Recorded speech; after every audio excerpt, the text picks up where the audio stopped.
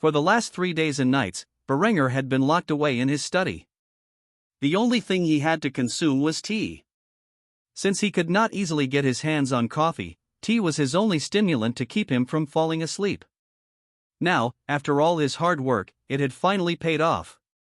Sitting before him on his desk was a comprehensive schematic for a large, first-rate ship of the line. It was a massive vessel with 3 decks and the capacity to house 130 cannons. Each cannon was a new class of naval artillery, the 32-pounder. The ship was essentially a carbon copy of the USS Pennsylvania, with some minor changes. Due to the lack of sisal, a material that only grew in the New World, Berenger had to improvise and replace the sails and ropes with hemp. The ship's hull was covered in a thin sheet of zinc, not as armor, but to protect it from wood-eating parasites in the ocean. This would save on maintenance costs and ensure the longevity of the vessels built. How did Berenger know of these designs? This could be explained by his brief visit to the U.S. Naval Academy in his previous life. He was visiting a friend, well, more like an acquaintance, during a vacation. Berenger didn't have many friends in his previous life, but he had plenty of acquaintances. One of them, Derek, had grown up on the same street as Berenger, who was known then as Julian. Eventually, Julian joined the army, while Derek joined the Navy. During one summer break, Julian was invited to the Naval Academy by Derek to spend some time with him. His stay only lasted a week, but during this time, he spent almost every moment in the library studying the history of shipbuilding in the vast archives. What started as a friendly invitation quickly turned into a week of extensive study, as Derek decided to go partying during this time. Julian, not exactly the most skilled wingman, was quickly abandoned to his own devices. Not wanting to endure the humiliation of being alone at a party, he opted to stay in the library and study for his stay at the Naval Academy. Ironically, what Berenger frowned upon became a blessing in disguise, as it provided Julian with knowledge on how to build ships from a variety of eras. Berenger planned to draft 2 classes of ships for his future navy, the first being the monumental 130-gun first-rate ship of the line, which he called the Linde-Class. He named it this simply because Berenger was a man of culture.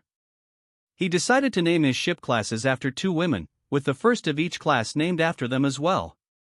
The reason for naming the larger ship after Linda, rather than Adela, his future wife, came down to the disparity in bust size between the 2 women. Even though Adela's family were fairly busty, Berenger had a nagging suspicion that Adela would have, at best, a B-cup-sized chest, compared to Linda's D-cup-sized breasts. The decision was obvious as to which ship should be named after which woman. Eventually, after admiring his blueprints, Berenger heard a knock on the door and quickly answered with a casual phrase. "It's open," Linda said as she walked into the room. She noticed that Berenger's usually charming appearance was now exhausted, with deep bags under his eyes, indicating he had been awake for some time. Though she knew he was working on something important and was currently in a period of inspiration, she hadn't intervened in his 72-hour marathon of drafting blueprints. The young beauty quickly approached the desk where Berenger was seated, gazing passionately at the schematics with a large smile on his face. She quickly asked about the designs as she tried to sneak a peek. "What is this? A Linde-Class ship of the line? Oh, darling. You're naming a ship after me?" Linda was so happy that she quickly grabbed Berenger and pressed his face into her perfectly shaped D-cup breasts. The softness of the feeling made Berenger want to sleep, but he still had to add the finishing touches to his project, so he forced himself to stay awake. Too tired to voice his thoughts properly, he simply nodded his head slowly and made a sound like ah. Seeing that her man was so tired, Linda instantly pouted and began to drag him from his seat. He had been up far too long and was in no state to continue working. Though Berenger attempted to resist, he was too weary to do so and found himself quickly being dragged out of his study and towards his bedroom, where Linda chastised him. "Though I'm happy you named such a magnificent ship after me, I'm more furious that you put your health at risk. You really needed to get some rest. You can finish the project later."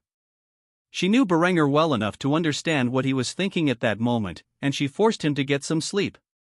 Linda undressed herself and Berenger, then climbed into bed with him. She sat up against the fluffy feather pillows, and Berenger rested his head on her naked lap. He fell asleep to the sensation of Linda's soft thighs and the gentle rise and fall of her chest. The last thought on his mind before drifting off was, life is good. Berenger slept for a total of 21 hours. When he awoke, he was in the same position he had fallen asleep in, and Linde was staring down at him with a warm smile. Not knowing how long he had slept, he yawned heavily, wiped his eyes, and asked, "How long was I out for?" Linde placed a dainty finger on her luscious lips, pondered for a moment, and then smiled as she responded, "About 21 hours?" Berenger was shocked by this figure. It had been a while since he had stayed awake for such a long time, but he was more surprised that he woke up in the same position. "You stayed here the whole time?" Linde giggled lightly and stroked Berenger's golden hair. "No, silly, unlike a certain someone, I don't have the luxury to sleep for 21 hours straight. I got back into bed about an hour ago." Hearing this, Berenger smiled and nuzzled his head against Linde's thighs. The soft sensation was far better than Adela's slender legs, though he would never say that to Adela's face.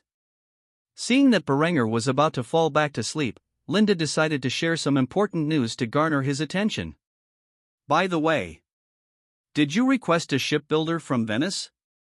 He arrived something like 12 hours ago, saying that the Count of Tyrol requested his presence.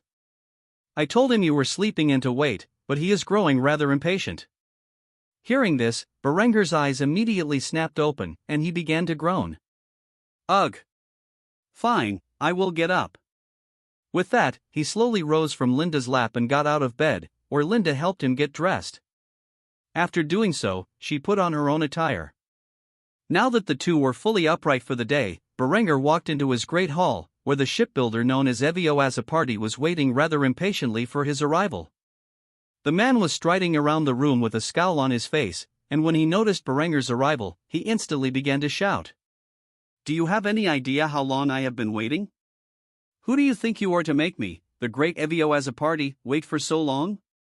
Evio was not only a shipbuilder but one of the best in Venice. However, he was not loyal to the city or its republic. He simply desired to build the greatest ships and get paid a great sum to do so. Berenger had enticed the man by claiming he had designed a new vessel, one greater than anything the Venetian Republic had at its disposal, and offered a great deal of gold for the man to come work for him and build his fleet in the Adriatic Sea. Seeing the man so visibly upset, Berenger put on a graceful facade and apologized profusely. "My sincerest apologies for delaying our visit for so long. I spent a total of 3 days and 3 nights ensuring that the ship's schematics were perfect, and as such, when I finally got some rest, I slept for a long time. You must be weary from your travels. Come join me at my dining table, and we will discuss the details of our cooperation." Hearing that he was going to get a free meal out of this, Evio's wrath greatly lessened, and he accepted Berenger's invitation. It would be interesting to see what kind of cuisine a man from a region like Tyrol could offer. Thus, the two left the great hall and headed towards the dining room, where they would have a long discussion about the possibility of building a grand navy for Berenger in the coming years. The two men entered the dining hall of Berenger's castle, where they quickly sat down for breakfast. Berenger fully intended to display his county's culinary arts and thus had ordered a variety of dishes, both breakfast and dinner, to be brought to the table. Since Evio was Italian, Berenger knew he most likely wanted wine, so he brought forth a fortified wine that he had developed. It used local wine production as a base and added distilled liquor to it. The man instantly tasted the alcohol and nearly jumped with delight. It was intense but had excellent flavor and was unlike any wine he had encountered before. Evio immediately asked about the wine. "What is this? I have never had such a wine before." Berenger chuckled lightly before briefly explaining the origin of the wine. "I don't have a name for it yet, but it is a specialty we make in southern Tyrol. I enjoy the taste." The man instantly frowned. As a wine connoisseur, he wanted more details about its production, but Berenger was unwilling to share such secrets. Instead, he used it as further enticement to draw the man over to his side. "If you work for me, you can drink as much of this as your heart desires." Evio's amber eyes flashed when he heard this, and he began to stroke his brown beard. The man was in his early 30s and had spent his life building ships, like his forefathers. He was exceptionally talented at it. However, it would take more than just good wine to convince him to work for Berenger, and thus he immediately put on a slick demeanor. "Bah, it will take more than good wine to convince me to work for you. Hearing this, Berenger merely smiled, especially when he saw the first round of dishes being brought out. With a smug expression on his face, he replied to the man, "I think you will soon realize the benefits of working for me. For now, let us enjoy the meal in front of us." On the table were a variety of appetizers, different kinds of bread, cheeses, and sausage platters laid out for the man to partake in. With each bite, Berenger could see the light of excitement gleaming in his eyes. Despite his initial reservations, he quickly began to compliment Berenger on his hospitality. "For a bunch of Germans, your people know how to cook very well." Berenger chuckled upon hearing this and accepted the man's compliment. "Well, thank you. My chefs work hard every day to provide the best meals for me, my family, and my guests. Such cuisine is slowly starting to spread across the rest of Austria." Hearing this, Evio started to desire working for Berenger more and more, but he quickly pushed the thought to the back of his mind.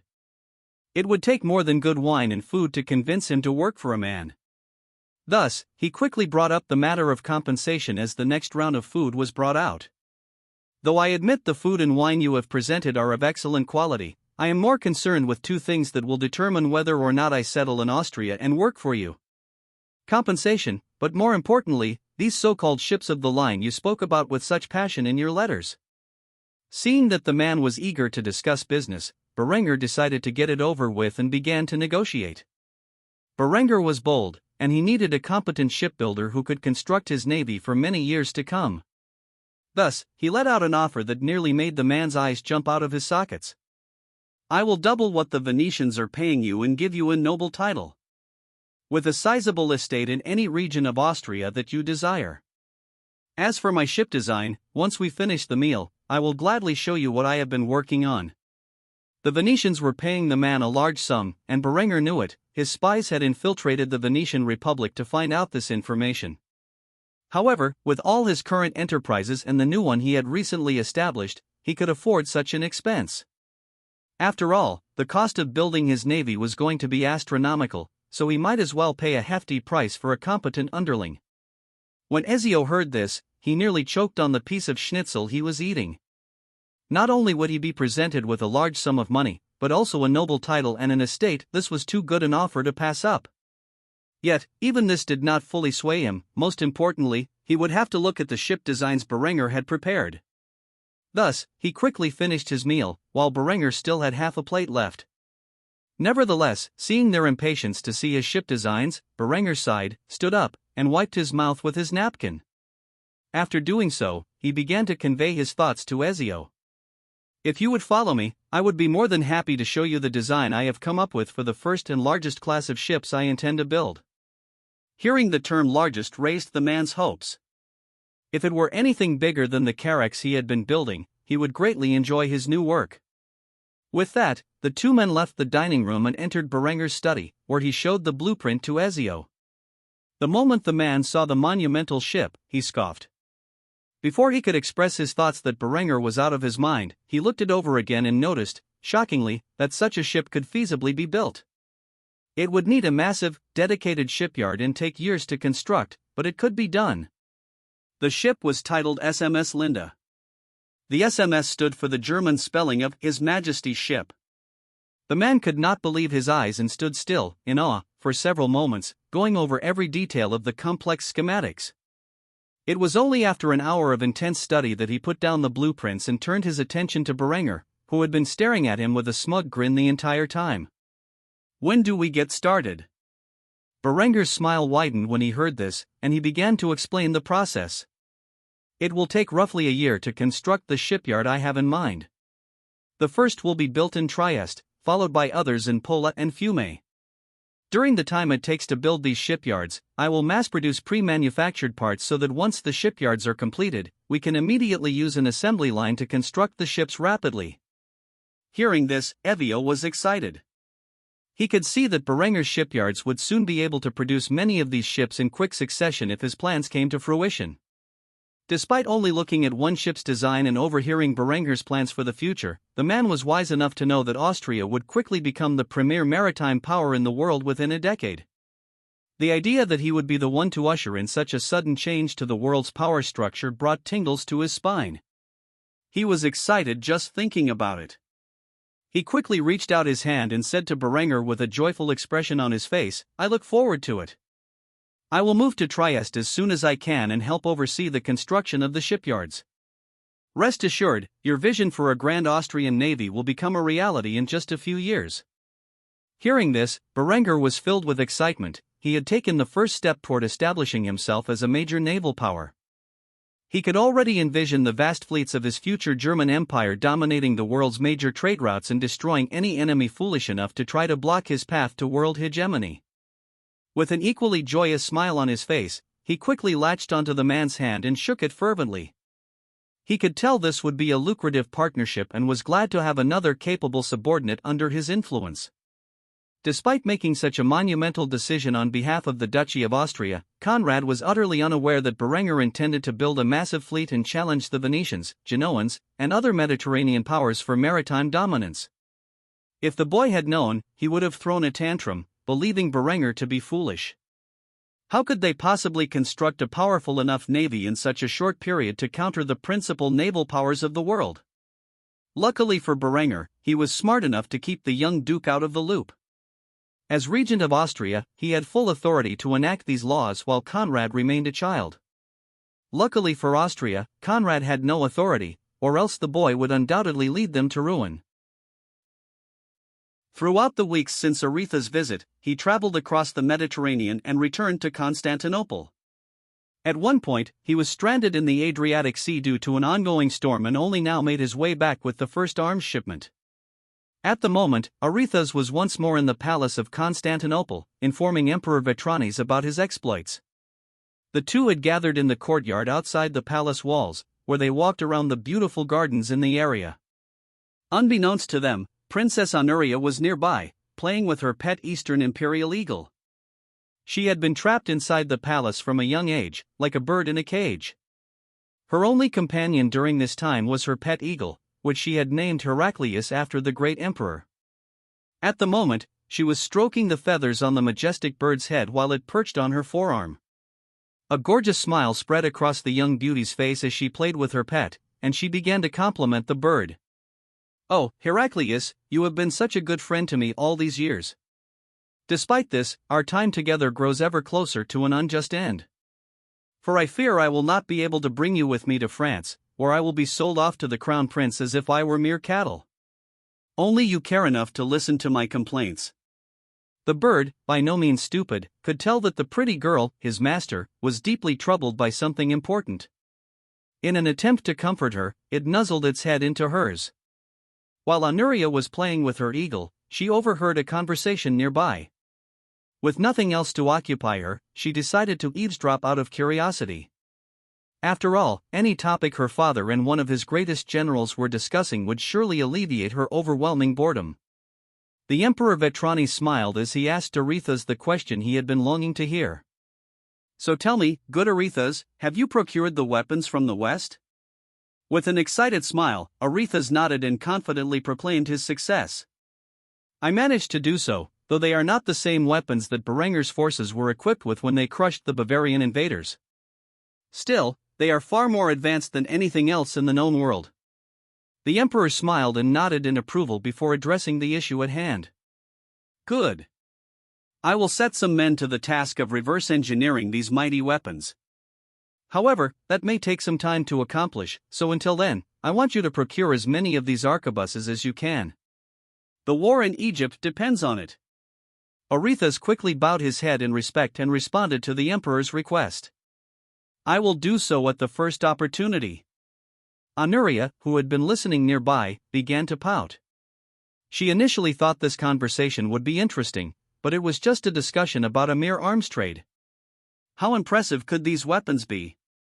As she was about to rise from her seat and walk away, she heard the topic shift to something more intriguing. The emperor scratched his beard before asking the question on his mind. "Tell me the truth, Aretha's, is what they say about Count Berenger true? Is he the true power behind the Duchy of Austria?" Aretha's sighed heavily before expressing his opinion on the matter. Without a doubt, despite only being 21 this year, Berenger has risen from the position of a lowly baron's son to the power behind the ducal throne of Austria. The current duke is nothing more than a young boy, a mere puppet of Berenger. From the last conversation I had with Berenger, I get the feeling he intends to usurp the position shortly and establish himself as the Duke of Austria.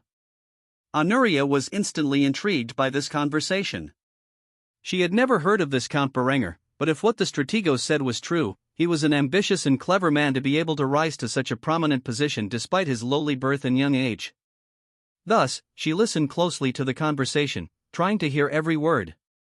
The emperor responded to Aretha's claims with a slight nod of his head before expressing his approval.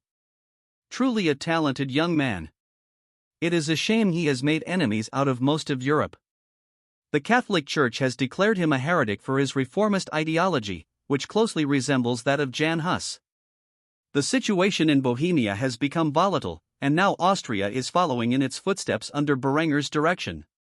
I fear the Catholics will try to have him executed. Do you think Berenger has the power to resist such an attempt? Aretha's thought about this subject for a few moments before finally giving his response. If he continues to expand his military power as he has been doing, yes.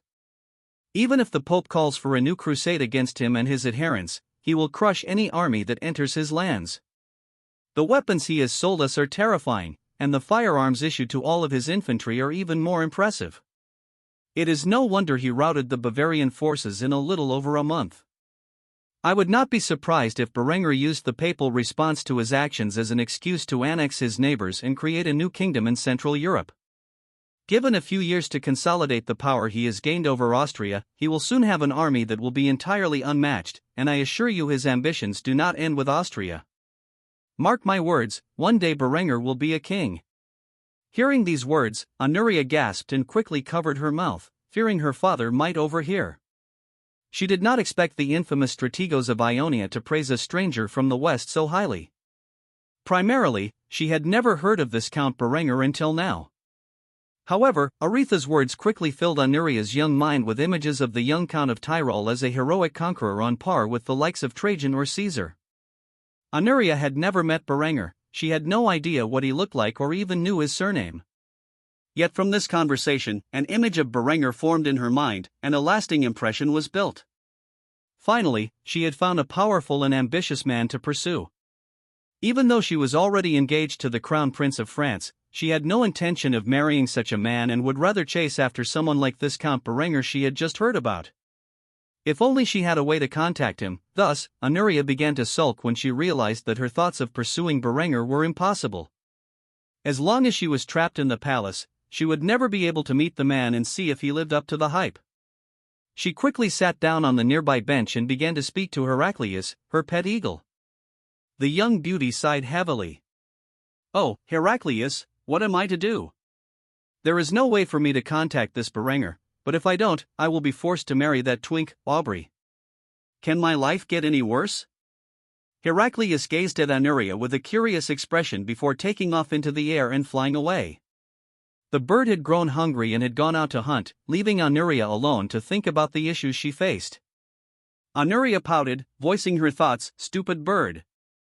Meanwhile, Aretha's and the Emperor continued to stroll through the garden, discussing various topics. They had long since moved out of Honoria's earshot, so she could no longer eavesdrop on their conversation. Vetranes was unaware that his daughter had overheard his discussion with Aretha's and had taken a fancy to Berenger from the west. If he knew, he would certainly try to end her fascination before it turned into an infatuation. The last thing he needed was a scandal about his daughter running away with a duke from the west. Instead, his conversation with Aretha shifted to the war with the Egyptians. Aretha's informed the emperor about the pike and shot strategy Berenger had briefly suggested. With the new weapons acquired from Berenger, his forces would need to be trained in their use.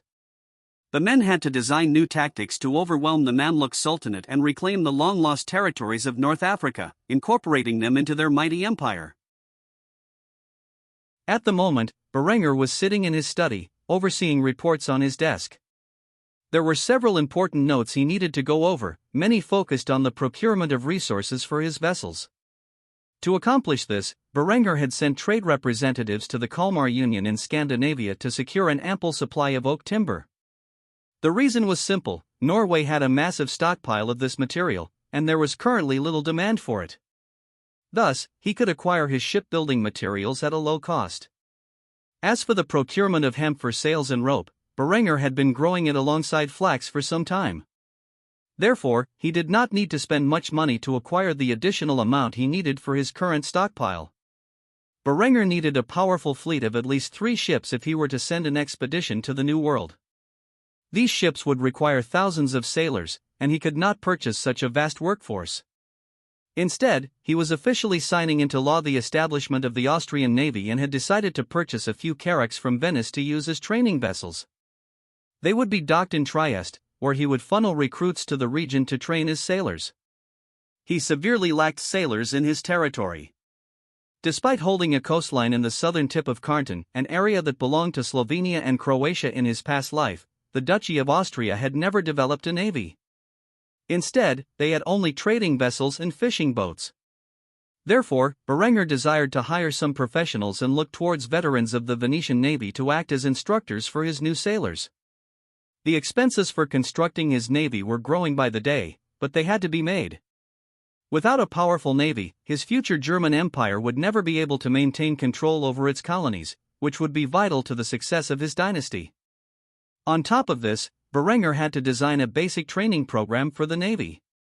Luckily, he had some knowledge of the U.S. Navy's basic training program from his previous life, thanks to an acquaintance who was a naval officer. They often discussed the differences between Army and Navy life. After many hours, Beringer finally completed all the necessary tasks to lay the foundation of the Austrian Navy. With the final stroke of his quill, he let out a heavy sigh, leaned back in his leather chair, and stretched his muscles before speaking aloud. The work of a duke is never finished. After finishing his work for the day, Beringer left his study and entered the dining hall, where he found Linde and Conrad in another conflict. The sight instantly brought a sense of fatigue to Beringer. He could not wait for this little brat to finally croak, but it could not be too sudden. Otherwise, the blame would surely fall on his shoulders, and the other nobles of Austria would rise up against him. Linde was furious. Conrad had said something that visibly upset her, and she quickly slapped him across the face before yelling at him. "You little brat! Who do you think you are? How dare you call me that?" Conrad's outbursts were becoming more frequent, and Linde often had to endure his behavior. However, the next words that came out of his mouth inflamed both Linde's and Beringer's anger. "You fucking whore! Just because you are sleeping with Beringer doesn't mean you get to lay a hand on me." Conrad's fists were curled as if he were ready to strike, and the guards were once more moving into position to separate the two. However, when they noticed Beringer's slow approach with a murderous glare in his one good eye, they immediately backed down. The Count wanted to handle this himself. Just as Conrad was about to pounce on Linde, he felt an arm wrap around his small neck, cutting off the supply of oxygen to his brain. Beringer had put the 12-year-old boy in a rear-naked choke so tight that within seconds, the child passed out. Beringer slowly let the kid fall to the ground before releasing the chokehold. Linde gazed at Beringer with a cruel smile on her luscious lips. She loved it when her man took charge of the situation and hindered those who insulted or harmed her. This was not the first time he had acted to protect her from a violent male. She instantly recalled the time Beringer beat his little brother for his actions. It only took a few seconds for Conrad to regain consciousness. When he did, he awoke with a start, disoriented and unsure of where he was or what had happened. As his mind adjusted to his surroundings, he saw Beringer and Linde passionately kissing in front of him. Conrad did not realize that Beringer had just choked him and instead glared furiously at Linde, who was the initial target of his anger. Upon seeing the boy's gaze, Beringer stopped his public display of affection and put on a terrifying expression as he glared down at Conrad. Beringer slowly knelt in front of the boy and grabbed him by the throat, squeezing it firmly but not enough to suffocate him. He then coldly issued a bold threat. "If I hear you insulting my woman or see you getting violent with her again, I will end you." Conrad put on a tough facade, despite the intense fear he felt in his heart, and scoffed at Beringer's words. "Is that a threat?" Beringer, however, shook his head coldly and responded, "It is a promise."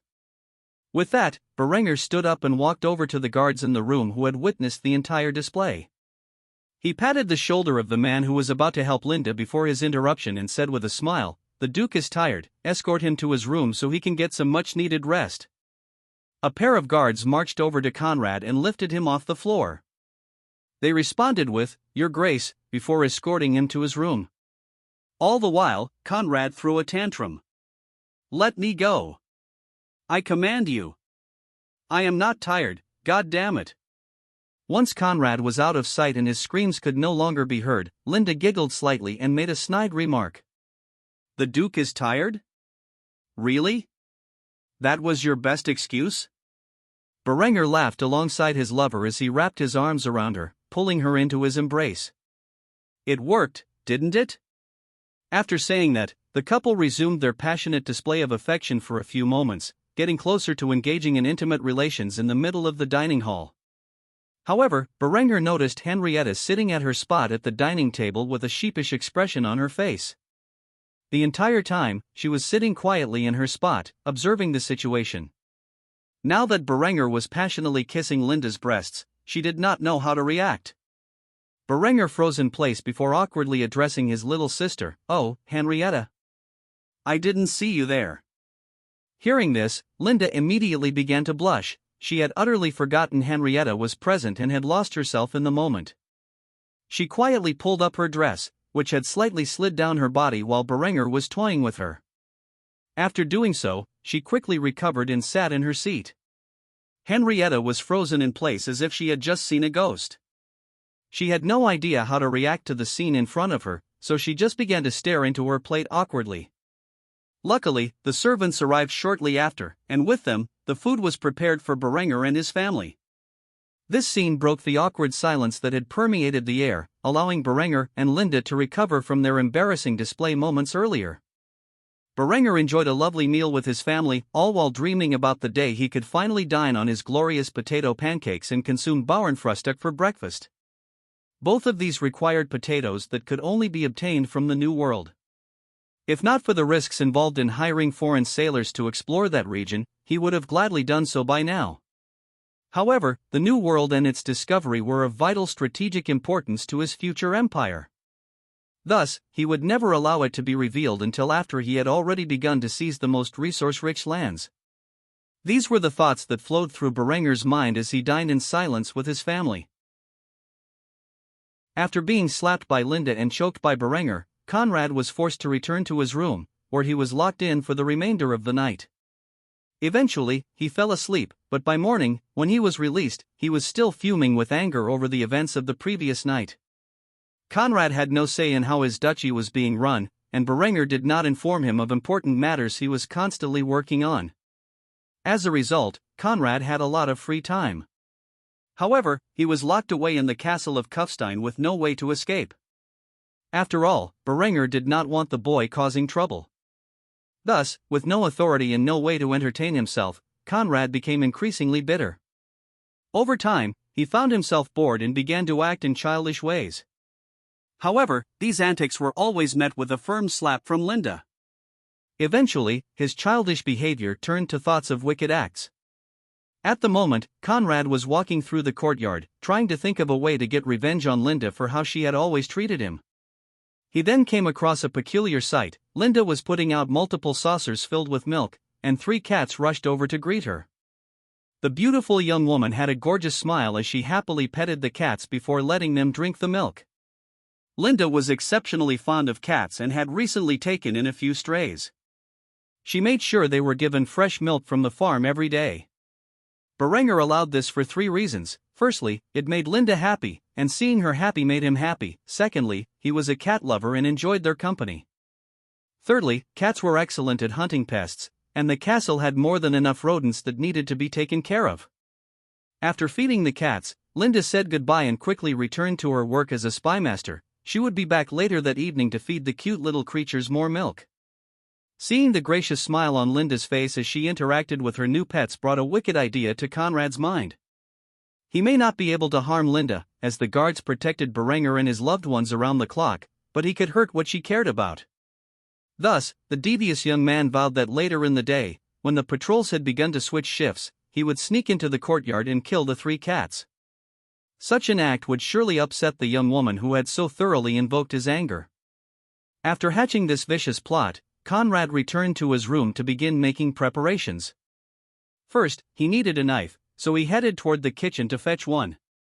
As Conrad entered the kitchen, he immediately began to behave suspiciously, and the kitchen staff began to question him with their gazes. Finally, the boy demanded what he desired. "I need a knife." The kitchen staff looked at one another for a few moments before the head chef inquired about the reasoning.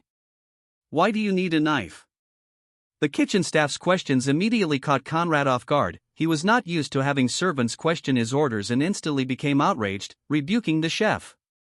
"Because I am the Duke, and I ordered you to give me one. Now hand it over." The head chef had a look of concern in his eyes as he struggled with the decision. On the one hand, he knew the boy was up to something, and if Conrad did something horrible with a knife he provided, then he would be held responsible. On the other hand, the boy was right, he was technically the Duke. Though he had no real authority, as a commoner, he could not very well deny the Duke's orders, or else it would expose Berenger's charade. Considering the two options, the chef thought it was unlikely that Conrad would do anything too vile and thus handed him a kitchen knife, warning the boy, "Your Grace, this is a dangerous object, I suggest you be careful with it." Conrad instantly ignored the chef's comments and did not even bother to thank the man. Instead, he immediately returned to his room, where he played with the knife. He could already imagine the look on Linda's face after he cut her cat's throats. He longed to see the woman wailing with tears in her eyes like a hysterical woman. These wicked thoughts kept him entertained until the time arrived. Noticing that the patrols would soon be switching shifts and the window of opportunity was near, Conrad quietly sneaked out of his room and rushed through the hallways, trying to act normal. However, the more he tried, the more suspicious he appeared. While walking through the hallways, Conrad hid the knife under his tunic and carefully pressed forward. Eventually, he ran into a servant girl and knocked her over. Rather than help her up, he glared at her menacingly, and the girl quickly ran away in fear. Unfortunately for him, this was right in front of the courtyard, where the cats were housed. However, the boy was not smart enough to realize he had just created a witness who could testify that he was in the vicinity. Thus, he proceeded toward the structure built to house the cats. When he approached, the little furballs instantly walked out of their home and greeted him while purring. Everyone in the castle treated them with exceptional care, knowing they were Linda's pets. Thus, they were used to everyone being kind. The naive little cats had no inkling of Conrad's evil intent. When the three cats approached to sniff him, he drew his blade and slit their throats, killing them instantly. Their blood splattered across the cold stone floor of the courtyard and onto his tunic, but he did not notice. In his wicked mind, merely cutting their throats was not enough to truly disturb Linda. So, he quickly proceeded to decapitate the creatures and mount their heads on sticks outside their home, with their bodies mangled below. After completing this brutal and cruel act against three innocent cats, the boy fled back to his room with a knife in hand, unaware that he left a trail of blood behind. Conrad was by no means a criminal mastermind, and despite believing he had easily gotten away with his actions, he had left multiple pieces of evidence in his wake, including a witness who saw him shortly before the incident. Luckily, no one saw him on the way back to his room, or he might have panicked and killed one of Berenger's servants. Not long after Conrad returned to his room, a horrific shriek echoed across the castle, so loud that even Berenger heard it in his study. He instantly recognized the voice as Linda's and quickly rushed to the scene with his sword in hand. However, by the time he arrived, his guards had already secured the crime scene. When Berenger entered the courtyard, the house guards were keeping the area under control, and Linda was sobbing as if she had just witnessed the deaths of her own children. Nobody dared to approach her when she was in such an unstable condition except Berenger. The moment he saw his lover sobbing, he dropped his sword and rushed to her side, holding the weeping beauty in his arms, trying to comfort her. Gazing at the brutal scene before him, Berenger did not believe this to be an attack on Linda but on himself. To him, it was clear that this was a veiled threat from one of his political opponents, a statement that if they could get to his pets, they could get to his loved ones. Thus, as Berenger tried to comfort Linda, he began shouting orders to the nearby guards. "Lock down the castle. Nobody gets in or out until we find out who is responsible for this. As for the rest of you, begin an investigation immediately. I want to know who would dare engage in such a barbaric display within my territory." The guards immediately responded to Berenger's orders, pounding their chests in salute and shouting at the top of their lungs, "Yes, Your Excellency." With that, the men quickly got to work, locking down the castle, quarantining the area, and searching for any potential clues. All the while, Berenger held his weeping lover, comforting her to the best of his ability, and made a solemn vow. "When I find whoever is responsible for this, I will make sure they pay with their blood." After Conrad's horrific actions, the castle was placed on lockdown. As Berenger had ordered, no one was allowed to enter or leave the castle, and the garrison was immediately tasked with searching for every available clue. While Berenger and his forces were piecing together what had happened, Conrad had fled to his room, where he was hiding behind the door, breathing heavily. The adrenaline and excitement from committing such a heinous act and getting away with it filled his mind with joy. Adrenaline and endorphins coursed through his veins in a way he had never experienced before. He could get used to this, or so he thought. However, when he looked in the mirror, he noticed his clothes and hands were stained with blood, and he was still holding the murder weapon. He immediately began to panic, stripped off his clothes, and wrapped them around the weapon before tossing it out the window. Conrad was not the smoothest criminal. Not only had he left a massive trail pointing in his direction, but he had also discarded crucial evidence, such as the murder weapon and his blood-stained noble clothing, directly into the bushes below. Given the way he handled this act of cruelty, it was only a matter of time before Berenger discovered he was responsible. Unaware of this, Conrad grinned at his reflection, eager to kill something else that Linde loved. The only thing she loved besides her cats were Berenger, Henrietta, and Hans. Harming any of these three individuals would not be easy. Berenger had long suspected Conrad might do something to his son and thus kept the infant's room under constant lockdown, allowing only Berenger, Henrietta, and Linde to enter. Since becoming a father, he had grown paranoid and did not even trust his staff to care for his infant son. As for Henrietta, there was no way Conrad could harm her. The little girl was incredibly skittish and would never get close enough to Conrad for him to hurt her. Even then, guards followed her around the clock to ensure her safety. If Conrad attempted to harm the girl, a wall of bayonets would be placed in front of him, and he would be killed on the spot. Thus, for now, he had to wait until Linde found something else she loved, then Conrad would make sure to torment her by taking it away. He could already feel the excitement of doing such a thing. It was a shame he did not get to see Linde's distressed face, but her scream was enough for him to enjoy. It replayed in his mind on repeat, and thinking about it brought a wicked grin to his face. As for Berenger, while his forces led an investigation, he personally buried the three cats that were Linde's dear pets and brought her into the bath, where he scrubbed her clean. She was incredibly distraught by the barbaric display someone had made of her pets and could not stop sobbing. Berenger was in the middle of comforting her through the crisis as she held him close and he stroked her silky strawberry blonde hair. "I swear I will find whoever did this and end their miserable existence." Berenger was not exactly the best at comforting others. The best he could do was be there for Linde and promise to avenge the cats. Though Linde was sobbing, she managed to say, Why would someone do this? What did I do to deserve this?" Berenger instantly grabbed the girl and wrapped her in his embrace, trying to comfort her once more.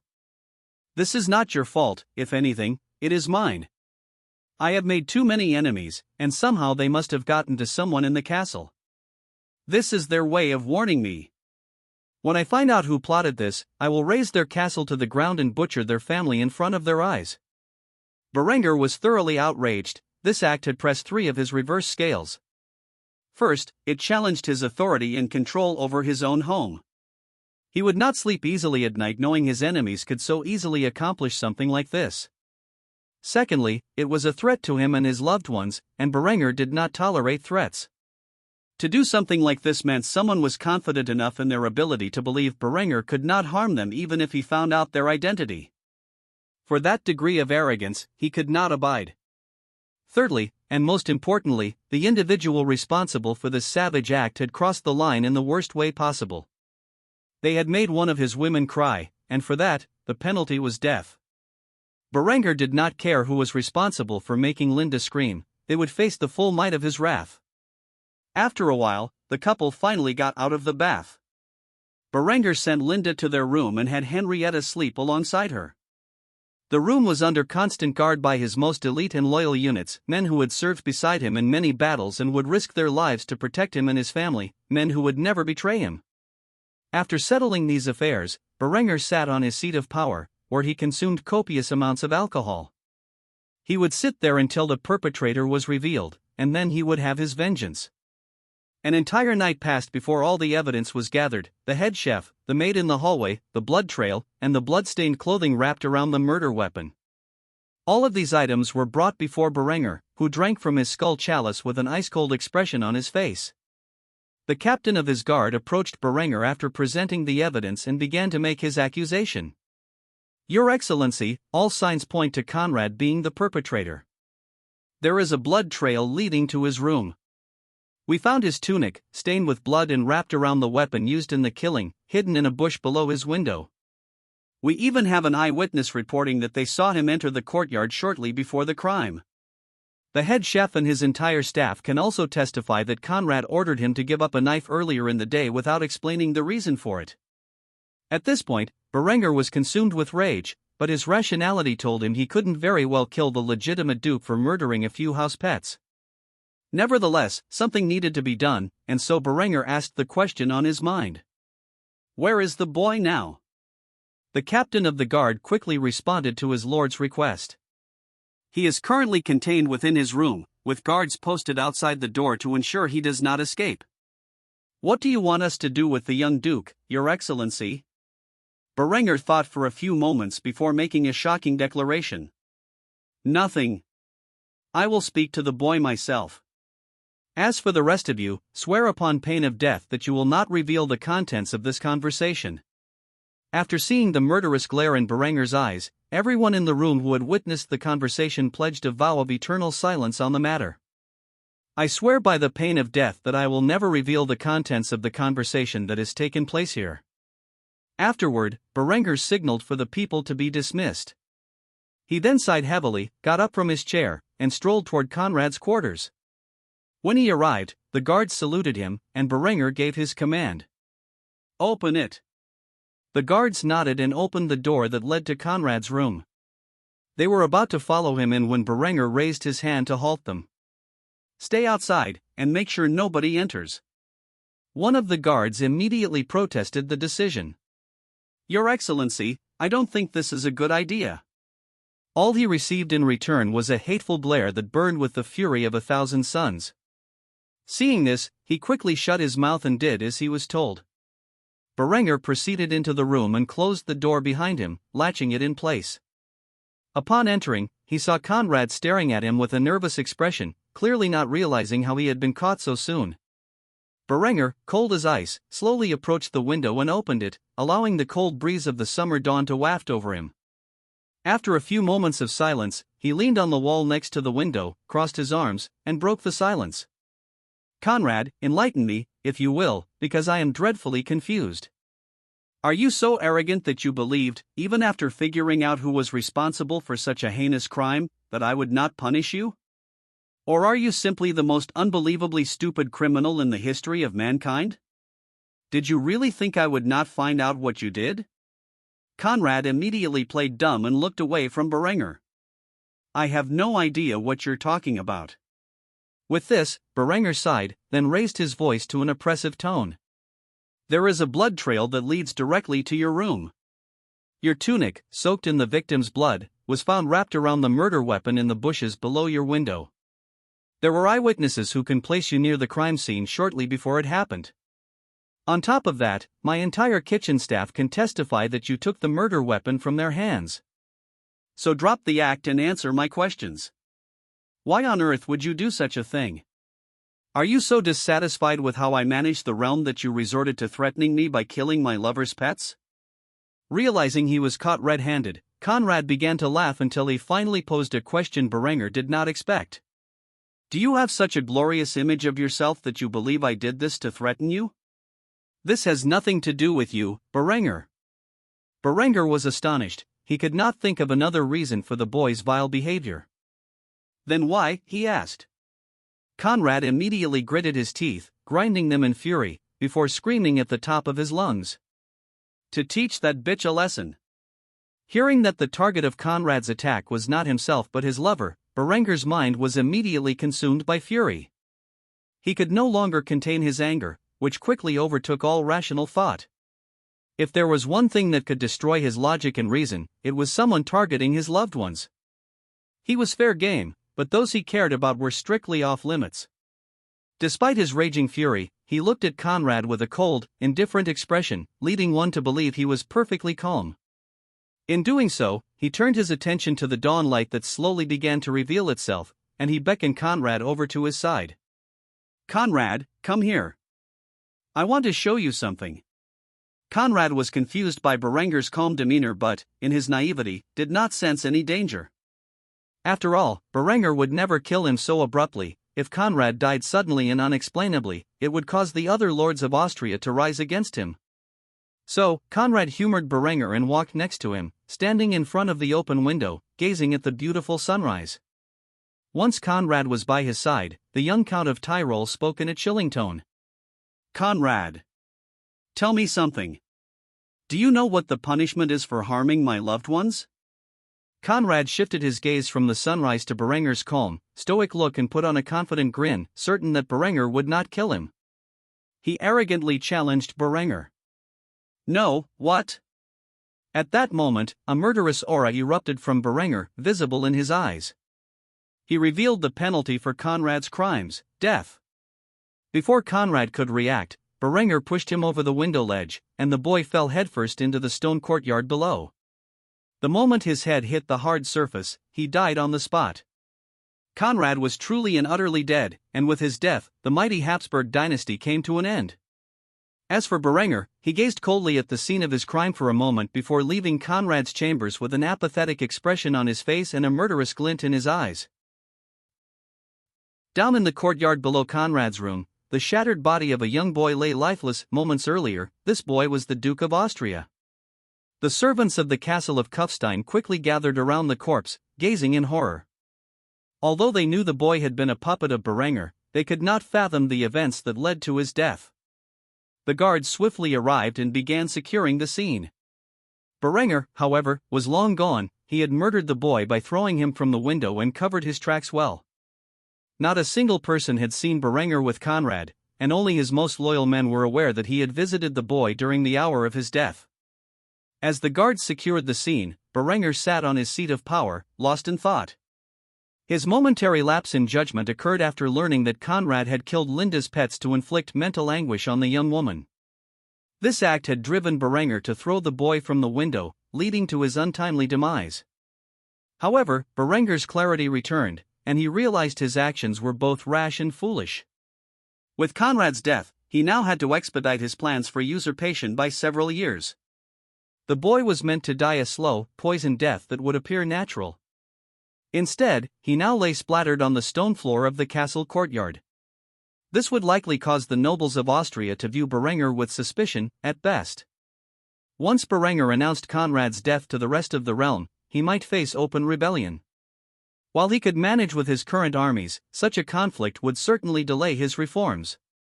Austria had yet to recover from the war with the Bavarians, and now, a few months later, they were once more on the brink of conflict. Though rebellion against his rule by the higher nobility was inevitable, Berenger had not yet fully prepared for a quick and thorough war with the other nobles. He pondered his next step deeply. Knowing that only the people in the castle of Kufstein were aware of Conrad's death, Berenger planned to conceal this information for as long as possible. At most, he could buy himself a few weeks. How he used this brief period would be crucial in securing his authority over Austria. However, before he could do anything, he needed an excuse for Conrad's death. While he was contemplating this, Linda arrived before him, her eyes red and puffy from a long night of crying. Despite her appearance, she had a stern look on her face. She knew by now that Berenger should have some idea of who was behind the death of her beloved pets, so she quickly asked him the question on her mind. "Did you find the culprit?" Berenger, who had been in deep thought reflecting on his actions and the future events they had set in motion, suddenly noticed his beautiful lover standing before him and nodded silently. Linda bit her lip, afraid to ask the perpetrator's identity, but ultimately, she felt she needed to know who was responsible for such a heinous act to find closure. Thus, she steeled her resolve and asked, "Who was it?" Berenger sighed heavily before revealing the identity of the criminal. "Conrad." Hearing this news, a look of disgust and hatred crossed Linda's immaculate heart-shaped face, and she finally snapped. That bastard! Where is he now? I want to punish him severely. However, Berenger's following words shocked her completely, dead.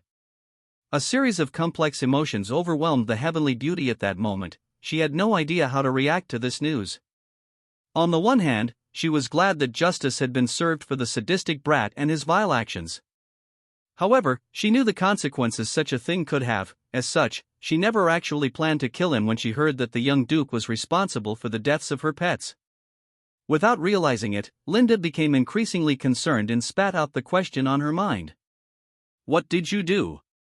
Berenger looked around his great hall for a few moments, inspecting to see if anyone was listening in before he finally revealed what had transpired moments ago. I don't know, it's all a blur. Initially, I intended to scold him, maybe even beat him severely for his actions. However, when he told me that the reason for his wicked deeds was to cause you anguish, something just snapped in my mind. The next thing I knew, Conrad was falling headfirst out the window into the courtyard below. Seeing the complicated expression on Berenger's face, Linda quickly approached him, kneeled before him, grabbed his hand, and brought it to her heart. She understood that his love for her and overwhelming desire to protect her had caused him to lose control and murder the boy. She, too, would likely have done the same thing if their roles were reversed. Rather than allow Berenger to dwell on his actions and stress over them, Linda shifted the topic to something more productive. What now? With this said, Berenger looked into his lover's sky-blue eyes with a solemn expression before revealing the intentions he had come up with in his mind. We will conceal his death for as long as possible. During this time, we will prepare for war and ensure our troops are armed and ready to march on the other counties. I need you to gather intelligence on the other counts, from Vorarlberg to the Kussenland. I need to know who will challenge my usurpation and who will bend the knee. As for his cause of death, we will say it was suicide. Without a proper investigation, nobody will know what happened here today.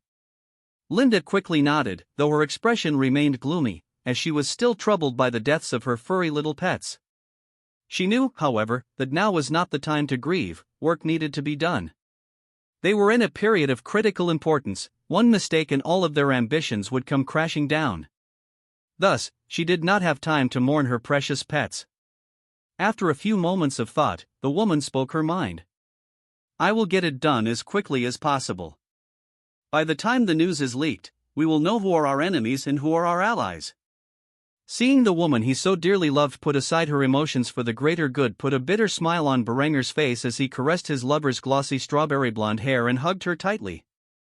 I promise that when this is all over, I will give you a period of reprieve where you can properly deal with your loss.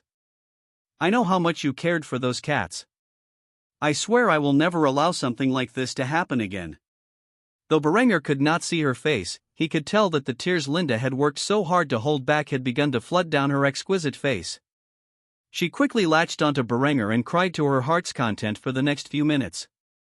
Afterward, she wiped the tears from her eyes and thanked Berenger. Thank you, and I promise I will have a comprehensive report on your desk by the end of the week. Berenger did not keep Linda any longer. He, too, had many matters to attend to in the coming days. For starters, he needed to write a series of official declarations regarding Conrad's demise and the usurpation of the boy's title. Of course, he would only release these after everything was in place for the transition of power in Austria. Berenger and Linda quickly got to work, preparing for the unknown future. Though it was possible that the other counts would respect his rise to power and bend the knee peacefully, Berenger was not a man who believed this was likely.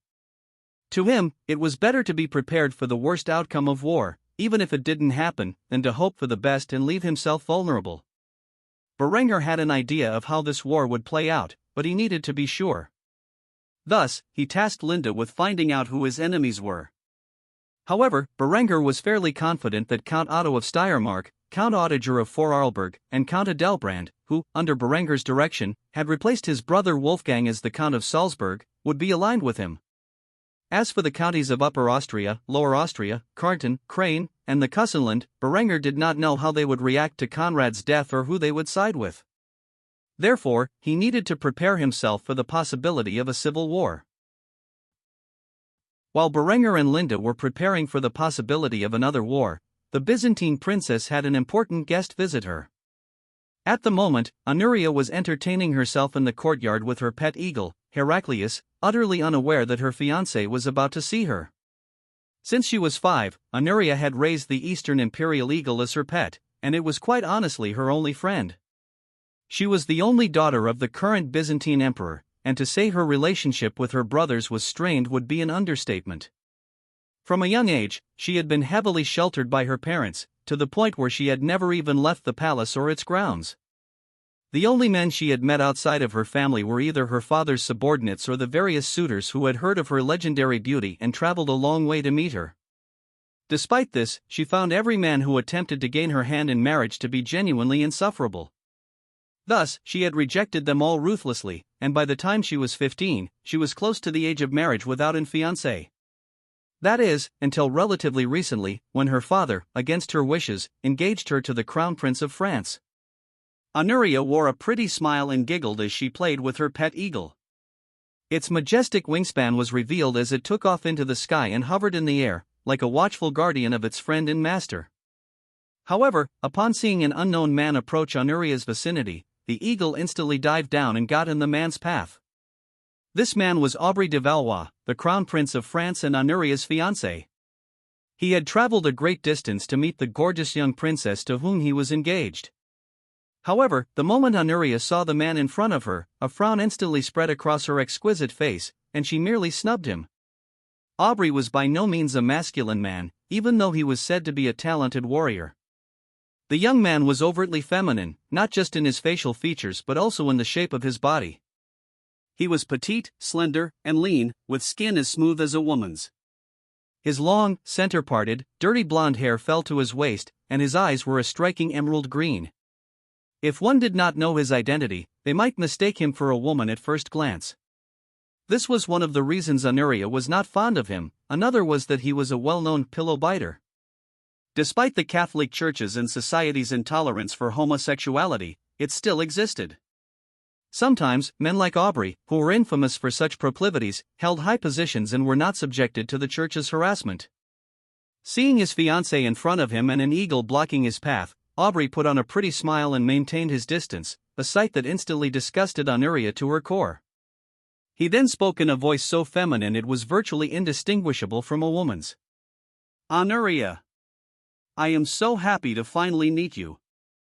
I am Prince Aubry de Valois of the Kingdom of France. My father said you were beautiful. It appears he was not lying. How do you keep your skin so pale? It's gorgeous. I wish I had skin as fair as yours." The man did not even try to hide the fact that he was not the slightest bit interested in Honoria as a woman. The way he complimented her was as if he were another girl seeking beauty tips. Honoria was convinced that if cross-dressing were not a severe offense in Europe, this man would undoubtedly walk around in women's clothes, and nobody would be any the wiser about his actual gender. As such, Honoria merely snubbed the man, lifted her arm, and shouted a command. "Heraclius, come." With that, the Eastern Imperial Eagle flew down to her forearm and perched upon it. The young princess then proceeded to walk away from her fiancé without paying him the slightest bit of attention. Seeing his fiancé flee in the opposite direction, the young man attempted to approach Honoria. However, the moment he got close, the eagle known as Heraclius quickly splayed its wings and cawed at the French prince. Though Aubry was a battle-hardened knight, the overprotective nature of the eagle sent a shiver down his spine as he could very clearly feel its killing intent. He immediately realized that with the eagle protecting Honoria, he would have no way to approach her and accomplish the goal his father had set for him, to gain her favor. After all, the Kingdom of France needed a powerful ally. It was currently engaged in a war with England, and its eastern neighbor was embroiled in a civil war, with a notably problematic individual rising to power amid the chaos.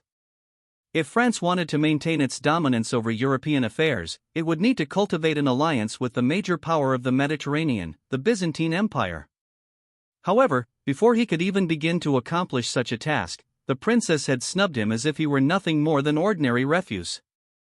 Aubry quickly let out a sigh, and seeing that he was the only one around, he promptly began to pout as he expressed his thoughts. "If only I could marry one of her brothers. It's much easier to seduce a man than to befriend a woman, and no man can resist my charms." After leaving Aubrey to his thoughts, Honoria ran into the palace with Heraclius attached to her arm, leading him up to her room, where she quickly shut the door behind her. The eagle then flew over to a perching post and rested there, gazing at his master with a mocking expression. Brilliant as he was, Heraclius was essentially making fun of the fact that Honoria would be forced to marry someone more womanly than a man. Seeing the smug grin on Heraclius' face, Honoria tossed a pillow at him, exclaiming, "What are you laughing at?" Heraclius, of course, dodged the attack and landed on the bed in front of Honoria, who was sprawled out and pouting. She clutched another silk-covered pillow and began to scream into it at the top of her lungs. The sound was muffled, and only she and Heraclius could hear it. After releasing her pent-up frustrations, Honoria felt a little better and began to think aloud, as she often did when alone. Am I destined to be sold off to the sissy French prince and live out my days as his trophy wife? Honoria began to bite her luscious pink lips, continuing to pout over her situation. Won't someone save me from this marriage? At that moment, she heard a knock on the door, and a worried, familiar voice called from outside, "Princess, are you in there? I heard you ran off from the meeting with your fiancé. Are you all right?" Honoria instantly began to pout once more before yelling at the door, "Go away!" She knew exactly who was behind the door and did not feel like talking to him at the moment. The man standing behind the door was Aretha's, and he heavily sighed when he heard her words before acquiescing to the princess's demands. "As you wish, Your Highness." Shortly after, Honoria realized something. She was curious about the conversation Aretha's had with her father not long ago in the royal gardens. She quickly ran to the door and opened the latch, surprising Aretha's. Her subsequent actions further confused him. Honoria blushed lightly and looked away from Aretha's before muttering in a low tone, "Come in. I have some questions to ask you."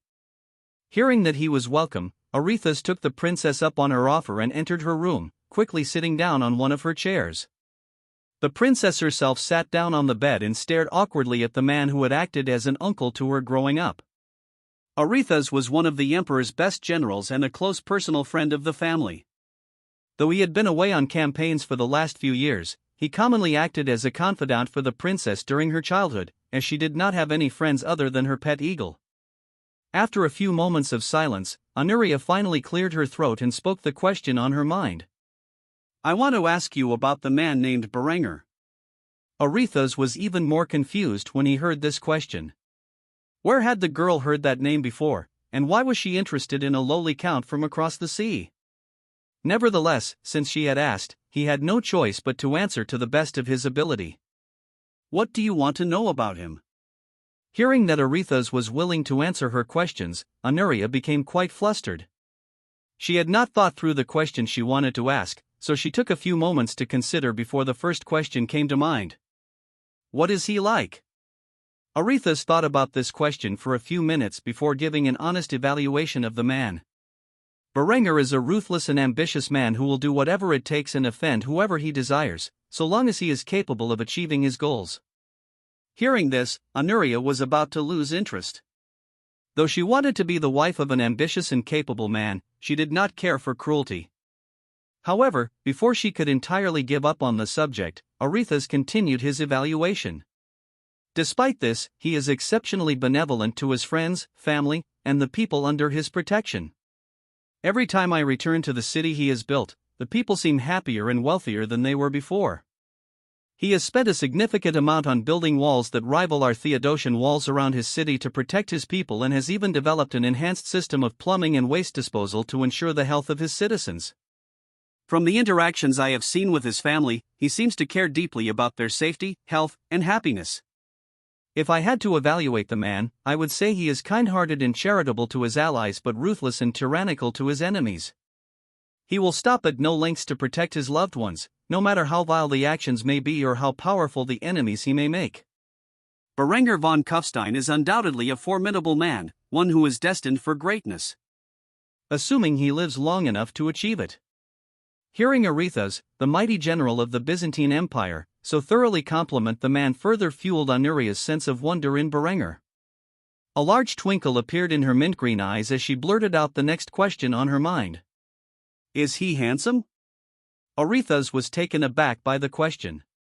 Though he never wanted to admit it, Berenger was exceptionally handsome and charming, attributes that added to his natural charisma, something Aretha's greatly envied. However, when the princess asked him the question, he had no choice but to answer honestly. He nodded in agreement rather than waste words describing Berenger's appearance. Hearing that Berenger was handsome, in addition to his exceptional character, made Honoria even more interested in him. Thus, the last question was of critical importance to her. She began to blush lightly, poking her index fingers together without looking Aretha's in the eyes. "Is he married?" It took Aretha's a while, but he finally understood why this girl was asking about Berenger. He chuckled before giving her an honest answer. "I wouldn't get my hopes up if I were you, my dear princess. Not only is he engaged to a very caring young woman, but he also has a lover on the side who is equally exceptional. Her beauty is not inferior to your own, and they have a child together. I am sorry to say, but it would never work out between you and him. Even if Berenger becomes a valued trading partner of the empire and one day rules with significant power, your father will never allow you to become a mere concubine, and I doubt Berenger will break his engagement to the woman he is set to marry. I hate to say it, Honoria, but you have to face the facts. You are now engaged to the Crown Prince of France, and despite your objections, that isn't going to change." Hearing this news, Honoria's fragile heart nearly imploded. She felt like she had found the perfect companion, but he was already engaged and had a lover, which meant there was likely no place for her in his life. On top of that, Aretha's had reminded her of her dreaded betrothal. As a result, her expression immediately soured, and she nodded her head with lifeless eyes. Seeing the princess's depression, Aretha's felt his heart break, but there was nothing he could do. Therefore, he decided to leave her to have some time to think. After leaving her room and shutting the door behind him, Honoria slowly began to cry. She would spend the rest of the day moping about her future. The illumination of high noon gleamed through the windows of Berenger's study, landing upon his handsome figure. The young count had a calm expression as he sipped his tea. In front of him were two people reporting the news he had been waiting for, his lover Linde and his close friend, Field Marshal Eckhard. As Berenger enjoyed the flavor of the chamomile tea, Linde spread a report across his desk. Its contents revealed the general attitudes of the noblemen of Austria and their likely reactions to the news of Conrad's demise and Berenger's declaration of usurpation. As Berenger read through the report, Linde announced a general summary of its contents. As you expected, Count Oettinger, Count Otto, and Count Adelbrand will support you. Their views are straightforward: struggling against you is an act of suicide. Additionally, these counts and their vassals agree that the economic benefits of tying their dynasties to positions of control over your businesses far outweigh the losses from your reforms. Berenger nodded in approval and continued to read the report. Linde then further commented on it. Upper and Lower Austria will remain neutral in the conflict. Our spies report that while the Count of Upper Austria is not favorable towards you or your rise to power, his vassals support your reforms. Without their aid, the Count lacks the armies to rebel against you. As for Lower Austria, it was ruled by Conrad. With his death, it has fallen directly into your hands. Therefore, you will face no resistance in the northern portion of Austria. Berenger flipped through the pages while sipping his tea, nodding silently. The report was thorough and included far more details than Linde had summarized, so he took the time to read through it while his lover continued to report her findings. The regions that will surely rebel against you when you proclaim yourself Duke are the counties of Kärnten, Krain, and Kussenland, in other words, the southern regions of Austria. The counts of these regions are greatly repulsed by your rapid ascension to power and consider you nothing more than a jumped-up baron. Aside from Kärnten, the other two counties have not personally witnessed the might of your forces in battle, and as such, they genuinely believe they might have a chance to stand against you. While listening to this, Berenger smiled wickedly and turned to Eckhard, who was standing nearby, silently listening to the report. Tell me, Field Marshal, how would you handle the situation? Eckhard scratched his beard for a few moments while pondering the information he had received before coming up with a solution. If I were you, I would deploy a few thousand troops to the southern counties under the guise of internal security. After all, since the Bavarian withdrawal, there has been a severe problem with brigands and highwaymen throughout southern Austria. The local lords may be unhappy about it, but you are the regent of Austria, and as far as they know, Conrad is still alive. By showing overwhelming force and occupying the regions in the name of internal security, you can squash any form of rebellion before it even begins.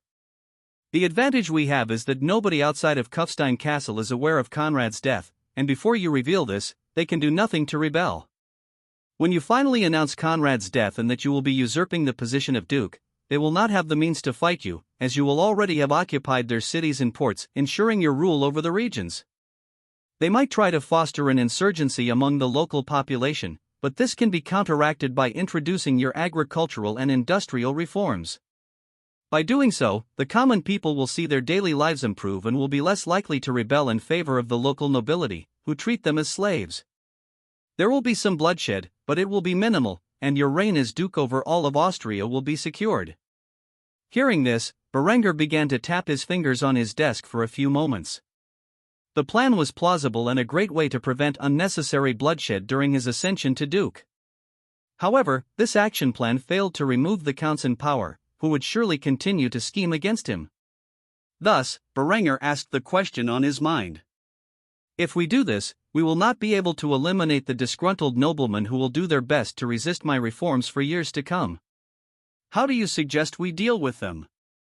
Before Eckhard could speak, Linde immediately voiced her opinion.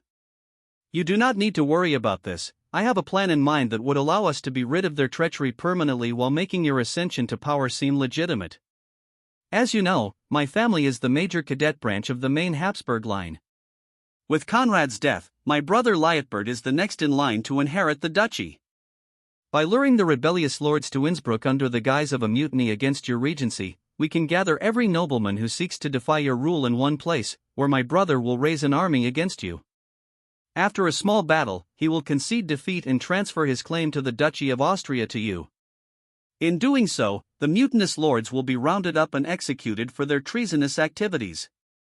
My brother will be spared as a benevolent action on your part and will be removed from the position of chancellor as punishment for his alleged betrayal, but still allowed to rule over Innsbruck.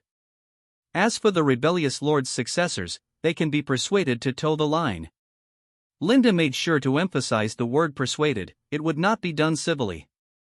Bribery, skullduggery, even threats could all be used to ensure the successors of these noblemen would do as they were told. Was it corrupt? Sure, but sometimes underhanded tactics were necessary to achieve his goals, and Berengar understood this. Hearing his lover come up with such a dastardly plot, a wicked grin spread across Berengar's lips as he nodded his head in approval. He took another sip from his tea before revealing his thoughts. All right, I approve of this plan. I want all critical areas of the potentially rebellious counties secured before I reveal the news. You two have your work cut out for you, and I expect it accomplished promptly. Eckhard saluted Berengar and responded in the affirmative, Yes, Your Excellency. As for Linde, she put on a sultry smile before seductively responding to Berengar, Anything for you, lover. After hearing his two subordinates agree to the plan, Berengar leaned back in his chair and gave one more order. Dismissed. Hearing this, Linde quickly got to the task, while Eckhard stayed behind, noticing that his field marshal was still in the room. Berengar asked the man for his reasoning. Is something the matter? Eckhard had a complicated expression on his face. He did not know the whole truth about Conrad's death, but he suspected it was not a suicide as Berengar had proclaimed to the castle staff. With this in mind, he closed the door before approaching Berengar, who was sitting calmly in his leather seat. Your Excellency, I would like to know the truth about what happened to Conrad. I suspect there is more to the story than a simple suicide, and if you did have a hand in this, it goes completely against the long-term plan you had in place. Hearing Eckhard's concerns, Berengar placed his head in the palm of his hand and sighed before revealing the truth to his loyal field marshal, albeit with some exaggeration. The boy targeted Linde. He killed her pets in an attempt to cause her mental anguish. Not only did he kill them, but he mounted their heads on sticks outside their home. If he was willing to murder 3 innocent cats to harm Linde, what about Hans? Would the brat target my son next? I do not believe he had not thought of such a thing, and as such, I could not take the risk. So I threw him out his window. Eckhard was shocked to hear this news. He had no idea that Conrad had become so vile during his stay in Kufstein. He let out a large sigh before sharing his thoughts on the matter. If I were in your position, I too would have done the same. To think the little brat was so far gone. It is good that he is finally dead. Now we can make some real progress in Austria. Alright, I understand the reasoning behind your actions now. I had thought you might have become impatient and rushed your rise to power, and for my assumption, I apologize. After all, it is a man's responsibility to protect his family from all threats. You are correct to assume he would try to harm your family next, even if he didn't have such thoughts at the time. He was working up to it. Thank you for being honest with me. Berenger smiled when Eckhard agreed with his actions. After their brief argument over poisoning the boy, Berenger had begun to suspect that Eckhard might be too soft for the path he trod. However, Eckhard's response alleviated his concerns for the time being. Berenger stood up, clasped the man's shoulder, and looked into his eyes before speaking his mind. It is no problem, my friend. Now go forth and set the army to the task. Eckhard nodded and smiled at Berenger's response. Shortly after, he departed and began to fulfill his plan to secure the title of Duke for Berenger. With this strategy, Berenger's transition to power would be stable, and his enemies within his domain would be dealt with accordingly. The following day, Berenger proclaimed the realm of Austria and passed a controversial law into effect throughout the entire domain. This law was known as the Brigand Act, and by the time the southern lords realized it was nothing more than a ruse, it would be too late. I, Count Berenger von Kufstein, Regent of the Duchy of Austria, hereby declare the signing of the Brigand Act into law. Under this act, the soldiers of the Austrian army, currently comprised of various units from Tyrol, will be stationed throughout the counties of Austria to ensure that the plethora of brigands, bandits, highwaymen, and other ruffians who have appeared in our realm since the destruction brought upon it by the Bavarian occupation shall be brought to justice. With that said, the Austrian army, which was simply the Tyrolean army rebranded under Berenger's regency, was immediately deployed to the regions most afflicted by brigands, counties most likely to rebel against Berenger's transition to power. Wilhelm Krieger stared at the notice in his hands as he rode on horseback towards the region known as Kussenland. This region, also known as the Austrian littoral, was critical to Berenger's plans to develop a grand navy. Wilhelm was a young man of common descent. His father was a man-at-arms, as was his father before him. He was one of the first to join Berenger's army, back when it was considered a militia. He was one of the few officers to come from common birth. Through his actions in Berenger's campaigns, he had risen to the rank of captain and was currently leading an effort to eliminate a group of brigands who had been occupying a village. The unit he commanded was mounted infantry, and they had taken the forefront in the fight against the brigands in southern Austria. Due to their rapid mobility and exceptional firepower, mounted infantry was one of the most deployed units to combat the ruffians causing trouble in the south. The rest of the infantry, cavalry, and artillery units occupied the cities, towns, and ports of southern Austria, numbering in the thousands. Wilhelm and his company of soldiers approached the village and noticed a crude barrier set up around it. The brigands who had taken over the town were using it as their hideout. Seeing they were still at a safe distance, the troops dismounted and proceeded on foot. A thick fog filled the air, making it difficult to see a few yards ahead. This allowed them to go unnoticed by the brigands, who were celebrating the dawn with drinking, feasting, and abusing the women and girls of the occupied village. The few men stationed in the poorly constructed watchtowers had no idea that a company of soldiers was advancing on their position. The mounted infantry reached a hill overlooking the settlement, and a soldier took out his spyglass to survey the area. He quickly noticed that only half a dozen men were on guard, while the numbers of others remained unknown. However, these ruffians were poorly equipped and could be easily handled. The soldiers began loading their rifled muskets and approached the palisade on the north side. Upon reaching the area, the sappers embedded with the company placed TNT at 3 positions, then quickly fell back to a safe distance before detonating the explosive. A booming echo resounded, and the north side of the barrier turned to shrapnel. Wilhelm gave the order to fire upon the dizzy and confused guards.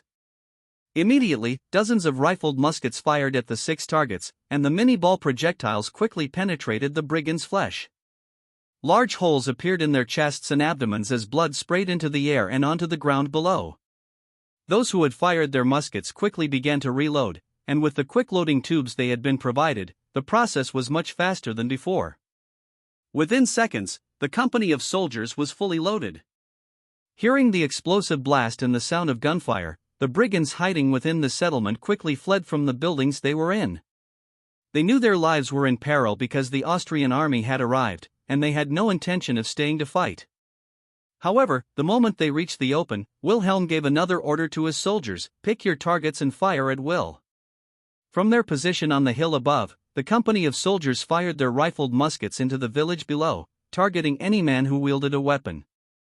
Before long, those cowardly enough to flee the town were all gunned down. Wilhelm blew his whistle, signaling the men to fix bayonets and charge into the settlement. As the Austrian soldiers charged into the village with bayonets affixed, they immediately encountered another wave of brigands.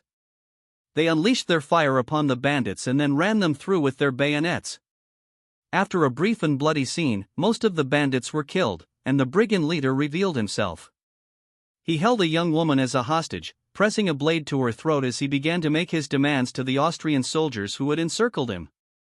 Not a step closer. I'm warning you, I will cut her throat. Seeing the brigands so close to harming the hostage, Wilhelm quickly gave a command to his forces. Halt! As the soldiers surrounded the man, Wilhelm began to negotiate. Surrender willingly. Do not needlessly shed any more blood. However, the man began to laugh and mock Wilhelm's bold words. Surrender? Fuck off. You'll just execute me. I want a horse and enough food and water for 3 days. If you don't hand it over to me, I will kill her, and I swear to God. Seeing that the situation had turned sour, Wilhelm immediately backed off and ordered his troops to fulfill the request. Do what he says. Quickly. As they did so, he gave a stern look to the soldier who rushed by and grabbed his arm, whispering in the man's ear. Bring my horse. The soldier quickly nodded and ran off to where the horses were tethered. Moments later, the soldier returned with Wilhelm's horse and handed it over to the captain. Captain Wilhelm immediately took control of the reins, and using the cover of the horse, reached into the holster on the saddle and grabbed his flintlock pistol, quietly cocking the lever. After doing so, he brought the horse over to the brigand leader and handed him the reins. The man began to laugh and mock Wilhelm for his submissive attitude. Good. Good. Be a good little soldier. As the man hopped onto the horse, he quickly dragged the woman up into his lap, despite her kicking and screaming, and grinned at Captain Wilhelm. You have helped me a lot, I'll make sure to free the lass after I've had my fun with her. Just as he was about to snap the reins and ride off into the dawn, the sound of gunfire echoed, and a musket ball pierced through the back of the brigand leader's skull, exiting the other side. His corpse immediately fell off the horse and onto the ground, where Captain Wilhelm could be seen with a smoking pistol a few feet away. Luckily, his gun was rifled, making such a shot easy enough to make without harming the woman. He then gave another command: clean up the village, and make sure any other brigands hiding in the area are killed on the spot. There is no mercy for such villains. With that, the company of soldiers got to work, investigating the village, where they found a few more brigands hiding among the peasants. After discovering these men, they were arrested, lined up against the wall, and summarily executed. This was only one village, but scenes like this played out throughout the entire southern portion of Austria. These actions were merely a cover Beranger used to hide his true intent. Only a small portion of the troops sent to the south was used for hunting down the brigands. In reality, Beranger needed less than 1,000 men to accomplish these tasks. Yet, he had sent thousands of soldiers into the southern counties, where he began to house his troops within his enemy's borders. The vast majority of the soldiers occupied the cities, towns, and ports, intending to use these forces to instantly quash any rebellion that might arise. When the counts of southern Austria realized that Conrad was dead, they would already be fully occupied by a large armed force, preventing them from revolting against Beranger's rule. Of course, Beranger had other plans for those who resisted his authority. While the Brigand Act was in progress, Beranger began to plot against those who would resist his ascension to power. While the Brigand Act was ongoing in the southern counties of Austria, Beranger began to move against the rebellious counts and their villainous vassals. At the moment, Lietbert was seated in Innsbruck, reading a letter. The letter was from his devious sister, who also happened to be the lover of Count Beranger. The contents of the letter described a plot to eliminate Berenger's potential enemies and secure the legitimacy needed for him to ascend to the position of Duke. Liutbert held a unique position in the feudal hierarchy of Austria. With the main Habsburg line destroyed, he was the closest living male heir to the title of Duke. As such, he presented a significant obstacle to Berenger's rise to power. Liutbert was deathly afraid of Berenger, having witnessed the formidable might of his army and knowing he had no chance of contending for the ducal throne. Moreover, he was confident his sister would poison him if he dared to act rebelliously against the upstart from Kufstein. Therefore, he adopted a largely obedient stance toward Berenger and his rule over Tyrol, hoping to gain benefits for himself and his family through loyalty. So far, this strategy had proven lucrative, with Innsbruck becoming the second industrial city of Tyrol. The wealth generated from this booming business went mostly into his pocket, with only a portion paid as tax to Berenger. Additionally, Liutbert had been appointed as chancellor, making him the second ruler of the region, at least in theory. Most of his work involved carrying out tasks Berenger felt he could perform competently. Considering all of these things, Liutbert let out a large sigh before voicing his concerns aloud. This is going to be exceptionally difficult to pull off. After reading his sister's letter, he lit it aflame using a candle, then blew the candle out before getting to work on the task he had been instructed to complete. Liutbert immediately began writing letters to the noblemen of Austria who were more likely to rebel against Berenger, including those in Tyrol who were upset with Berenger's reforms. The letters requested a meeting in Innsbruck to discuss the future of the realm. These letters contained sensitive information leaked to Liutbert by his sister Linde, aimed at persuading the disgruntled nobleman to appear in the city. The letter asserted that Berenger was a murderer and a usurper who conspired to seize the ducal throne of Austria and that, with Conrad's passing, Liutbert was the legitimate successor. For the other noblemen, especially those upset by Berenger's rapid rise to power and his political reforms, which limited their feudal powers, Liutbert was a far better alternative for the position of duke. After sending out the letters, Liutbert waited for responses, and within a matter of weeks, a date was set for a meeting of the disgruntled noblemen in Innsbruck. During this time, Berenger's armies successfully occupied the rebellious regions under the guise of the Brigand Act, preventing them from rising in rebellion. Their only path forward to war would be to gather in Innsbruck and use the forces seemingly designated to the Chancellor's control to resist Berenger's tyranny. In reality, these were just mercenaries that Liutbert had purchased with Berenger's backing. The actual garrison of the region would never dare to fight against Berenger's rule, as they had been thoroughly indoctrinated by the time they completed their basic training. As the weeks passed, the extraordinary meeting was held within Innsbruck, and Liutbert sat in his great hall surrounded by lords and ladies who were naturally resistant to Berenger's ascension and the reforms that came with it. Most of the noblemen and women were from the older generation, while the younger lords and ladies of Austria were more inclined to support Berenger's reforms. An elderly count who presided over the county of Kufstein was the first to voice his concerns. He was obese, bald, and had a puffy white beard. He began to speak as he strutted around the great hall floor with a cane in his hand. If the news is accurate and Conrad is dead, then that means Berenger has already stationed his troops in our lands to prevent a rebellion. Such a devious plot could only be devised by a low-born member of the nobility. Worse yet, he has seized control of the coastal regions of my county to begin construction of his shipyards. Does he seek to challenge the Venetians and Genoans at sea? Bah, he is merely asking for trouble. It has become increasingly clear that if we do not stand against Berenger now, while his armies are stretched thin, we will never have a chance to remove him from power. I do not know about you all, but I refuse to go quietly into the night. There must be war. Hearing the old count's speech, many other noblemen nodded in agreement. Berenger was a threat to their power. If Conrad was truly dead and the man was making a move to become duke, it was better to fight against him now before he secured his reign. Liutbert played the part of a puppet perfectly and began to stoke the ire of the nobleman, diverting attention away from his loyalties. Berenger has seized my rightful position as Count of Tyrol. In doing so, he has enacted many reforms throughout the region, consistently eroding the powers and rights of the nobility. If left unchecked, who is to say when our noble bloodlines will be indistinguishable from the filthy commoners? I have been given authority over the forces here in Innsbruck. Berenger has foolishly placed his trust in me, believing me to be a whipped dog at his command. We will use these forces to march on Kufstein, and in doing so, force his armies that occupy your lands to withdraw, allowing us to raise our forces in rebellion further. The question is, who here will pledge their loyalty to me and take up arms against Berenger the usurper? With this, the hall immediately erupted in uproar as the rebellious noblemen stumbled over one another to proclaim their loyalty to the man they considered the rightful Duke of Austria. The loudest among the gathered noblemen was an old, fat man.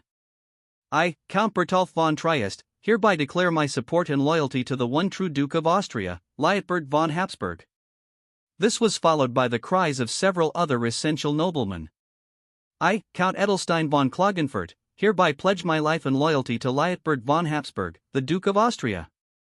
I, Count Friedbrot von Laibach, hereby offer my support to the Duke of Austria, Liutbert von Habsburg. With the three southern counts declaring their open support for Liutbert, the other lords who had gathered quickly pledged their loyalty to Liutbert and his rebellion. In doing so, they had sealed their fates, for they never expected that this gathering was nothing more than a ruse set up by Berenger and his lover to gather his political rivals in one location. After the lords gathered in Innsbruck declared their loyalty to Liutbert and their intent to rebel against Berenger and his regency, Liutbert made a proclamation: I accept all of your loyalty, and upon my honor, I promise to lead a force together with the rest of you to Kufstein. We will strike while Berenger the usurper is unprepared and quickly put an end to his illegitimate reign. With this, cheers began to erupt in the crowd. The nobles who had gathered swore that they would follow Liutbert into battle. With the forces stationed in Innsbruck, they felt fully capable of deposing Berenger and his tyranny, unaware that they were walking into a trap. The following days were spent preparing for war, with Innsbruck's industrial output focused, to a small degree, on creating arms and armor for the nobles who had gathered, as they were unable to bring their equipment with them. They were delighted with the advanced designs of the full-plate armor that Innsbruck's factories were capable of producing, and while equipped with such formidable armor, they felt invincible in their quest to overthrow a tyrant. Thus, all the plans were in place for a decisive showdown that would eliminate Berenger's enemies and make the transfer of power appear legitimate. Soon enough, the two armies would clash in the fields outside Kufstein, the outcome of which was yet to be seen. While Berenger was preparing for war to crush the rebellious nobles of Austria and solidify his power, the Byzantine emperor was throwing a banquet for the French prince. The latter had decided to remain within the empire's borders for the time being. It was now his 17th birthday, and Emperor Vetranes had prepared a grand celebration for his future son-in-law. Despite Honoria's protests, she was dragged from her room and forced to sit beside her effeminate fiancé. However, she refused to interact with the young man and pouted silently as she ate her meal with a distressed expression. Despite Aubrey's best efforts to win Honoria's favor, the young woman refused to associate with him in any way. This began to complicate matters for the Byzantine emperor and the French host. After all, the young couple was set to wed in a few months, and they were not even on speaking terms. Eventually, Aubrey gave up on being friendly to Honoria and began to flirt with one of her brothers, a man roughly Berenger's age. Like Berenger, he had proven himself a capable commander despite his young age and served as an officer in Aretha's army. The man's name was Decentius. He had short, chocolate hair and deep emerald eyes. Unlike Honoria, his skin had an olive complexion. He was also quite tall by the standards of his people and had an athletic frame, which was well-muscled. One could see the outline of his muscles through his purple and gold tunic, which clung to his torso. His exceptionally masculine appearance was something that Aubrey greatly admired, and he was more than happy to charm the man, or attempt to do so. Thus, while Honoria ignored her fiancé, the boy flirted with another man right in front of her. "What's your name, handsome?" At that moment, Aubrey was resting his feminine face on his dainty hand, wearing a pretty smile, one that usually did not belong to a young man like himself. The sight immediately made Decentius uncomfortable, so he looked away from the pretty boy before responding. "Decentius." Immediately, a look of joy appeared on Aubrey's face as he tried to advance the conversation. "That is a strong name, truly worthy of a sturdy man such as yourself. Tell me, Decentius, are you a soldier?" Hearing this compliment, Decentius began to look proud as he boldly declared his feats.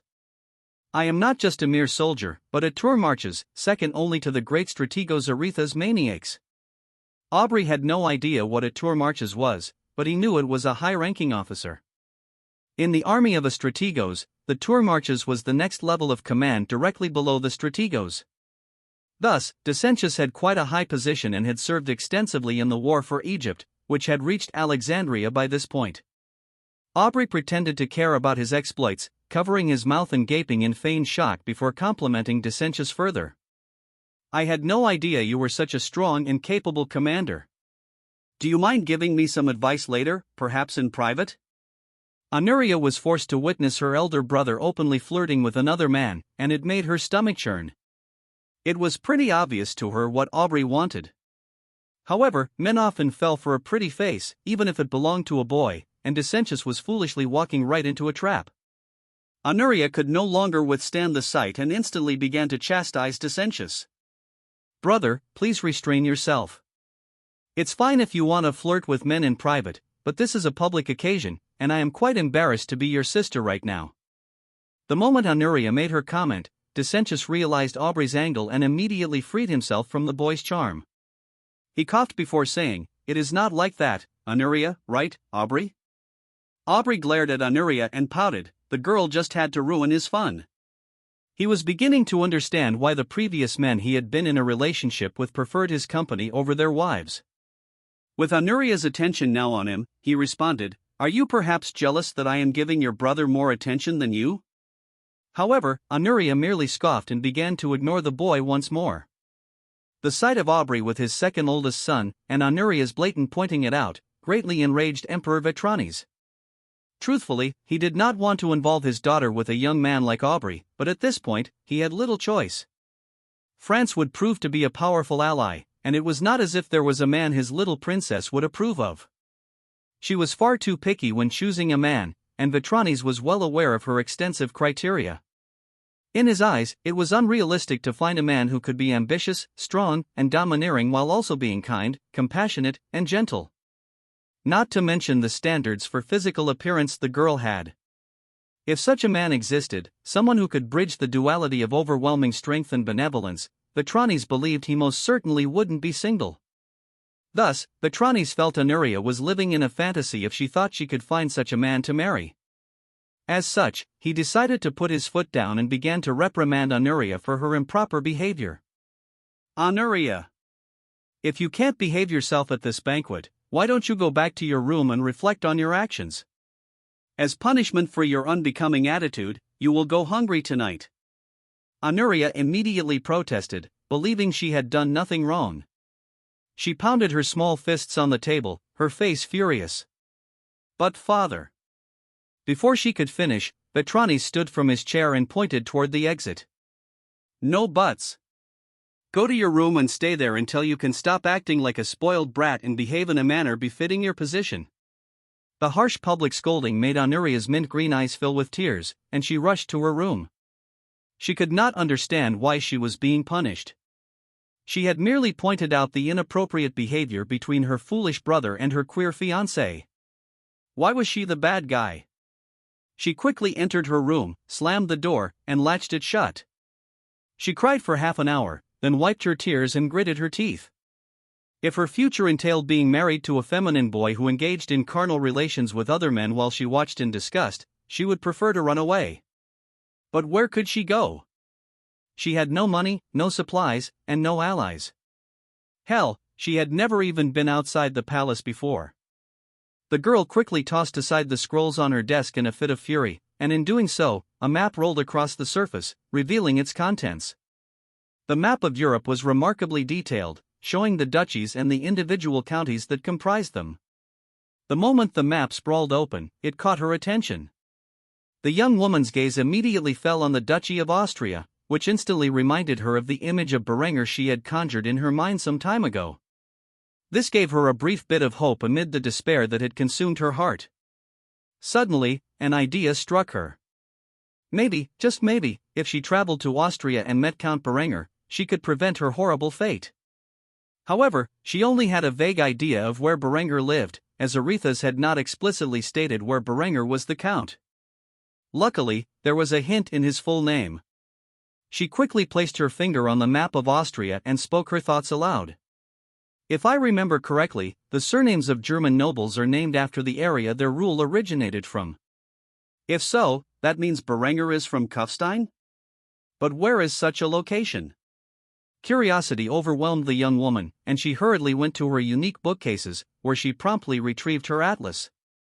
It contained a variety of maps of the known world, and she scoured through her resources to find the location of Kufstein. Though the information in the atlas was largely outdated, it was enough to give her a rough estimate of the journey she had in mind. One thing was certain: if she stayed in Constantinople, she would indeed be forced to marry Aubrey. After all, her 16th birthday was just around the corner, and she had very little time before she was sold off like a common mule. After mapping out her journey, Honoria decided on her route. She would hire a ship to take her from the Bosphorus to the Black Sea, then take a riverboat across the Danube into Austria. She would continue her journey along the Danube to the river Inn, where she would enter Kufstein. It was a long and dangerous journey, but she refused to stay in Constantinople and face her miserable fate. Her only concern was how to pay for her escape. However, after searching for something of value, she noticed her jewelry box, which contained many precious stones and metals. She grabbed her jewelry box and stuffed it into a sack with spare clothes and other necessities. Heraclius, her pet eagle, noticed her actions and approached her with a curious expression. Seeing the curious gaze of her best and only friend, Honoria quickly announced her decision. "We are running away, Heraclius. I can't stay in this palace any longer. I would rather die than marry a man like Aubrey." The eagle, smart enough to understand her words, nodded in response and climbed atop her shoulder. The eagle would watch over her throughout her voyage, like a guardian angel, ensuring no harm came to her on the perilous journey she was about to embark upon. Seeing the eagle follow her, Honoria smiled and petted its head with a single finger. "I can always count on you, Heraclius." The eagle screeched in response, and Honoria finished packing her luggage. She then decided to make a rope from her bedsheets and curtains. She proceeded to tie the rope to her bed frame, then carefully climbed out of her window. Before climbing out, Honoria had managed to toss her luggage into the bushes below. After finding solid footing, she dashed off the palace grounds and toward the city's harbor. Hopefully, the young princess could charter a voyage before her family discovered her disappearance. Weeks had passed since the meeting in Innsbruck and the establishment of the rebellion against Berenger's regency. Letters had been crafted and sent across the realm, accusing Berenger of Conrad's death and attempting to usurp the position of duke from the rightful claimant, Liutbert. As Berenger had anticipated, his allies immediately began to support his claims.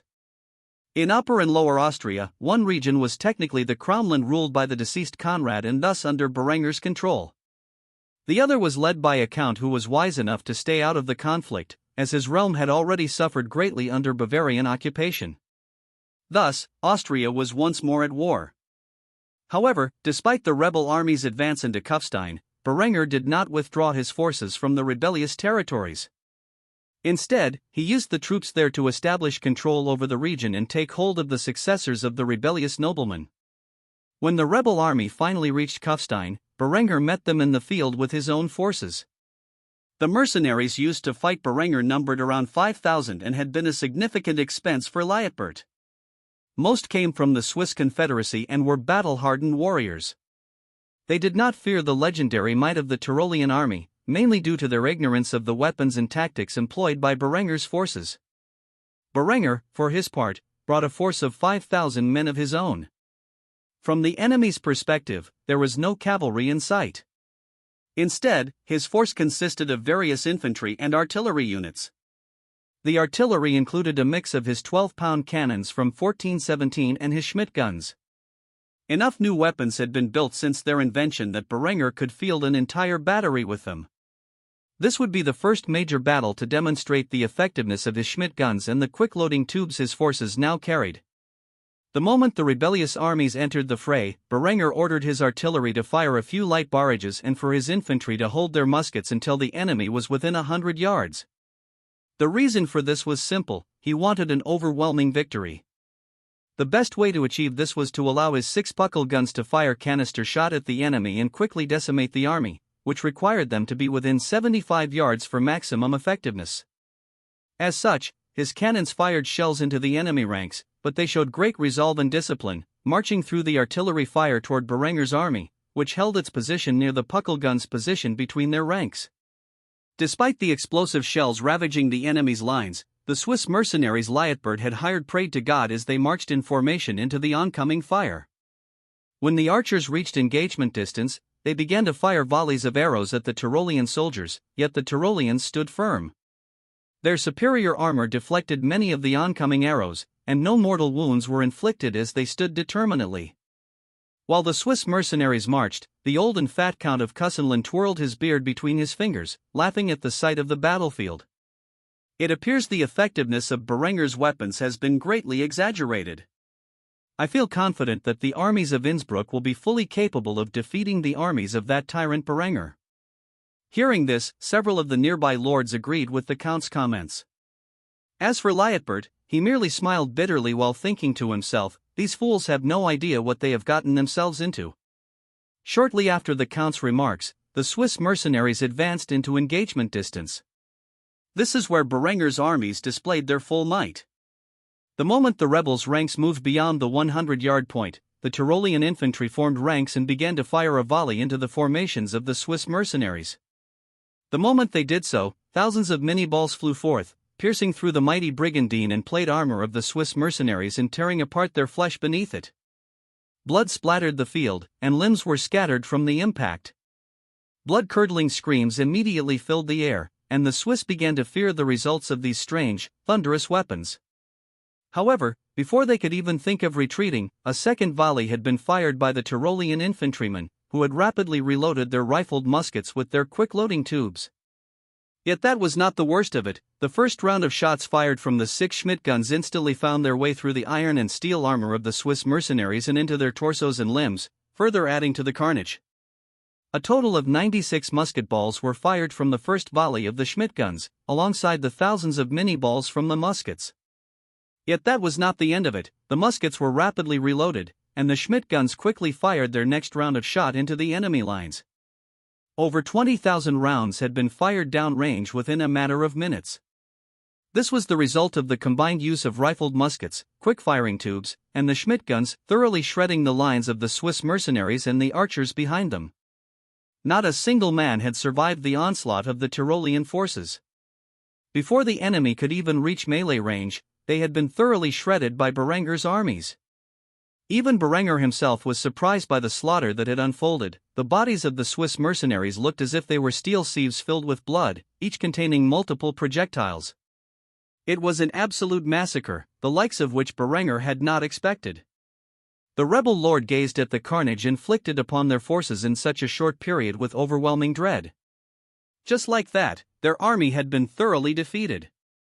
They could not imagine what would happen to their troops if they could unite with the forces in their lands. The fat Count dropped his riding crop and instantly screamed in terror, "Retreat! We can't allow Berenger's forces to capture us."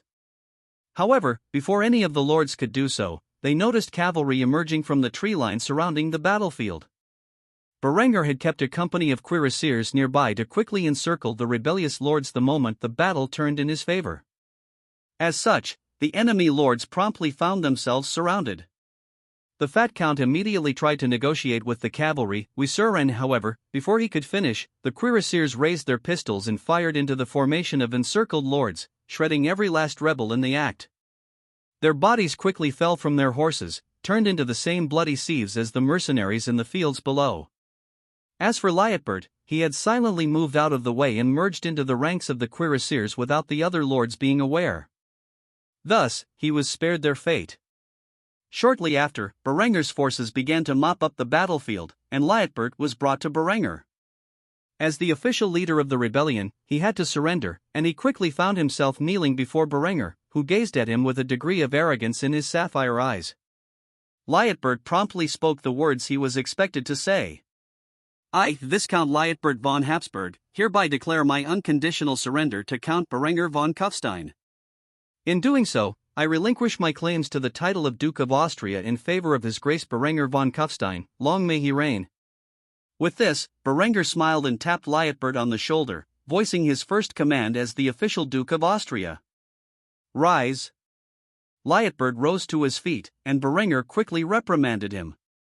Viscount Lietbert von Habsburg, as Chancellor of my realm, you have incited a rebellion against me, and for that, there is a strict punishment. I hereby relieve you of your position as Chancellor and order you to return to Innsbruck, where you will continue to rule over the area as Viscount. From the start of this plot, Lietbert was aware that he would lose his position as Chancellor, but to be honest, he was pretty relieved.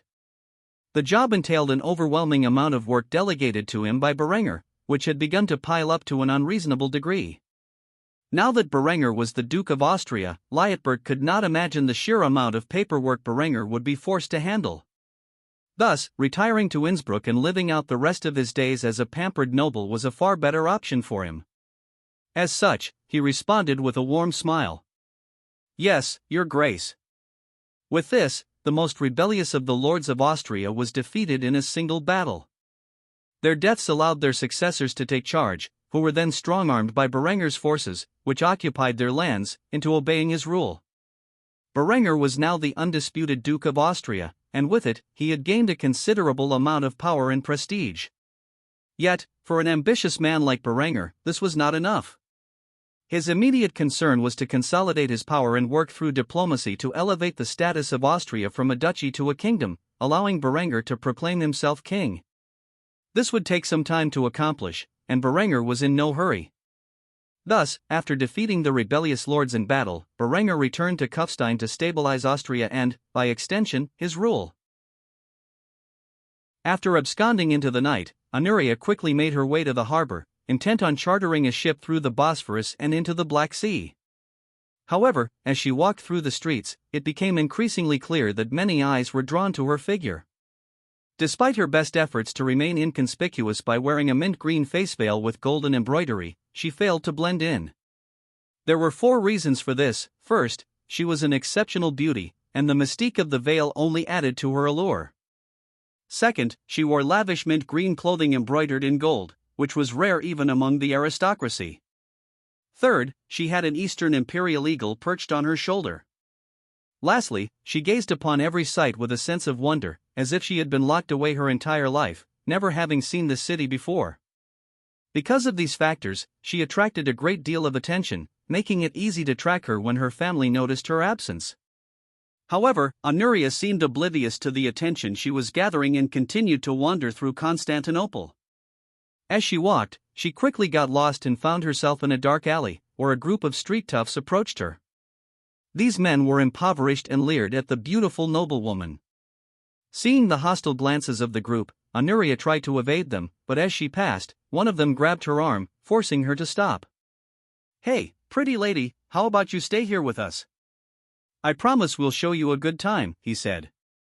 Honoria's first instinct was to call the guards, but she realized that such an action would only reveal her identity.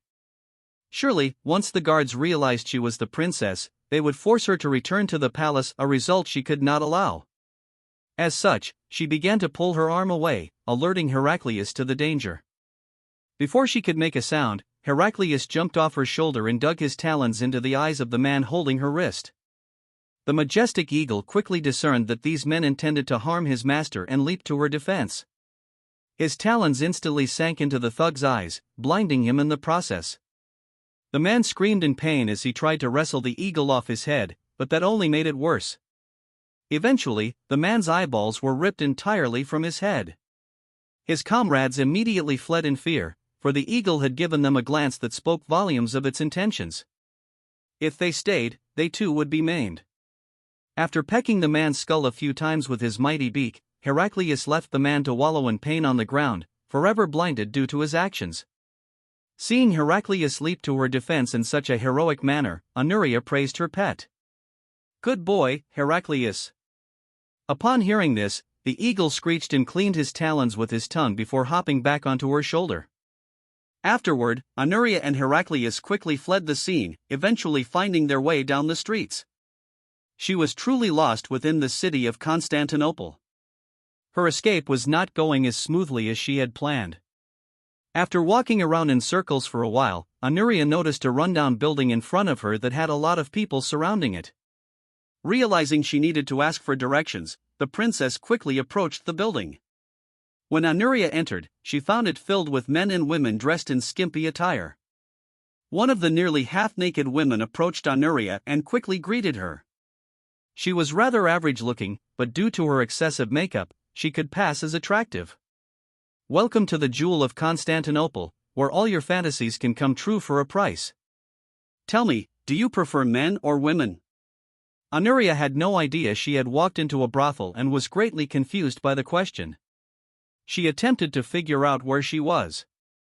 "I am sorry, I don't quite understand. I'm looking for the harbor. Can you help point me in the right direction?" The prostitute gazed at Honoria up and down for a few moments while examining the strange girl before her.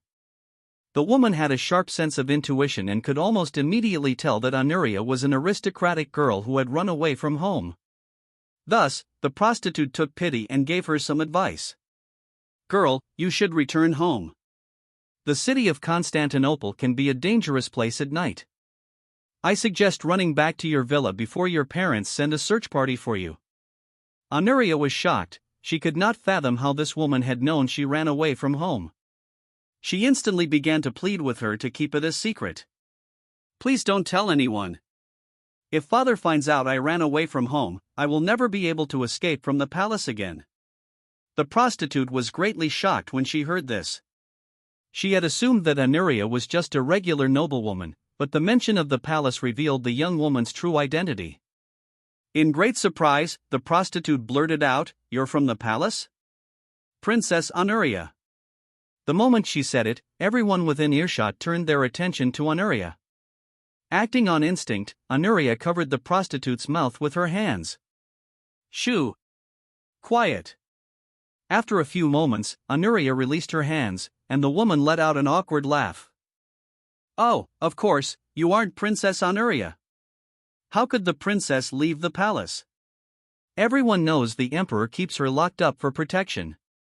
After making this laughable excuse, the nearby gazes lost interest and drifted away, leaving the woman to sigh in relief. She ensured no one was paying attention to them before grabbing Honoria's wrist and leading her to a secluded area. "Come with me." Once in a room reserved for illicit activities, the prostitute shut the door and immediately questioned Honoria. "Are you really Princess Honoria?" Though Honoria's expression was hidden beneath her veil, it was clear she was in a rather depressed state. Eventually, she nodded in agreement. The prostitute sighed and then asked the question on her mind, "What on God's green earth possessed you to run away from home?" Honoria shuffled around for a few moments with an embarrassed expression before explaining her situation. After nearly half an hour of telling her story, the prostitute sighed again and scolded her. "So let me get this straight. You are engaged to the French crown prince, but because he is queer, you want to run away from home and flee to Austria, hoping that this Count Berenger, whom you've never met and who already has 2 women, is enough of a playboy that he wouldn't mind insulting the Byzantine and French royal families by taking you into his harem?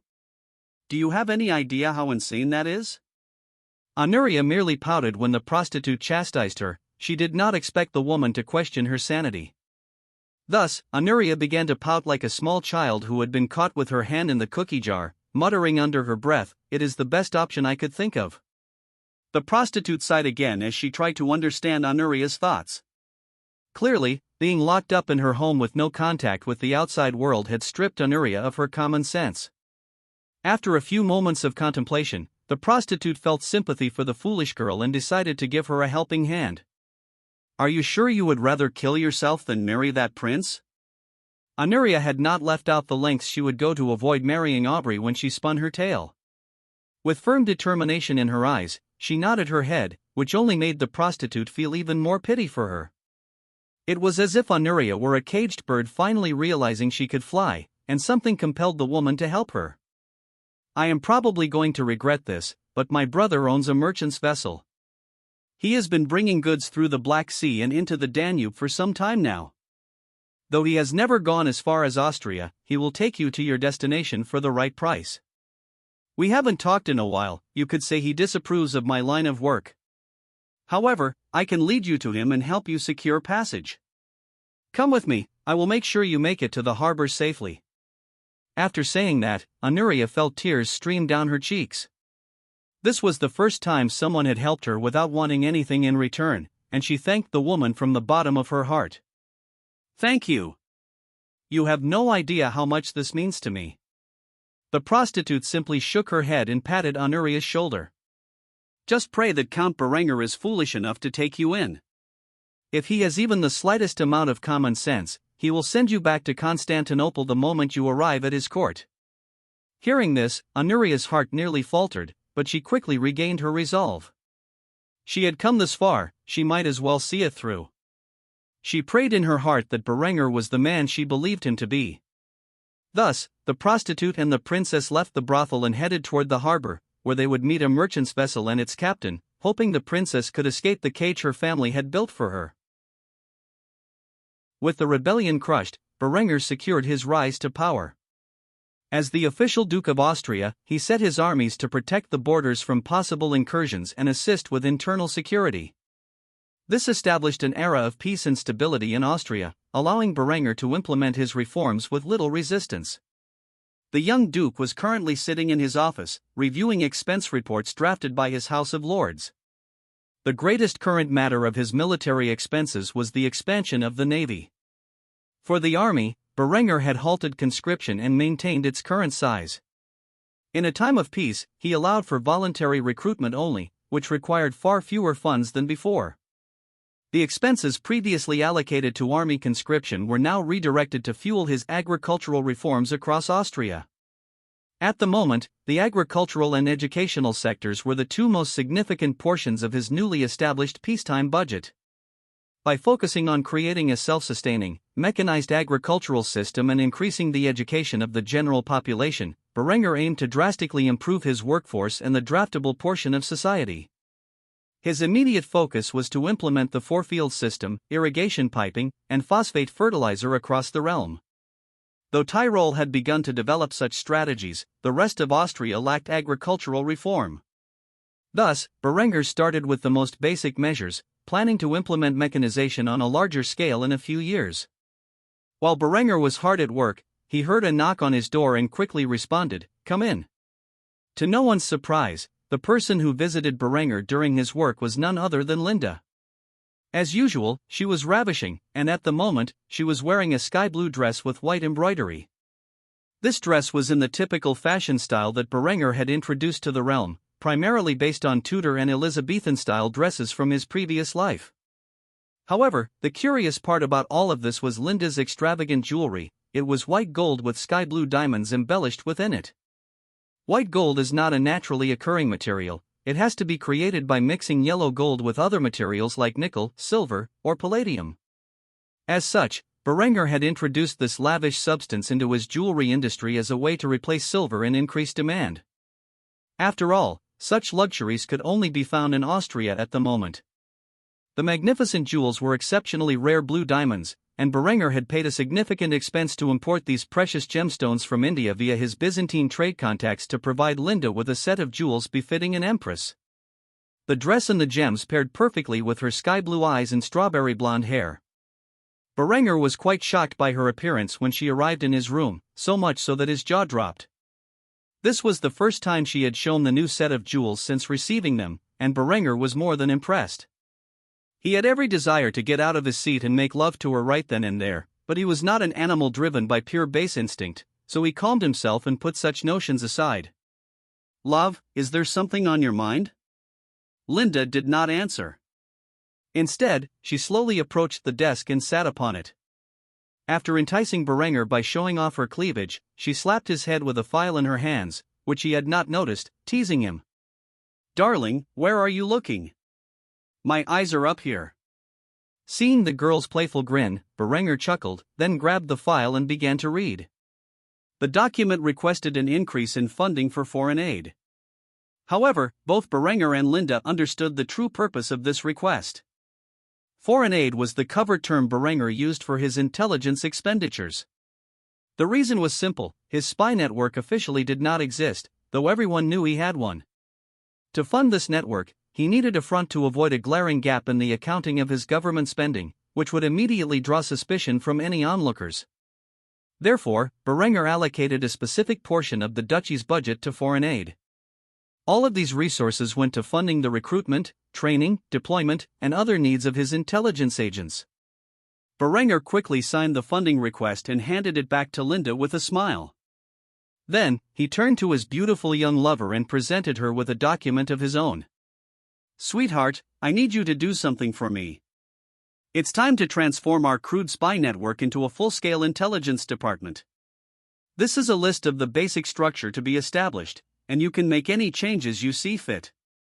The structure was loosely based on a diagram Berenger had seen online in his previous life, depicting the CIA's basic system. Linda's official rank and title would be Director of Intelligence, and she could appoint anyone she deemed suitable for the positions. Another key aspect of this overhaul was the establishment of a training facility for new agents. Linde examined the design, nodded, and agreed to Berenger's request. "It might take a while, but I assure you, it will be done in at most 2 years."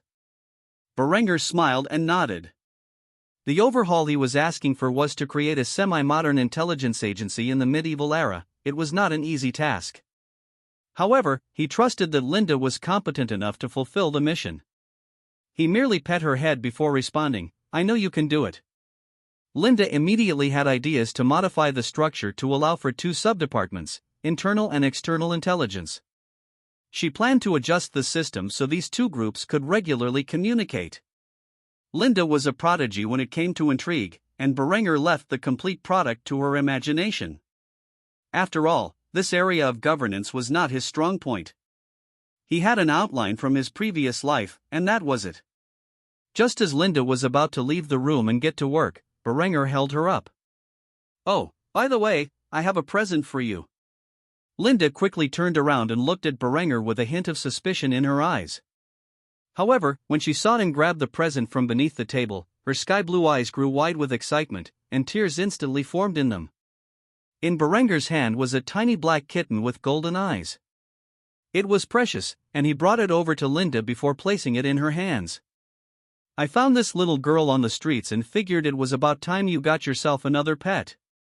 I hope you don't mind. I promise this time I will allow no harm to come to it." Linde immediately began to pet the little kitten, tears flooding down her cheeks, and a broad smile on her face as she hugged it dearly. She spoke to it in a soft tone, "Hey, there, little pretty kitty. What should I name you?" Berenger thought for a moment before coming up with a name he felt was fitting. "How about Nightshade?" Linde gave him a stern look, commenting on his naming preferences. "After the poison? Seriously? You are terrible at picking names." After gazing at the cat with affection and rubbing its chin, Linde came up with a name. "I am going to call you Midnight, after your beautiful dark coat." Seeing that Linde was happy, Berenger smiled. Then, his lover hugged him with the kitten on her shoulder.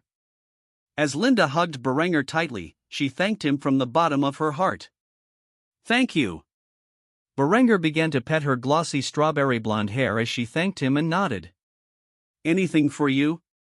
After that, Linde released Berenger and took her new kitten out of his office. She had much work to get to. Aside from looking after Hans and her new pet, she also had to work on overhauling and expanding the intelligence network, and thus had little time to spare. She would properly thank Berenger for this gift later that night when the couple had finished their daily work. As for Berenger, he returned to his desk and continued to approve the duchy's budget. For the time being, he had many reforms to enact. While signing documents, all he could think about was how happy he was to be reincarnated into this alternate world. If he had not died in Afghanistan in his previous life, he likely would have spent the rest of his life alone and in the military. Yet now, he had everything he could ever ask for, and yet it was not enough. The fires of his ambitions had been stoked, and there was no rest for a man such as himself. Thus, he would work tirelessly in the upcoming days to advance the Duchy of Austria into a new era. The age of industry was on the horizon, and he had only just begun to scratch its surface. However, before the Industrial Revolution could occur within his lands, the agricultural revolution had to take shape. For the time being, he was once more focused on agriculture. During the night Honoria escaped, she stumbled across a prostitute who took pity on her. Despite the enormous risk, the woman promised to lead Honoria to the harbor and help her fulfill her wish, to escape her marriage to the effeminate Prince of France and visit Austria, where she might finally meet the man who could potentially be her destined partner. With the prostitute's guidance, it didn't take long for the two to arrive at the harbor, where a merchant's galley was docked. It was a decent-sized ship, fully capable of crossing rivers like the Danube. After boarding the vessel, the duo noticed a man resting on its bow, a book placed over his head and a large jug of wine near his feet. However, as soon as Honoria and the prostitute saw the man sleeping on his ship beneath the starry sky, the woman who had accompanied Honoria kicked the man in the shin and chastised him. "Agnellus, wake the fuck up." The man was instantly startled by the impact of the kick and the shrill voice screaming at him. As he awoke, the book fell from his face and onto the deck of the ship. The moment he looked over, he saw his little sister, whom he hadn't spoken to in some time, glaring at him as if he were some form of scum for simply resting during the night. The man struggled to break free from his intoxicated state, rubbing his temples before fully realizing what was going on. "Melissa? It's been some time. To what do I owe the displeasure?" At this moment, the man noticed the beautiful young girl next to Melissa, and a lecherous grin appeared on his face. However, after seeing the look on his face, Melissa snapped at him. "Wipe that disgusting expression off your face, she isn't some piece of street meat you can buy for the night. This is a noble woman seeking passage to Austria, and you should show her some respect." When Agnellus heard that Honoria was a noblewoman, he quickly composed himself and bowed his head while apologizing. "Apologies, my lady. It's just that, with the company Melissa tends to keep, I assumed you were in the same profession." Agnellus was smart enough to realize what would happen if he dared to lay his hands on a noblewoman and quickly got his act together. He might be a drunk and a lecher, but he wasn't a fool. Honoria merely nodded in response without saying anything. She had been warned by Melissa on the way over that the less she said, the better. Agnellus just realized that Melissa said this young girl wanted to travel to Austria and immediately became suspicious. As such, he voiced his concerns. "Austria? That is a long journey. Even if you paid me to take you there, I would first have to know why. There is no way a noblewoman like yourself would hire a mere jewelry merchant like me to take you to a foreign country, especially without an escort. Just what kind of trouble have you brought to my doorstep, Melissa?" Melissa folded her arms and criticized Agnellus once more. She knew the man would never risk smuggling the princess out of the empire. The risk was far too significant. Thus, she made up a half-truth about her identity. She comes from a minor noble household, and they want to marry her off to some queer. So she's running away. If you know what's good for you, you will keep your mouth shut. Hearing this, Agnellus began to scratch his bare chin. This was a complicated situation he found himself in. However, when Honoria reached into her satchel and pulled out a large gold bracelet encrusted with diamonds, the man's natural greed instantly took hold. Honoria struggled to find her voice amid her anxious state before speaking. I don't have any money, but I can pay you in fine jewelry." "Is this enough?" Seeing such a high-quality piece of jewelry, the merchant immediately gazed back and forth between Honoria and his sister with a look of suspicion before questioning Melissa's statement. "A minor noble household, huh? There's more going on here." Honoria had a worried look in her eyes as she stared at Melissa with a pleading gaze. After seeing how desperate the girl was, the merchant, known as Agnellus, sighed heavily before deciding. "Fine. I'll take her, but only because I'm headed in that direction anyway. There's a lot of business to be had in that part of the world nowadays. Supposedly, there's a booming jewelry market in Kufstein with designs that people have never seen before. Come aboard. You can stay in the captain's quarters. I guess I'll live with the crew for the next couple of months." Honoria quickly thanked the man before stepping aboard. "Thank you." She then began to walk towards the captain's cabin. However, before she could do so, she ran back and hugged Melissa as if she were a dear friend, thanking her. "Thank you, truly from the bottom of my heart. I thank you for everything you have done for me. I promise never to forget your kindness so long as I draw breath." Melissa's cheeks began to flush as she heard such appreciation, and she immediately pried the princess off of her before responding. "I'm just helping out a kindred spirit. Go, get on the ship and make yourself ready for the voyage. One last piece of advice is to try to hide in the captain's quarters for as long as possible. The crew members are not to be trusted." Honoria looked at Melissa with a questioning gaze. She did not know what the woman meant by that. However, she quickly nodded and smiled before saying her farewells. Goodbye, Melissa. I hope one day we may meet again. After doing so, Honoria entered the captain's cabin, where she laid down on the bed while Heraclius perched on the desk, keeping a watchful eye over his master. Outside the house, Agnellus began to interrogate his sister for the truth. He had many suspicions and needed to know the level of risk he was taking by smuggling the girl out of the Empire. Who is she? What kind of trouble have you gotten yourself into? Melissa immediately tried to dodge the question. I told you she is a minor noble. However, before she could finish her sentence, Agnellus cut her off. Bullshit. Did you forget that I am a merchant who specializes in trading fine jewelry? The bracelet she showed me is worth a fortune. At the very least, she would have to be the daughter of a very wealthy strategos to afford such a thing. Tell me what I am dealing with and the level of risk I am taking for smuggling her out of the Empire. After thinking for a few moments, Melissa sighed before revealing the truth. She's Princess Honoria, and she is trying to escape a marriage. That part was genuine. She has told me she would rather die than marry that pillow-biter of a prince she is engaged to. You have to protect her, Agnellus. At least so long as she is on your ship. She has no idea how the real world works. She ran away from home to flee to Austria, hoping to meet the Count of Tyrol because she had heard a few good stories about him and thought he was some kind of Prince Charming. She had never even met the man. Agnellus could instantly feel a headache forming, and he placed his forehead in the palm of his hand before quietly scolding his sister. Jesus fucking Christ. You want me to smuggle the princess of the Empire out of its borders? Have you gone mad? Do you have any idea what the palace guard will do to you when they find out you helped her escape? You'll be lucky if all you get is a quick beheading. Why the hell would you help her? Melissa pouted for a few moments before revealing her reasoning. Part of it is because I feel pity for her. Agnellus eyed his sister carefully before asking for the rest of her reasoning. And the other part? Melissa immediately stamped her feet in protest before blurting out her actual reason for helping Honoria. Just once, I would like to see a girl not get screwed over by her family. Is that too much to ask?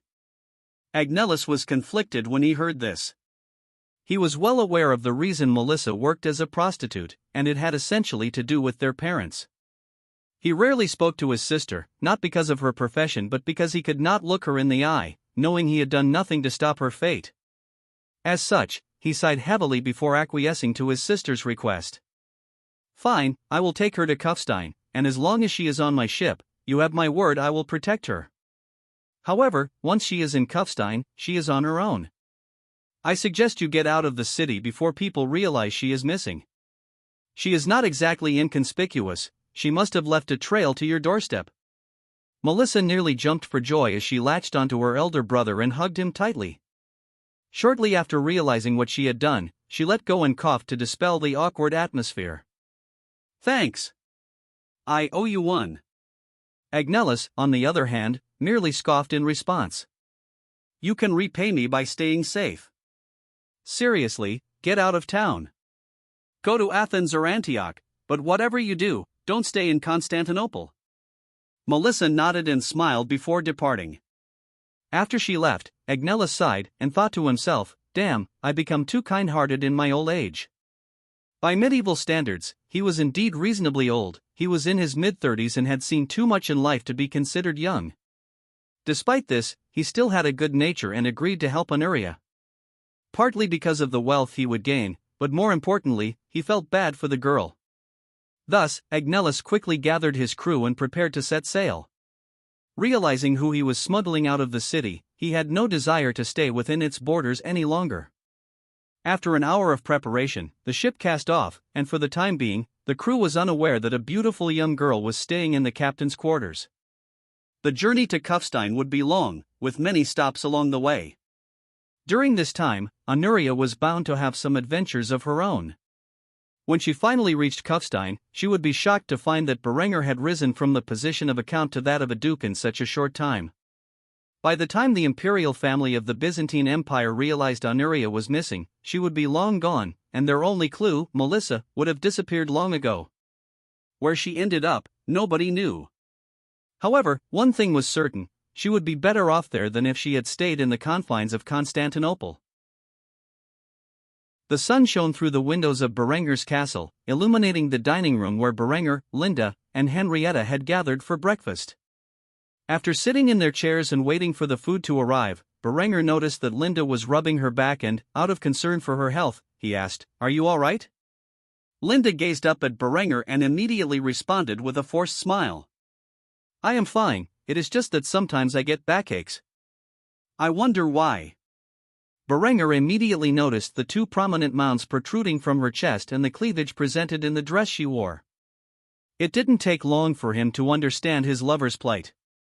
He slapped himself on the forehead and exclaimed, "Of course. I don't know why I didn't think of it before. Linde, you just gave me a wonderful idea." Berenger immediately got up from the table and headed toward his study. Linde knew better than to interrupt her man when he had acquired inspiration. She smiled as Berenger ran away and rested her exquisite face in the palm of her hand, gazing at Berenger from afar. Several hours passed, and despite not having breakfast, Berenger was fully satisfied with himself. During this time, he had devised an entire sketchbook filled with various designs for women's undergarments. He didn't know why he hadn't thought of such a thing earlier. Not only did modern underwear provide ample support for women's breasts, but it also looked incredibly sexy. Berenger greatly desired to see Linde in his new designs. While there was also profit to be made, deep down, all Berenger cared about was seeing Linde dressed in modern underwear. After completing his designs, he rushed them to the garment district, where he presented the schematics to the head of his women's fashion sector. As with most decent fashion designers, the director of women's fashion development in Kufstein was a man. After flipping through the sketchbook with a stoic expression, the man finally placed the book down and gazed at Berenger with a curious look. Seeing this, Berenger thought he might have gone a bit too far with some of the designs and asked nervously, "Well, what do you think?" The man then broke into a wide smile and complimented Berenger. "Your Grace, you are a genius." Hearing this praise, Berenger felt far more confident in the designs he had created. Since he had been a virgin in his past life, Berenger had not seen many women in their underwear, at least not in person. His references were mainly from hentai, pornography, and internet searches driven by pure curiosity. However, now reincarnated into a new world with a gorgeous lover by his side, he could finally realize his dream of having a beautiful woman wear such erotic finery for his pleasure. In the end, was that not what many men desired? By now, his mind had long since moved past the idea of these creations being solely for the purpose of helping women, instead embracing a more personal desire. Of course, he would never let this show on his face, and he smiled at the man he had tasked with creating women's clothing. "I see that you are a man of culture as well." The man laughed at Berenger's comment. Despite being a fashion designer, he was 100% heterosexual and a bit of a playboy. He could not wait to see every woman in the city dressed in such undergarments. However, he quickly got to the task at hand. "So, I'm guessing you'll need some of these for your voluptuous lover, and you'll want them quickly, am I right?" Berenger had felt a sense of kinship with this man since he first introduced his takes on Berenger's initial designs of Tudor and Elizabethan-style clothing. The man had a penchant for aesthetics, just like himself, and knew what made women look good. Berenger nodded with a smile on his face. That was all the signal the fashion designer needed before flipping through Berenger's sketchbook. He landed on a particular design, a push-up bra made of black silk with a golden floral lace pattern. The panties matched in style and color. After placing his finger above the design, he exclaimed his honest opinion out loud. "I believe your woman will look fantastic in these. Just give me her measurements, and I will have them made by the end of the day." Berenger smiled as he boldly proclaimed Linde's measurements with a hint of pride on his face. 36D-26-36. The man's jaw nearly dropped when he heard this. The only thing he was capable of saying in response was, "God damn." After daydreaming for a bit, he snapped out of it and gave Berenger a quick salute. "I will have it done in a few hours and deliver it to your castle." Hearing this, Berenger smiled and began to chat with the man about the finer points of fashion for some time. It was not until evening that the garments were entirely crafted, and he was able to return to the castle with his new gift for Linde in hand. He returned to the court, eager to see what Linde would look like in elegant underwear. After arriving at the castle, Berenger immediately began searching for Linde. The size of the place made it take him a while, and he started to wonder how difficult it would be to locate his family when they eventually moved into his grand palace. Linde was breastfeeding Hans when Berenger entered the room. Seeing her, he gazed at her with an envious expression. Noticing Berenger standing in the doorway, Linde started to giggle and playful taunted him. "When he's finished, you can have your fill if you want." Hearing such a bold suggestion, Berenger felt a flush of embarrassment rise to his cheeks. However, he quickly composed himself and responded with a naughty retort. "If you're offering, don't blame me for taking you up on it." Linde flushed with embarrassment at Berenger's response. Every time they played these word games, she usually ended up losing. While she was quick-witted, bold, and sometimes shameless, she could never compete with Berenger's dirty mind. After a few moments, she finished and placed Hans back in his crib before walking over to Berenger with a sultry smile. "So tell me, what has you so riled up today?" Berenger smiled and pulled out a paper bag containing his gift for Linde. He dangled it in front of her as a tease before whispering in her ear, "Let's go back to our room, I have a gift for you." Linde could tell it was something personal, so she quietly nodded, took Berenger's hand, and followed him back to the bedroom. After the door was shut and the curtains were closed, he revealed the contents of the bag. Linde stared at it for a few moments, with a vague idea of what it was for, but she had never seen such flashy undergarments before. Berenger sat back on the side of the bed, legs crossed, his head resting on his fist, and smiled. "Go ahead, try them on." Linde blushed, but considering they were in private and this was a command from her master, she had no choice but to obey. She slowly began to strip off her clothing until only her bare skin remained. Seeing how excited Berenger was, she showed off her divine physique in all its glory before slowly putting on the new panties made of the softest silk. After dressing in the bottoms, she tried to attach the bra but had difficulty with the hooks on the back. She swiped her hair to the side and asked Berenger to assist her. "A little help?" Berenger never thought he would be able to do such a thing, so he leaped at the opportunity. Unfortunately for him, he struggled a bit before finally getting them in place. Once Linde's undergarments were fully attached, he asked her the question on his mind. "So, how does it feel?" Linde moved around a little to get a feel for the design and then smiled. "Much better." She walked over to Berenger and began to kiss him passionately, which only further increased his arousal. Before they got down to business, he moved her over to the bedroom mirror and displayed her beauty to herself. "You truly are the most beautiful woman I have ever met, you know that?" Hearing such sweet words, Linde could no longer hold herself back and pushed Berenger onto the bed, where the two began to make love. By the time they had finished, it was late into the night. Thus, this was how Berenger introduced modern women's undergarments to the population of Austria, marking the end of the day. While Berenger was taking advantage of the era of peace and stability he had established to implement his agricultural and educational reforms, his enemies were on the move. In the county of Caernarfonshire, Wales, a group of knights was gathered. They were covered head to toe in Shipbuilder pattern plate armor and wore white and green tabards with a red Maltese cross emblazoned on them. These knights were recently established as one of the new military orders of the Catholic Church, known as the Order of the Red Dragon. The Order of the Red Dragon made Caernarfonshire their home and began constructing a mighty castle near the coastline. With near unlimited funding from the Catholic Church to raise their forces, the Order of the Red Dragon had spared no expense in building their fortress. Currently, an exceptionally tall man, standing well over 6 feet and 6 inches, stood next to a man of average height, making the latter appear much smaller. This tall man was clad in iron plate armor, in the style popular in the region. He was none other than the Grand Master Gwithyr Bawel, standing next to a relatively talented blacksmith who was introducing him to the progress made on his assigned task. The blacksmith was eager to show off his accomplishments and led the tall knight into his workshop, where he had 2 long poles, each with a long metal tube at the end. This tube served as the barrel of the weapon, an exceptionally crude and primitive firearm, but a firearm nonetheless. The Grand Master picked up one of the weapons and observed it for a few moments before asking the question on his mind. This is the legendary hand cannon? The blacksmith nodded excitedly. I purchased one from a trader who claimed he acquired it from a group in Bohemia. Afterward, I reverse engineered it and manufactured a few on my own. Would you like to see how it functions? The Grand Master had a stoic expression on his sturdy, scarred face. He merely nodded silently, gesturing for the blacksmith to present the weapon. The man then grabbed a spare sheet of iron, the same thickness as a common breastplate, and dragged it out to the courtyard. The blacksmith placed the iron sheet in front of a hay bale and walked 10 steps away, where he began the loading procedure of the hand cannon.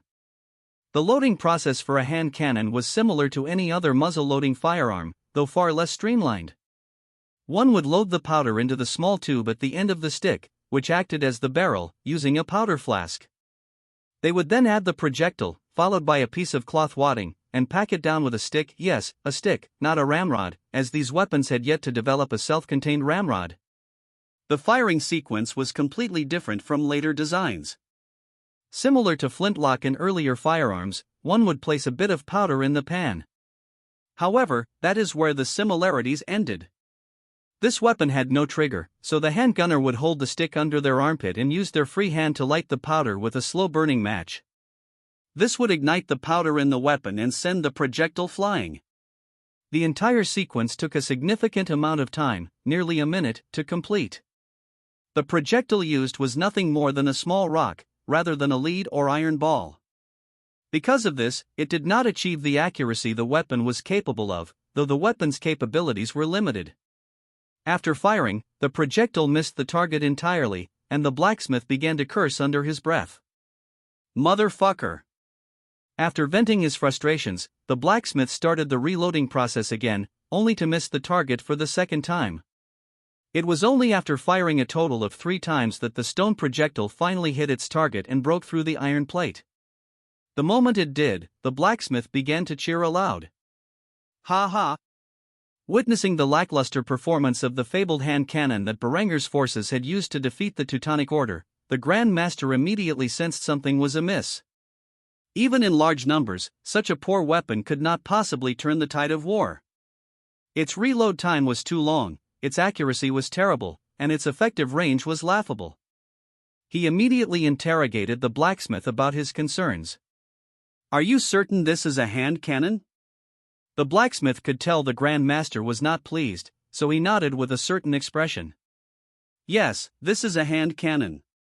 Supposedly, there are similar designs across Europe, but not much different. If you deploy it in large numbers, it can be effective at close range. The biggest problem with such a tactic is acquiring the saltpeter needed to create gunpowder. The Byzantines can get it cheap from India, but unless you can establish a trade route all the way to the empire, good luck maintaining a large force of handgunners. Hearing this, the man became even more uncertain about how his enemy had acquired so many of these weapons and managed to maintain the necessary gunpowder for his armies. He had no way of knowing that a large portion of Berenger's supply of saltpeter came from his own nitraries, and the rest was now purchased from the Byzantines through the relationship he had established with the empire. At the behest of the Catholic Church, the various military orders were required to begin experimentation with hand cannons, but creating something more effective than the current technology would take years, maybe even decades to achieve. Reflecting on his orders, Gwithyr sighed in response to the information he had received. Either the reports of Berenger's weapons were inaccurate, or Berenger had a completely different design of firearms altogether. If it were not for the Vatican's support, there would be no way for the Order of the Red Dragon to field these primitive hand cannons, let alone something greater. Gwithyr coldly looked into the blacksmith's eyes and spoke in a stern tone, intimidating the man, who began to shake. I want at least 100 of these built as quickly as you can. As for the gunpowder, we will use the Church's influence to procure it. The blacksmith slowly nodded his head as he responded to the Grand Master's request. I promise you that I will have them done in a few months' time. If Grand Master Gwithyr knew the amount of muskets Berenger could produce within a few months, he would genuinely lose all hope of winning the upcoming crusade that the Catholic Church had planned for the German Reformation, or the Berenger heresy as they continued to refer to it. With that said, the Grand Master quickly returned to work to oversee the construction of their order's first castle. As for the production of hand cannons, it was not only the Catholic Church interested in researching and developing such weapons. After Berenger's overwhelming victory against the Bavarians who invaded Austria, all of Europe began to spend as many resources as possible on the research and development of handheld firearms. Even the more stubborn kingdoms, like France, began to realize that the era of knights was coming to an end. If they could not adapt to these new circumstances, they would no longer maintain their power. Berenger had inadvertently sparked a new arms race among all the European powers. The competition over who could build the best handheld firearm and who could field the most of them began to consume the minds of European monarchs and feudal lords.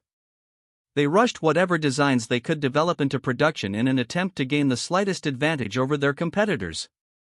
Even if Berenger were aware of such a thing, it would be centuries before the people of this world could develop anything remotely similar to what his troops currently fielded. Despite the exceptional geniuses in every era, Berenger's technology was too advanced for the early 15th century to compete. At most, the European powers might develop something similar to the arquebus a century earlier than in Berenger's previous lifetime. Even then, it would take decades to develop such technology from scratch.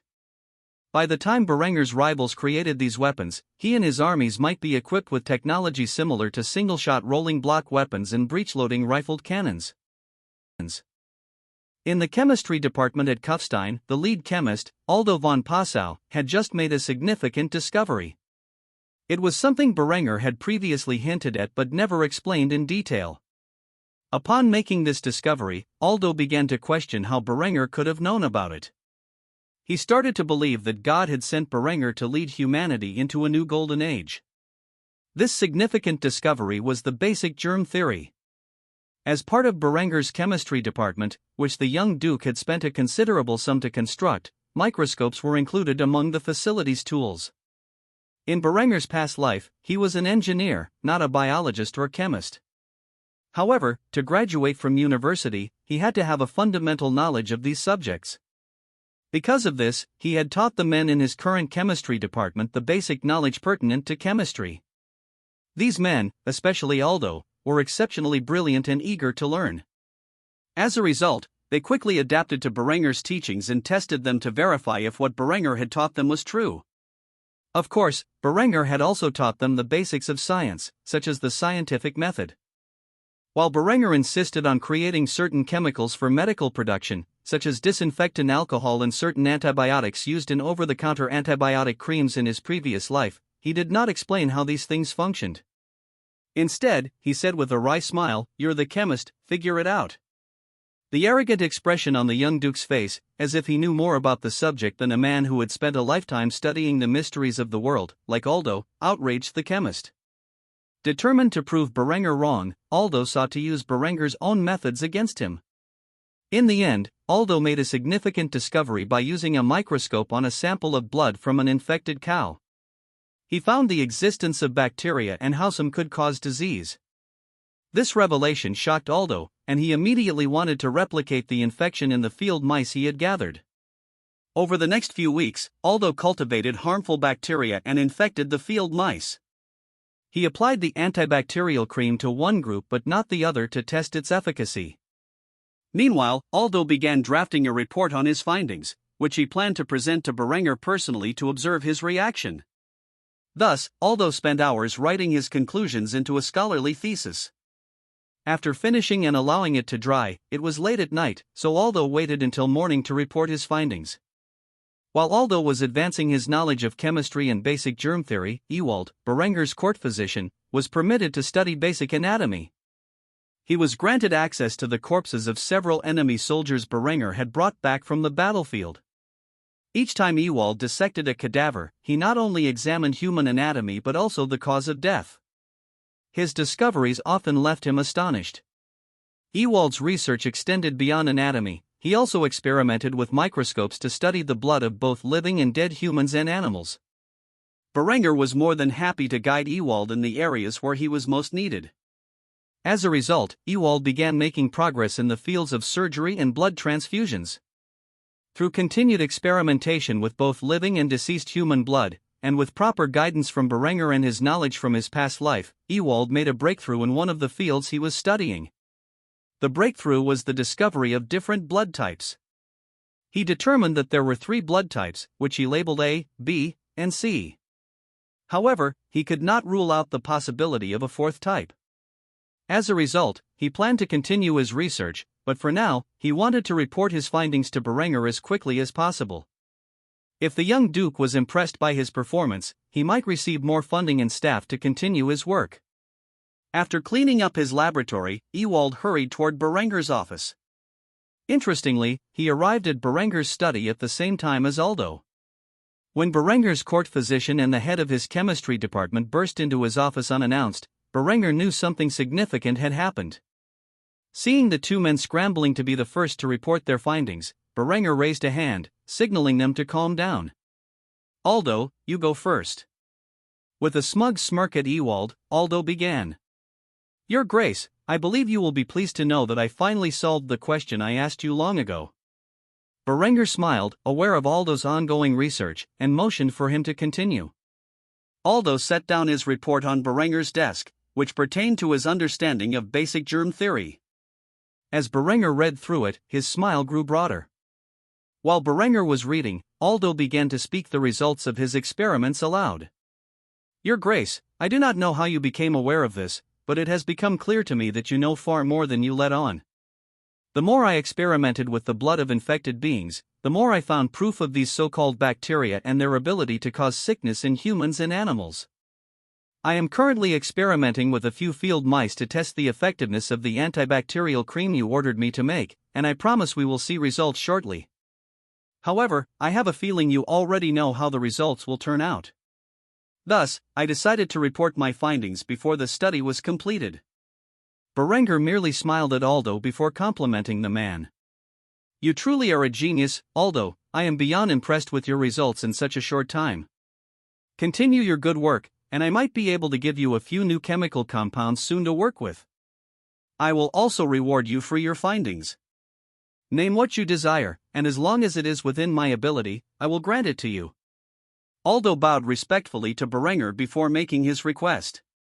"If it is not too much trouble, I would like you to send me a fresh batch of young and educated minds so I can help mold them into future chemists." Berenger thought about it for a few moments before responding. "As soon as I have a group of potential candidates, I will send them your way, you have my word." With this, Aldo smiled and thanked Berenger. "Thank you, Your Grace." With that, Berenger turned his attention to Ewald and began to ask the man what was on his mind. "Did you have something to report to me as well, Ewald?" The physician smiled before announcing his results. "I, too, have made a significant discovery. By experimenting with human blood, I have found several different blood types, which are determined by the presence or absence of specific antigens in the blood. I have currently identified 3 of these blood types, A, B, and C. Type A has the A antigen in the red blood cells and the B antibody in the plasma. Type B has the B antigen in the red blood cells and the A antibody in the plasma. Type C has neither A nor B antigens in the blood cells but has both A and B antibodies in the plasma." After hearing this, Berenger immediately recognized Type C as the O blood group from his previous knowledge. He decided to declare it as such. "Should we call C the O blood type because there are no antigens in the blood cells?" The man thought for a moment and then nodded in agreement. "That makes sense." As with Aldo, all the scientific terms the man used were introduced by Berenger in their studies. Without Berenger's guidance, they would have no idea what to look for. Under his mentorship, these 2 men had made significant breakthroughs in medicine, and Berenger could not be more proud. His smile was as wide as it could be when he praised Ewald. "Well done, Ewald. I will also reward you for your efforts. What is it you desire?" The man nodded excitedly and stated his request. "Like Aldo, I too would like more staffing, but I would also ask for more funding." Berenger nodded in agreement. "Done. I will approve more funding for the scientific fields and divide it between your 2 departments. As for the request for additional staff, I will make the same promise I made to Aldo. As soon as proper candidates present themselves, I will send them your way immediately." With this, the 2 men were exceptionally thankful to Berenger and bowed their heads in respect before departing. After they had long gone from Berenger's presence, the young Duke pulled out a glass and poured some of the distilled spirits he had been manufacturing. He took a sip, then sighed heavily, expressing his thoughts aloud. Everything is progressing smoothly. These scientific breakthroughs were just the beginning. He could not wait until the day his people had proper medical care, no longer reliant on the backward ways of medieval understanding. This was a significant first step in establishing an era of scientific thinking, especially in medicine. Within the city of Kufstein, Linde was sitting in her favorite tea shop. This time, she was accompanied by a female agent who had played a crucial role in the victories of Marin and Vienna during Berenger's past campaigns. Berenger had tasked Linde with modernizing the intelligence agency, moving away from their outdated methods. To achieve this, she needed a capable deputy director, and the young woman before her was the ideal choice. Linde, a natural prodigy in intrigue, lacked field experience, an area where this woman excelled. Skilled in both assassination and sabotage, she could think critically under stress and had a proven track record of escaping volatile situations and establishing replacements without relying on the chain of command. Her efforts in the field were instrumental in ensuring the swiftness of Berenger's victories, despite the overwhelming firepower of his army. This woman's name was Hema, a native of Kufstein. She had grown up as an orphan on the streets, and the survival skills she acquired had made her an effective field agent. Now, she was to assist Linde in transforming the agency from a medieval spy network into a modern intelligence service. The two young women sitting across from one another were a striking sight. The field agent, considered beautiful by most standards, felt discouraged in her appearance next to Linde, who was regarded as one of the three heavenly beauties of Austria. While sipping her tea, Linde noticed that Hema had a dissatisfied expression on her face. Unafraid to inquire about the reason, she put on a pretty smile that successfully charmed the young woman before asking the question on her mind. "Is something the matter?" Hema was by no means a lesbian, but even she could not help but admire Linde's natural beauty and charming personality. She merely sighed before admitting defeat. "It's nothing serious, I just realized I can't compete with you." It took Linde a moment to understand what Hema meant. When she did, she giggled before responding, "Oh, sweetheart, there's no reason to compare yourself with me.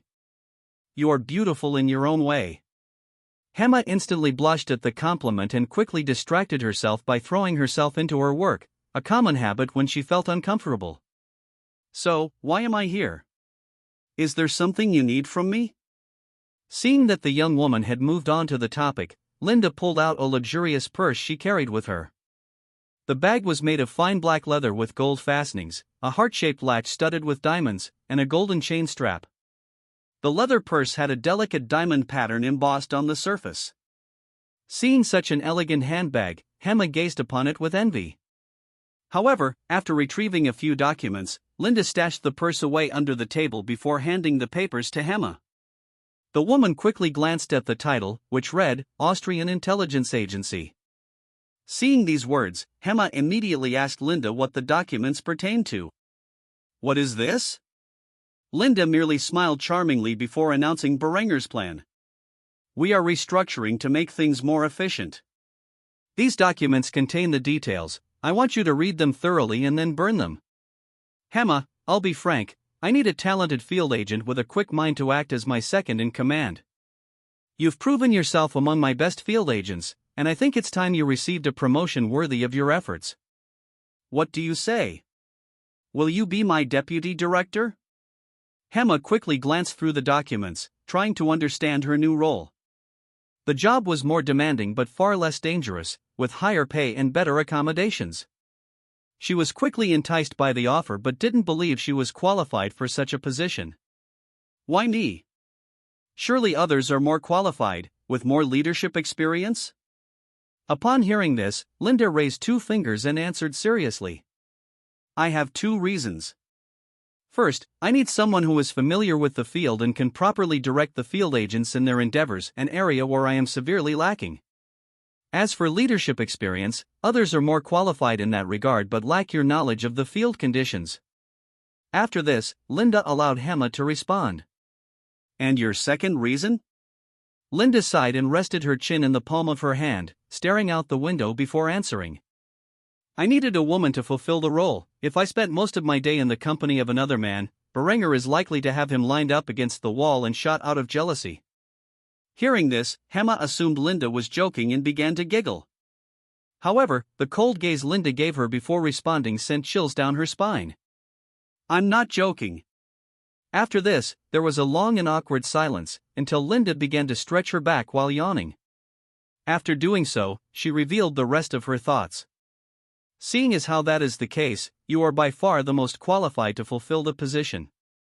If anyone has the gall to complain, send them to me, and I will explain why you have the position in full detail.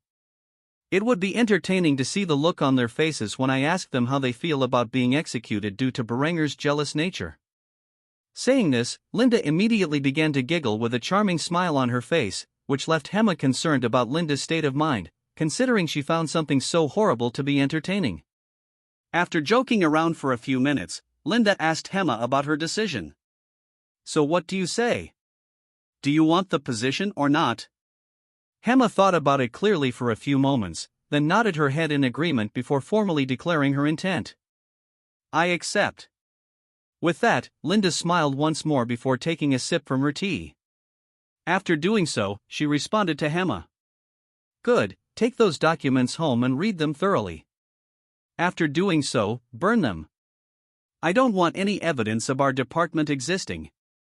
With that, Linde began to get up from her seat, grabbed her luxurious handbag, and picked out a few silver coins to place on the table as compensation for the tea and cookies. After doing so, she closed the purse and slung it around her shoulder. The black and gold bag matched perfectly with her exquisite dress, which shared the same color scheme.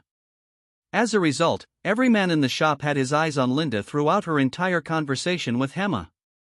She was like a goddess to the men of Kufstein, and just like a goddess, she was utterly untouchable, being the Duke's woman, as everyone knew. Seeing Linde about to leave, Hema called out to her with the question on her mind. "What do you intend to do now?" Linde thought for a few moments, then put on a sultry smile and boldly announced in front of the entire tea shop, "I am going to satisfy my man."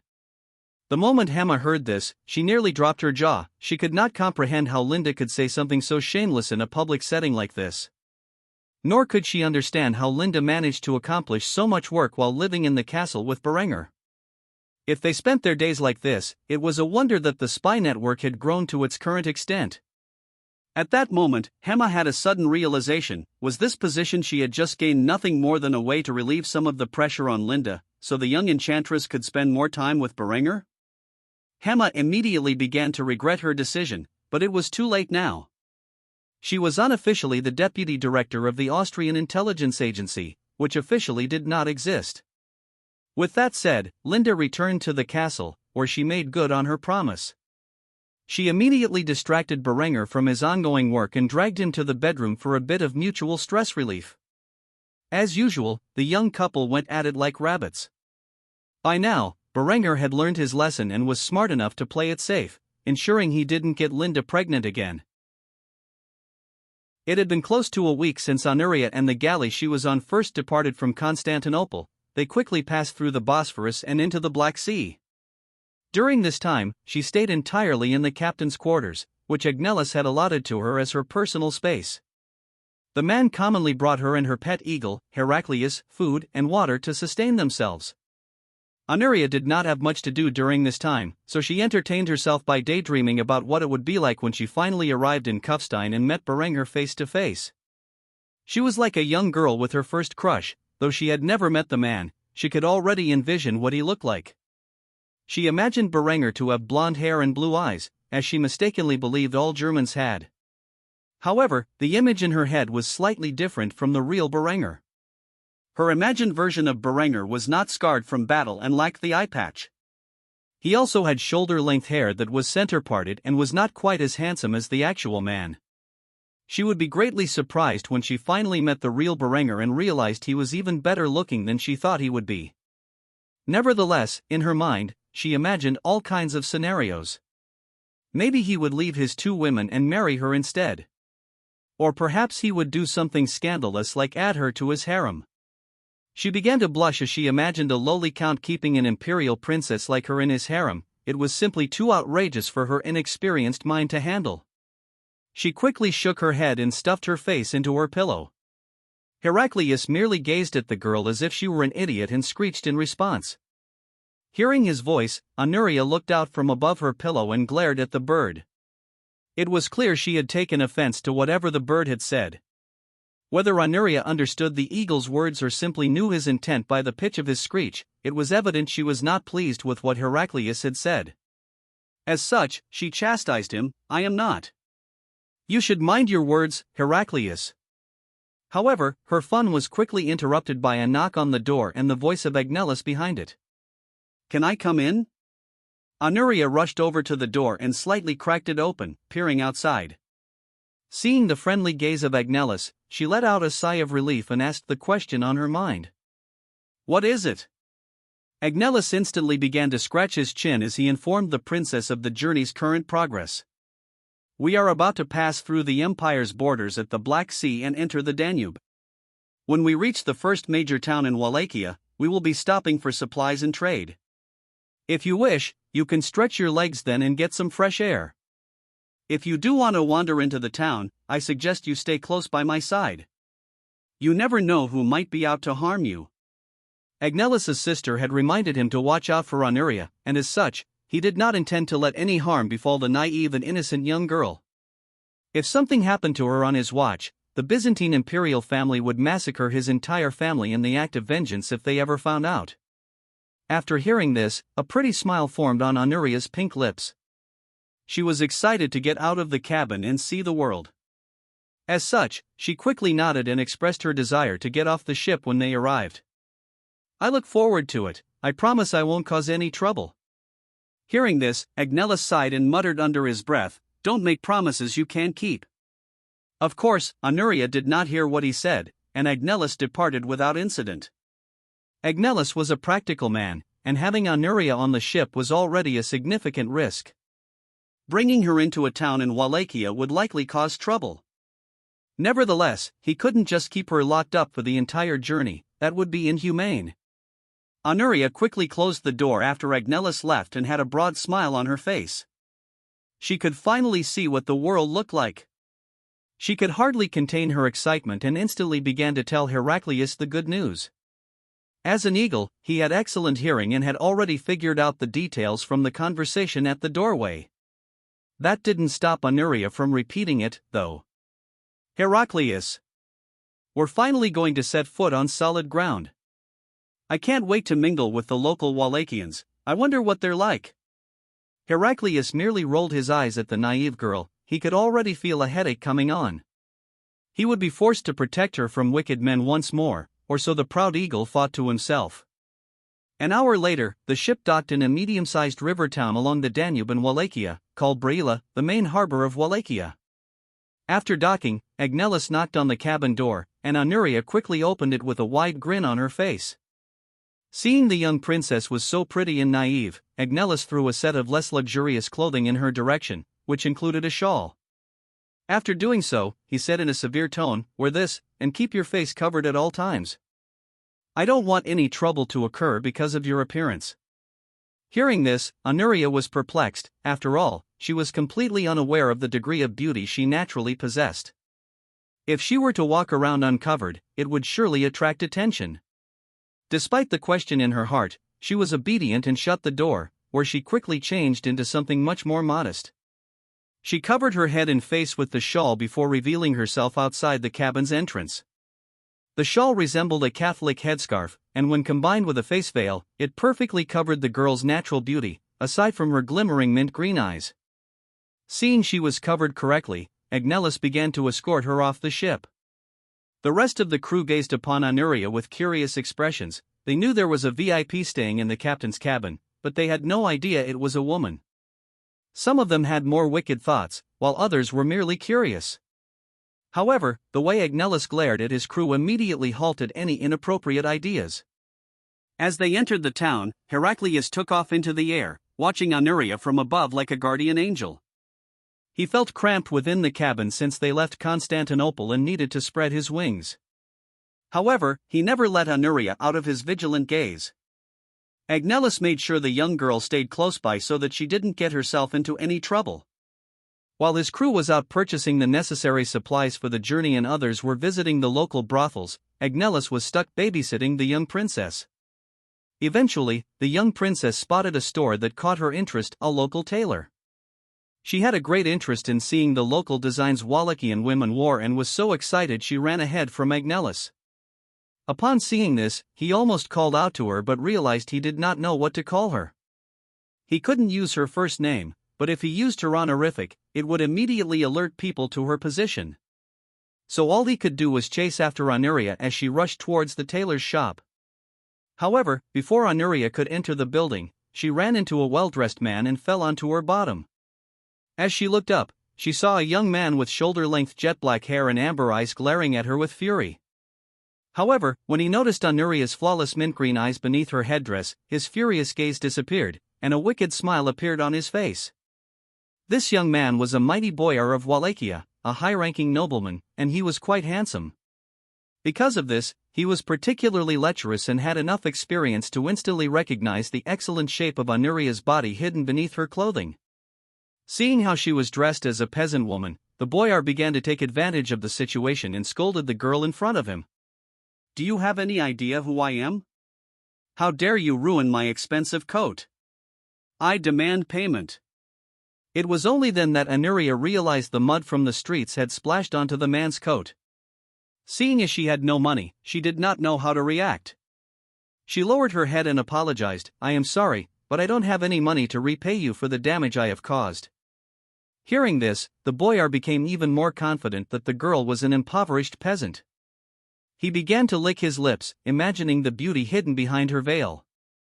The boyar instantly wrapped his arm around the woman's neck, dragged her close, and squeezed her chest before whispering in her ear, "I know a way you can repay me."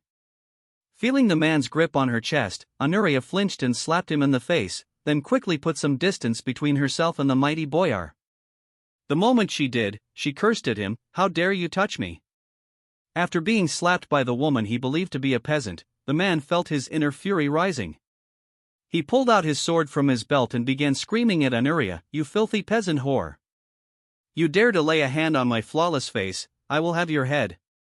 The moment he charged at Honoria, Hercules swept down from the sky with a screech of fury. He had looked away for no more than a minute to catch a nearby rabbit, and Honoria had already gotten herself into trouble. The eagle courageously rushed to the princess's defense, his talons digging into the young man's sword hand, tearing through flesh and bone alike, forcing the man to drop the blade. Coincidentally, this was also the hand the man had used to assault Honoria. The young man screamed in agony as he tried to shake Hercules away, but the more he struggled, the more damage was inflicted on his hand. In this day and age, the damage done to the muscles in his hand was enough to ensure that the boyar would never again wield a sword. As such, the blood quickly flowed onto the ground before Heraclius released the man's hand. Heraclius then flew back onto Honoria's shoulder and screeched fiercely at the wounded boyar. The fury in Heraclius' gaze was enough to intimidate the fool, who began to soil his pants. If Heraclius wanted to, he could have claimed the young man's life. The crowd that had gathered stood in shock as they witnessed a member of the local nobility get so thoroughly defeated by the eagle. Even Agnellus was amazed at the lengths the bird would go to protect the girl. Though he immediately snapped out of his shock, he quickly arrived, dragging Honoria and the bird away. After such an incident with a member of the local nobility, it was best to get out of Dodge as quickly as possible. Thus, Honoria was led back to the ship, with Agnellus scolding her along the way. "God damn it! I told you to stay nearby. This was exactly the kind of shit I was trying to prevent." On the other hand, Honoria was pouting. She was shocked and dismayed by the sexual assault the local nobleman had inflicted on her and instantly became bitter about it. If she were still within the borders of the Byzantine Empire, she would have revealed her identity to have the man executed for such a heinous act. She made a mental note of this and vowed never to suffer such humiliation again. After returning to the ship, Honoria lay down on her bed with a depressed expression. She thought about what had happened and immediately asked a question of Heraclius. "Count Berenger won't be such a scandalous individual, will he?" The proud eagle merely gazed at Honoria with a frustrated expression. This girl could not help but get into trouble, and once more, he had risked his life to help her. As such, he merely squawked at Honoria before turning his head away, as if ignoring her, causing the young girl to sink further into depression. Meanwhile, Agnellus made sure no one saw them enter the ship and tried to round up his men as quickly as possible. Due to this incident, they would have to finish their resupply at the next town. Thus, before the boyar could retaliate, the galley had departed and traveled further down the Danube. Hopefully, they would not have to deal with the consequences of the scene that had just transpired. While Berenger's agricultural reforms were slowly but surely being implemented across the realm, he faced a significant challenge. Soon, it would be Adela's 14th birthday, and he had no idea what to get her. Though the betrothed couple did not live together, this did not stop Berenger from showering his young fiancée with presents. He would send her dresses, shoes, jewelry, and fashionable accessories fit for an empress every chance he got. Of course, Adela's birthday was not the only one Berenger had to prepare for. Linda's birthday was shortly after hers, and just like Adela, he lavished her with gifts whenever possible. He truly spoiled his two women to a degree that a normal duke could not match. Adela's birthday was on September 9th, while Linda's was on October 15th, a little over a month apart. Berenger's own birthday was on December 21st, but he frankly did not care about it. It had become just another day of the year. Until he could get his hands on the precious substance known as chocolate, Berenger was quite disappointed with his birthday, as he could not continue his yearly tradition of eating a triple-layer German chocolate cake, which to him was a disaster. However, that was not important at the moment. What mattered was finding Adela a proper gift for her birthday. He could easily shop for Linda. He would simply have his tailor make her a luxurious, and more importantly, sexy lingerie set. For someone like Adela, however, that was not an option without feeling like a creep. As such, he sat in his chair, drinking from his skull chalice filled with beer, seriously debating his options. He was deeply troubled by the issue. He couldn't just give her more meaningless jewelry or clothing. It had to be something exceptional, something the girl didn't usually receive from him. At that moment, he thought of something interesting, something he hadn't considered before. What if he bought her a new horse? Something exotic and expensive to import. What if he bought her a white Arabian? To him, this idea was perfect. He had never bought horses for either of his women, and he knew Adela was fond of them. Linda loved cats, but Adela loved horses. Upon thinking of this brilliant idea, he immediately began writing a letter to his old friend Arethes from the Byzantine Empire. If anyone Berenger knew could get him a white Arabian in time for Adela's birthday, it would be the strategos of Ionia. After drafting the letter, he quickly sent it out with a proper messenger party.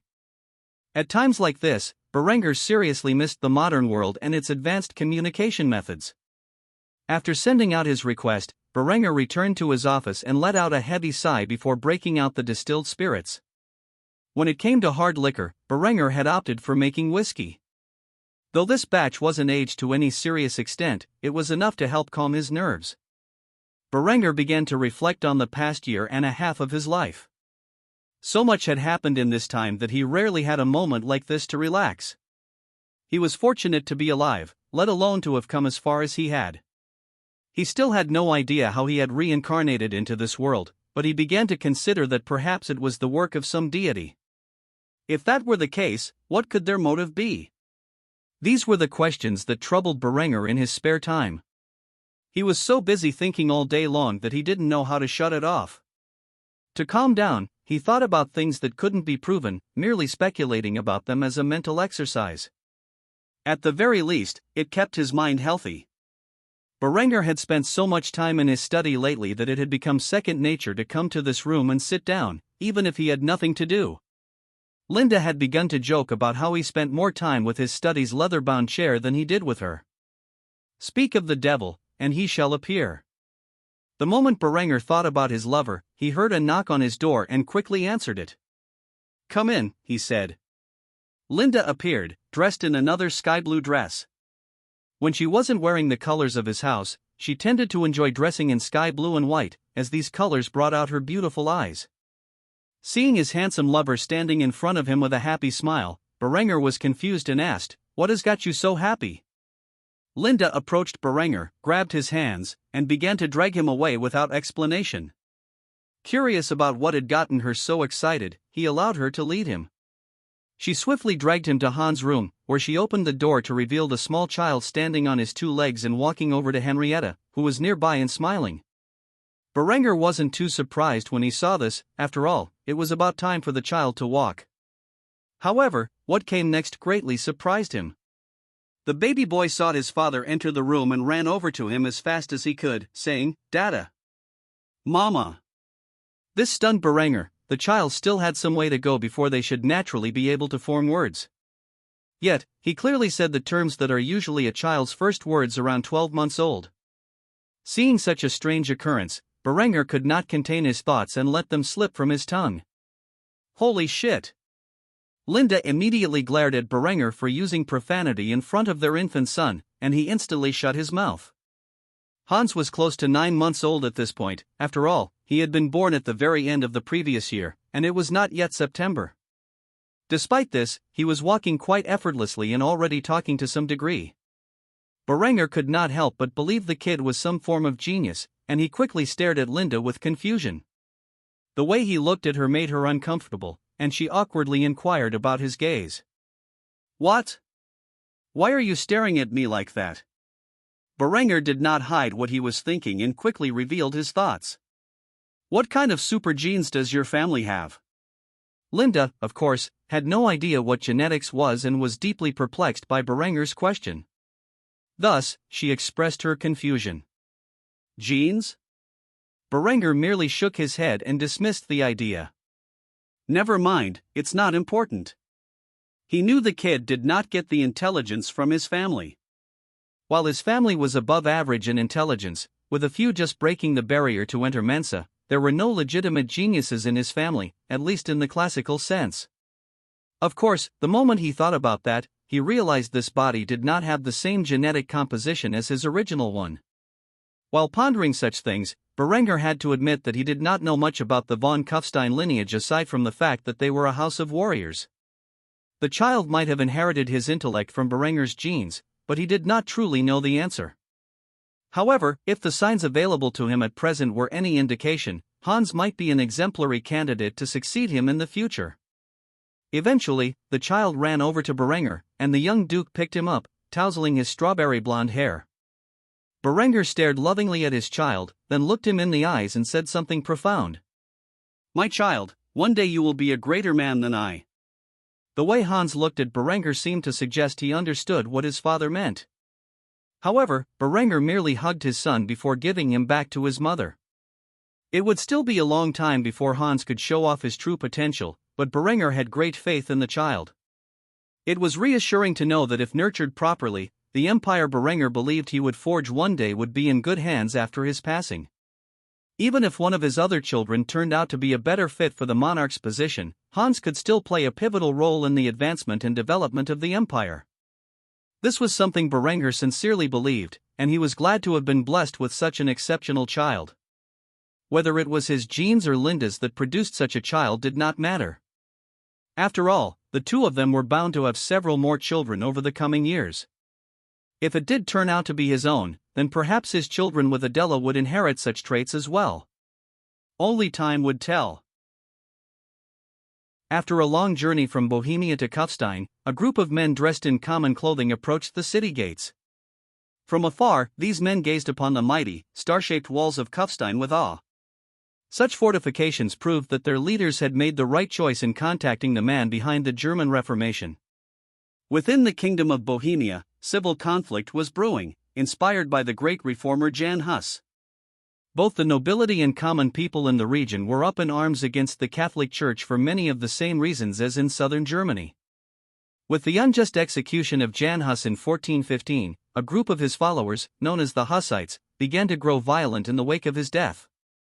In Berenger's previous life, a war broke out in the Kingdom of Bohemia between the Hussites and the Catholic Church in 1420. However, Berenger's intervention in this timeline and the rise of his German Reformation had sparked more significant conflict from the Hussites. Emboldened by Berenger's success in his battles against the Catholic forces, the Hussites had grown more assertive.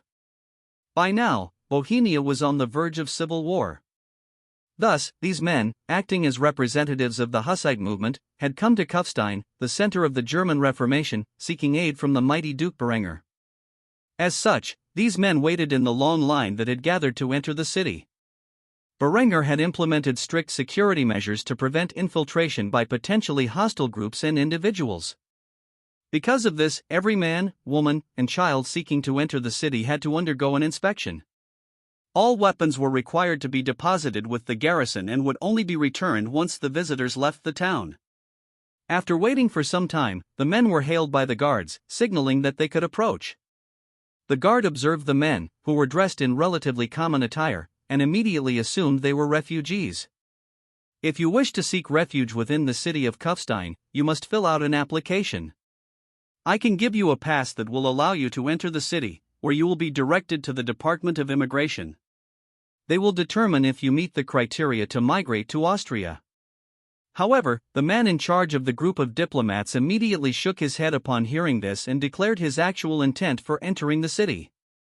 We are not here to seek refuge. Instead, we seek an audience with the Duke.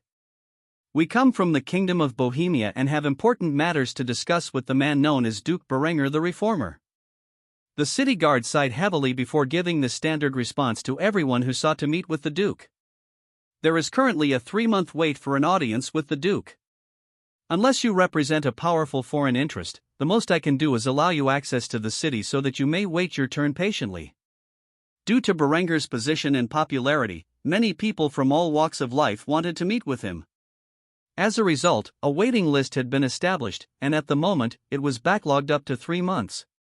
Berenger was an incredibly busy man and could not afford to compromise his work to meet with every person who desired an audience with him. Unless it were a powerful foreign entity, they would be forced to wait until Berenger's schedule was free. Upon hearing this, the Hussite diplomats frowned. They had not intended to reveal their identity until they met with Berenger. However, it seemed they were forced to do so early in order to meet with the young Duke in a timely manner. Thus, the man leading the diplomats removed his hood, revealing his entire appearance, and spoke his thoughts. I am Linde-Class. I represent the interests of the Hussite Reformation within the Kingdom of Bohemia. As a fellow reformist, I believe your Duke will want to hear what we have to say. I would greatly appreciate it if you could relay our message to him. Hearing that the man was a representative of another Christian reformist movement, the guard immediately asked for verification of their identities. Do you have anything that can prove your claims? If not, you will be forced to wait like the rest of the visitors. Ludek immediately pulled out a letter containing the seal of Alexej Kasper, a lord from Bohemia known as a leader of the Hussite movement, or one of the many groups it comprised. After observing this, the guard recognized its validity and parted the way for the diplomats to enter the city. Before doing so, he said his piece. I will inform His Grace, Berenger von Kufstein, of your arrival. You can wait within the city until someone leads you to the castle. The Hussite diplomats immediately bowed their heads respectfully and thanked the guard. You have our thanks. With this, they were moved into the city, where they awaited their meeting with Berenger. Berenger was sitting on his ducal throne, openly playing with Linde in a rather inappropriate manner. He tended to grope the women of his desire in public every so often to establish his dominance. It was, quite honestly, one of the more primitive instincts of his mind, but it played an important part in letting his subjects know not to covet what was his. By now, Linde was flushed with embarrassment. The public display of affection while sitting on Berenger's lap had made her dreadfully excited. Due to Berenger's thorough training, she was starting to exhibit traits of an exhibitionist. Even though no one was around to see her, the idea that someone could walk in on their intimate acts was enough to arouse her. At that moment, one of Berenger's guards walked in and saw that he had reached through Linde's dress, firmly grasping one of her bountiful breasts with his left hand. Seeing the intrusion, Berenger sighed and expressed his annoyance. What is it? Can't you see I'm busy? Linde looked around and saw the guard trying his best not to stare at the intimate act. She blushed heavily, but Berenger did not stop groping her, causing a slight moan to escape her lips. This only made her more embarrassed. The guard pretended he had not seen anything. After all, Linde was still fully clothed. It was just that Berenger's left hand had reached through the upper portion of her dress. After looking away from the two, the guard announced his purpose. Your Grace, a group claiming to represent the Hussite movement from Bohemia has arrived. They are requesting an audience with you and say it is a matter of dire importance. Hearing this, Berenger's left hand immediately retracted from Linde's bosom, where he licked the milk off his fingers. Some might call Berenger a pervert for his tastes, but since Linde began to produce breast milk, he greatly enjoyed drinking the substance, typically directly from the source. After all, in his mind, there were few better sources of protein and calcium than his lover's breast milk. After performing such a lewd act, he responded with an authoritative tone, as if he was completely unfazed by his own actions. "Bring them here, I very much desire to meet these men." After giving his commands, the guard saluted and left the area to fetch the diplomats. Even though Berenger and Linde were alone again, he did not resume his lecherous acts. Instead, he addressed his lover with a gentle tone. "It looks like we will have to wait a bit longer before we can finish what we started. Can you take care of yourself in the meantime?" Linde immediately blushed upon hearing this and nodded, looking away in embarrassment as she departed from the great hall and returned to the bedroom, where she would play with herself for the time being. As for Berenger, he had guests to entertain and sat in a manner that hid his excitement. There was nothing worse in his mind than getting interrupted right when things were about to get interesting. Berenger waited for some time for the Hussite diplomats to arrive, finding it rather intriguing. Though he assumed they would eventually come to greet him, he thought it would be after the war had already begun. Their presence in his court meant he had clearly made an impact on this timeline. His intelligence regarding Bohemia was rather limited, but he was determined to take advantage of the Hussite wars to annex the German-speaking regions into his territory. After all, the Sudetenland, in Berenger's mind, was rightfully German territory, and if he were to unify the German Empire in the future, he would need these lands. Thus, he began to hatch a scheme on how to best take advantage of the war in Bohemia for his personal gains, without directly involving himself. After all, now that he had an era of peace to establish his hegemony, he intended to make full use of it. After some time, the Hussite representatives arrived in Berenger's great hall and knelt before him with great respect. Not only was Berenger a mighty duke, but in the eyes of the Hussites, he was a man inspired by the teachings of Jan Hus and, as such, a brother in arms against the oppression of the Catholic Church. The man in charge of the diplomats quickly introduced himself, not wanting to keep Berenger waiting. "I am Linde-Class, a humble servant of Count Alexej Caspar, the leader of the Casparian sect of the Hussite movement." Berenger had not heard of the Casparian sect from his previous life. Then again, as far as he was aware, few important figures from his past life existed in this timeline, so it was only natural for some things to be different. Ludek was a relatively short man. Despite this, he was solidly built and had long brown hair and a matching beard. His eyes were the color of amber, and he had a scar across his left cheek, adding to the notion that the man was battle-tested. The other two men who flanked Ludek wore their hoods and concealed their identities, though Berenger did not challenge them to reveal themselves. After all, they were a religious movement wanted by the church's heretics, and he could sympathize with their desire to hide their faces. Berenger quickly addressed the men who had entered his great hall. "I am Duke Berenger von Kufstein, one of the founders of the German Reformation. I welcome you as brothers in arms.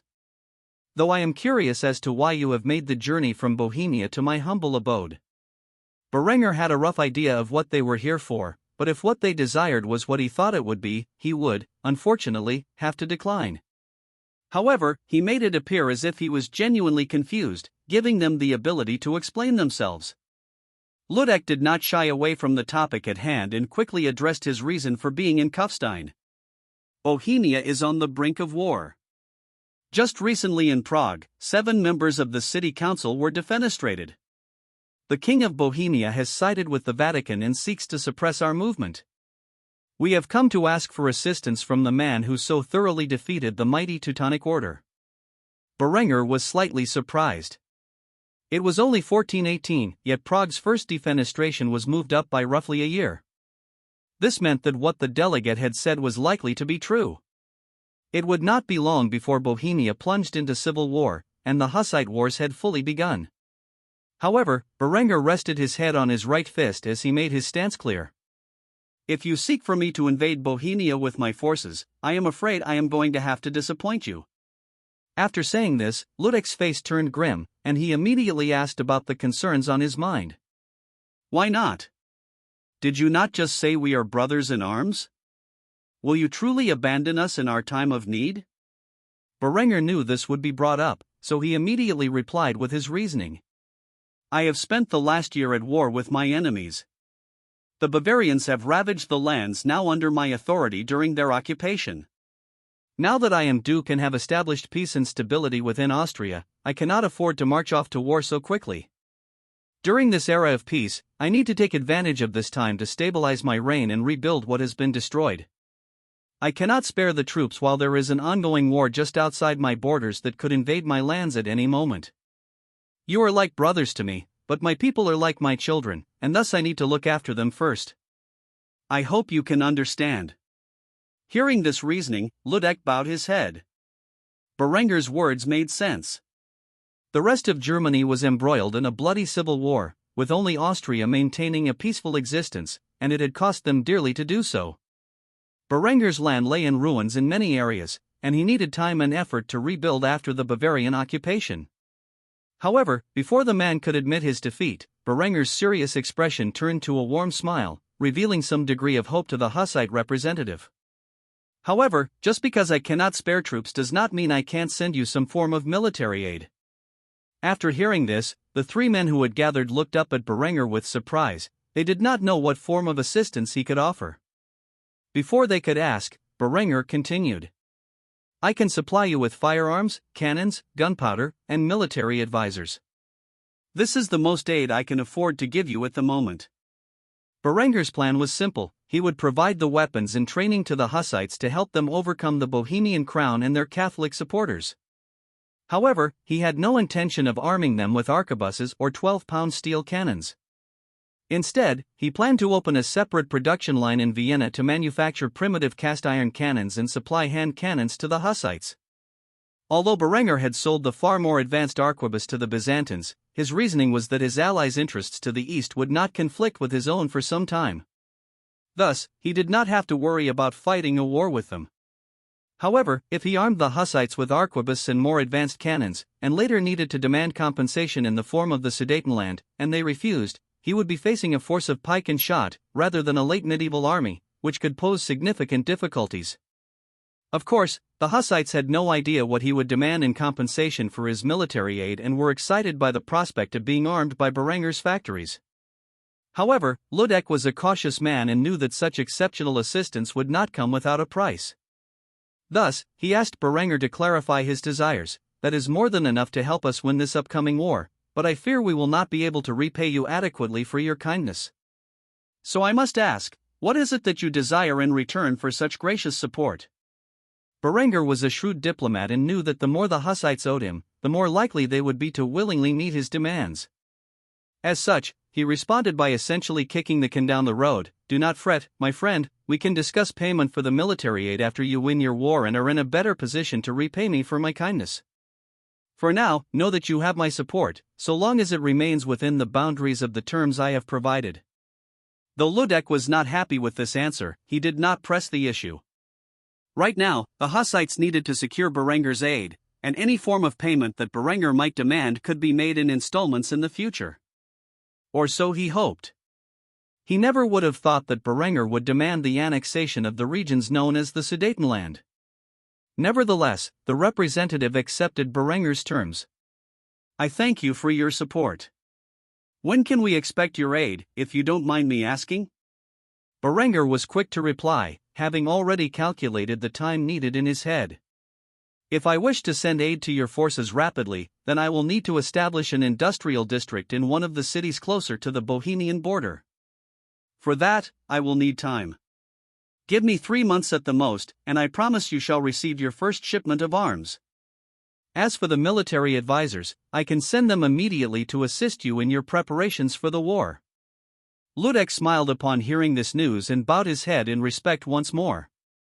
I thank you on behalf of all Hussites, your grace. With this, negotiations with the Hussites over support for their upcoming war were secured. For the time being, Berenger gained an ally to divert attention from himself and the German Reformation.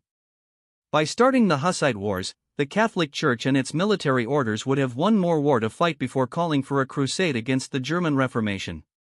In doing so, Berenger allowed himself time to prepare for the eventual day when he would be forced to face the European armies at his doorsteps. A crusade was no laughing matter, and Berenger fully intended to expand his defenses, troops, and even his navy should such an event occur. Luckily for him, he happened to be reborn in an era where the Hussite wars were about to transpire. After Honoria's disappearance, the imperial family of the Byzantine Empire was in a state of panic, particularly the emperor. With his daughter missing, it meant that his alliance with France was in jeopardy. The French king held Emperor Vetranes responsible for his daughter's disappearance and stated that if she were not found within a specific time, the de Valois dynasty would consider the betrothal broken. Emperor Vetranes was sitting on his throne, nibbling at his fingernails, a bad habit he had picked up in his youth and resorted to when he was anxious. His daughter was missing, and there was not a single clue about her whereabouts. The French Prince Aubry had returned home, bringing news of the reason for her disappearance, which caused the French monarchy to make excessive demands on the emperor as compensation. If the emperor could not find his daughter soon, the betrothal would be broken, and so would the military and economic alliance between the two countries. As such, he was in a complete state of panic. Vetranes let out his frustration by cursing his daughter in the middle of his throne room. "You fucking bitch. You better be alive and unspoiled, or I swear to God I will march through the gates of hell to discipline you." At that moment, Honoria's older brother Decentius entered the room. He held a prostitute from the same brothel where Melissa had previously worked. The investigation into Honoria's disappearance had led them to the brothel, and this woman had seen Melissa leaving with Honoria. It was clear that she had been roughed up by Decentius and his soldiers. There were many bruises on her face and body. Decentius tossed the woman to the floor and began to yell at her. "Tell the emperor what you told me." Hearing Decentius's screaming voice, the woman instinctively flinched and stumbled over her words. "Basilia. The princess. The princess came into the brothel and left with Basilia. That is all I know." Emperor Vetranes immediately pounded the armrest of his throne and raised his voice at the woman. "Who is this Basilia? Where is she from? Does she have any family in the city? Where can I find her?" The woman began to curl back in fear. However, she was swiftly kicked repeatedly by Decentius until she begged for mercy. "I don't know. I don't even know if Basilia is her real name. Lots of girls at the brothel use false names. She never talked about herself or her family. I honestly don't know anything about her other than that she worked at the brothel. Maybe some of her clients might know the truth, but I don't. This Basilia was none other than Melissa." Melissa was a bright young woman, at least in streetwise ways. She changed her name for work and even wore a wig, so her actual appearance was unknown. Now that she had left the city, it would be impossible to find out her real identity. The emperor and his goons were back to square one. The information the prostitute had provided was practically useless. All they knew was that Honoria had entered a brothel and left with a lady of the night. Vetranes was furious that his daughter was missing and had no viable information about her whereabouts. Thus, he quickly lashed out at the woman kneeling before him. "Get this whore out of my sight." With that, the guards dragged the woman out of the room and kicked her out of the palace. As for Decentius, he kneeled before his father and made a solemn vow. "I promise I will find the bitch and bring her back to you."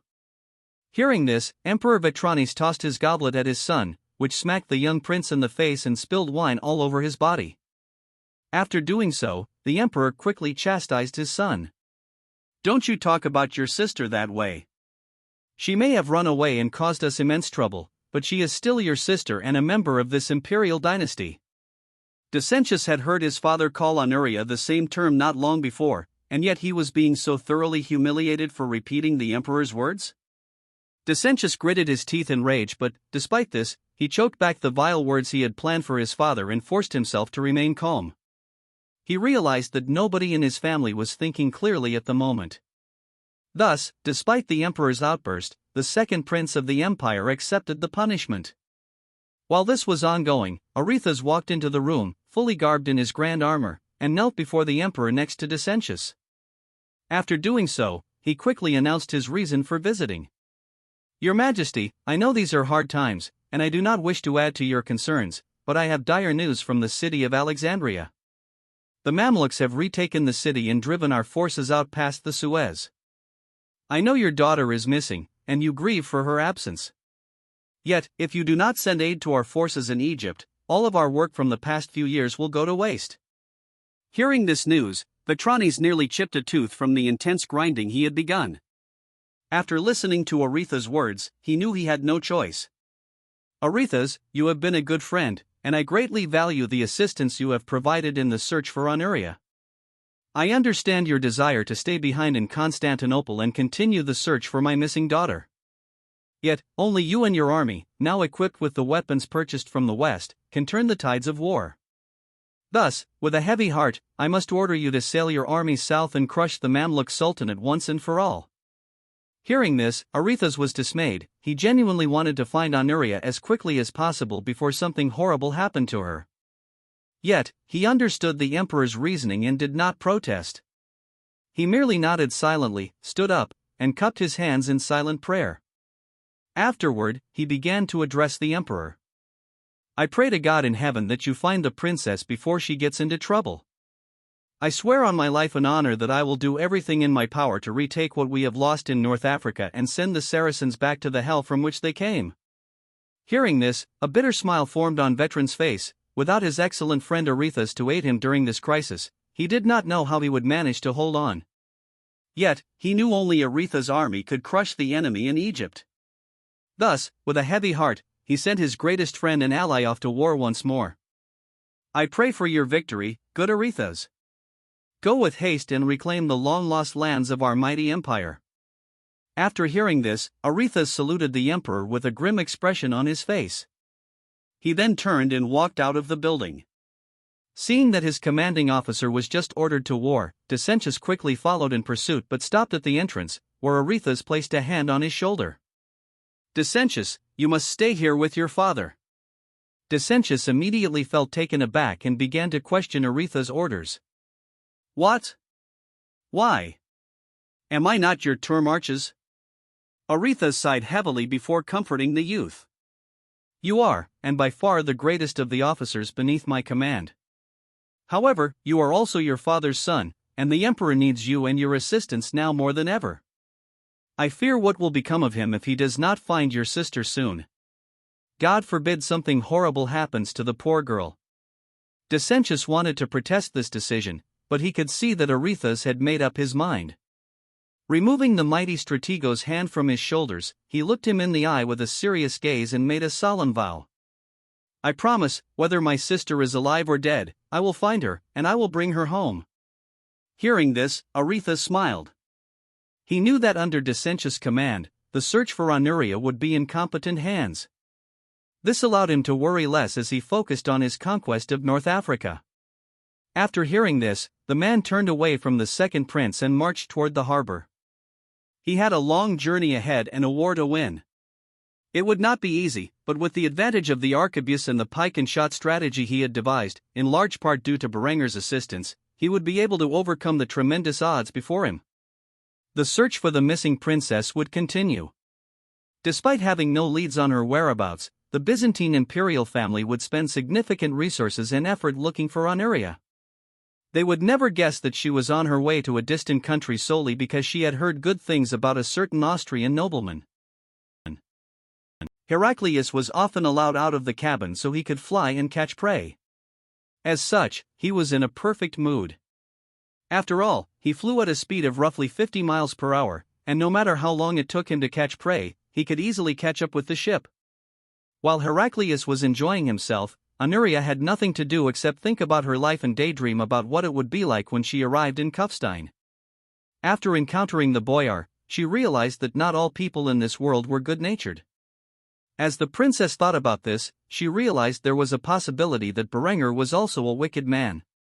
However, she quickly dismissed these thoughts because Aretha had assured her that Berenger was benevolent and kind to his loved ones, and that gave her hope for the future. Still, there was a nagging suspicion that she would merely be trading one cage for another once she arrived in Kufstein. Despite the horrible situation she found herself in while in Braila, the brief period she spent running about as free as an eagle was enough to fill her with wonder. She didn't want to be another caged bird. Now that she had spread her wings and learned to fly, she wanted to know more about life. The boyar's actions had spurred something inside Honoria, a belief that she should be self-sufficient. After all, if not for Heraclius' intervention, she could have been in danger back in Brilla. However, to do such a thing in this world was not easy, especially for a woman. Thus, she hoped that when she finally arrived in Kufstein, Berengar would provide her with the safety and security necessary to allow her to grow as a person.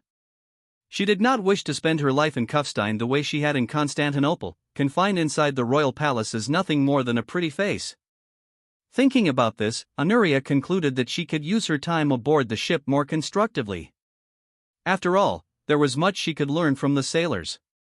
Thus, the runaway princess exited her cabin, put on her shawl, and walked around the ship before making her way to the helm, where Agnellus was currently located. Agnellus, who was steering the ship, noticed that the princess had arrived and put on a friendly smile as he began to chat with her.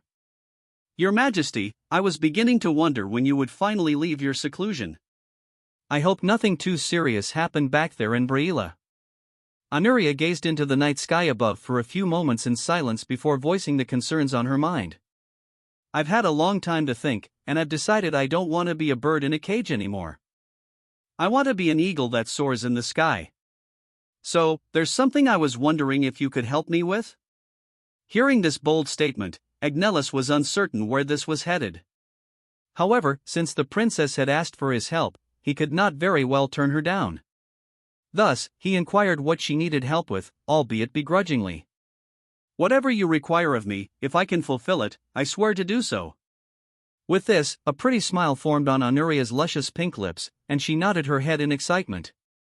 Her expression then shifted to a pleading gaze as she made her request known. "Teach me to sail." This was not a request that Agnellus was expecting, and it took a while for it to register in his mind. When he finally realized what the princess was asking, he burst into laughter.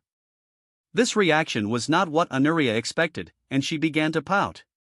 Seeing the cute look on Honoria's face, Agnellus eventually stopped laughing and agreed to her terms. "If it's something so simple, I would be happy to teach you to sail. But we have less than 20 days to cover everything, so the most I can give you is a crash course."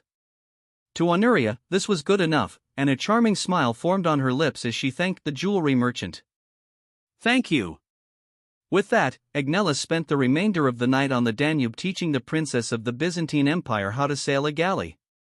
The galley was not much of a sailing ship, it was more like a massive rowboat, so there were not too many things he could teach her about sailing such a vessel. Still, Honoria went to sleep when dawn broke with a satisfied smile on her face. There was not much to do while on board the vessel, but at least she could learn some valuable skills on the way to Kufstein. She slept for a total of 8 hours before waking up. When she finally opened her eyes, she noticed that Heraclius was sitting next to her, watching over her as she slept. The princess rubbed her eyes before stroking the eagle's glistening feathers.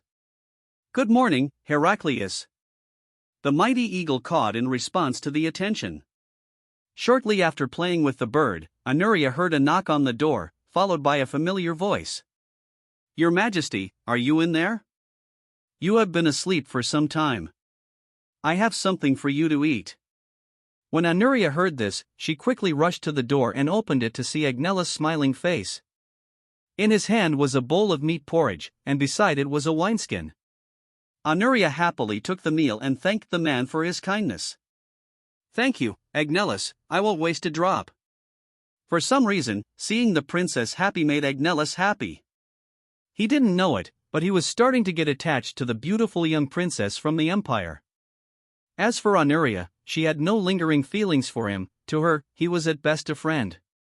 After handing Honoria her food, Agnellus thought of something and spoke his mind. "We will be docking in Deer soon. Why don't I show you how we dock the ship?" Hearing this, a broad smile appeared on Honoria's face as she questioned the reality. "Really?" Agnellus simply smiled and nodded in silence. Hearing this news, Honoria had an excited expression on her face.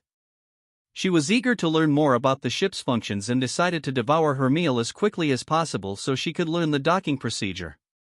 "I should eat this while it's still warm. I'll be out momentarily, don't dock without me."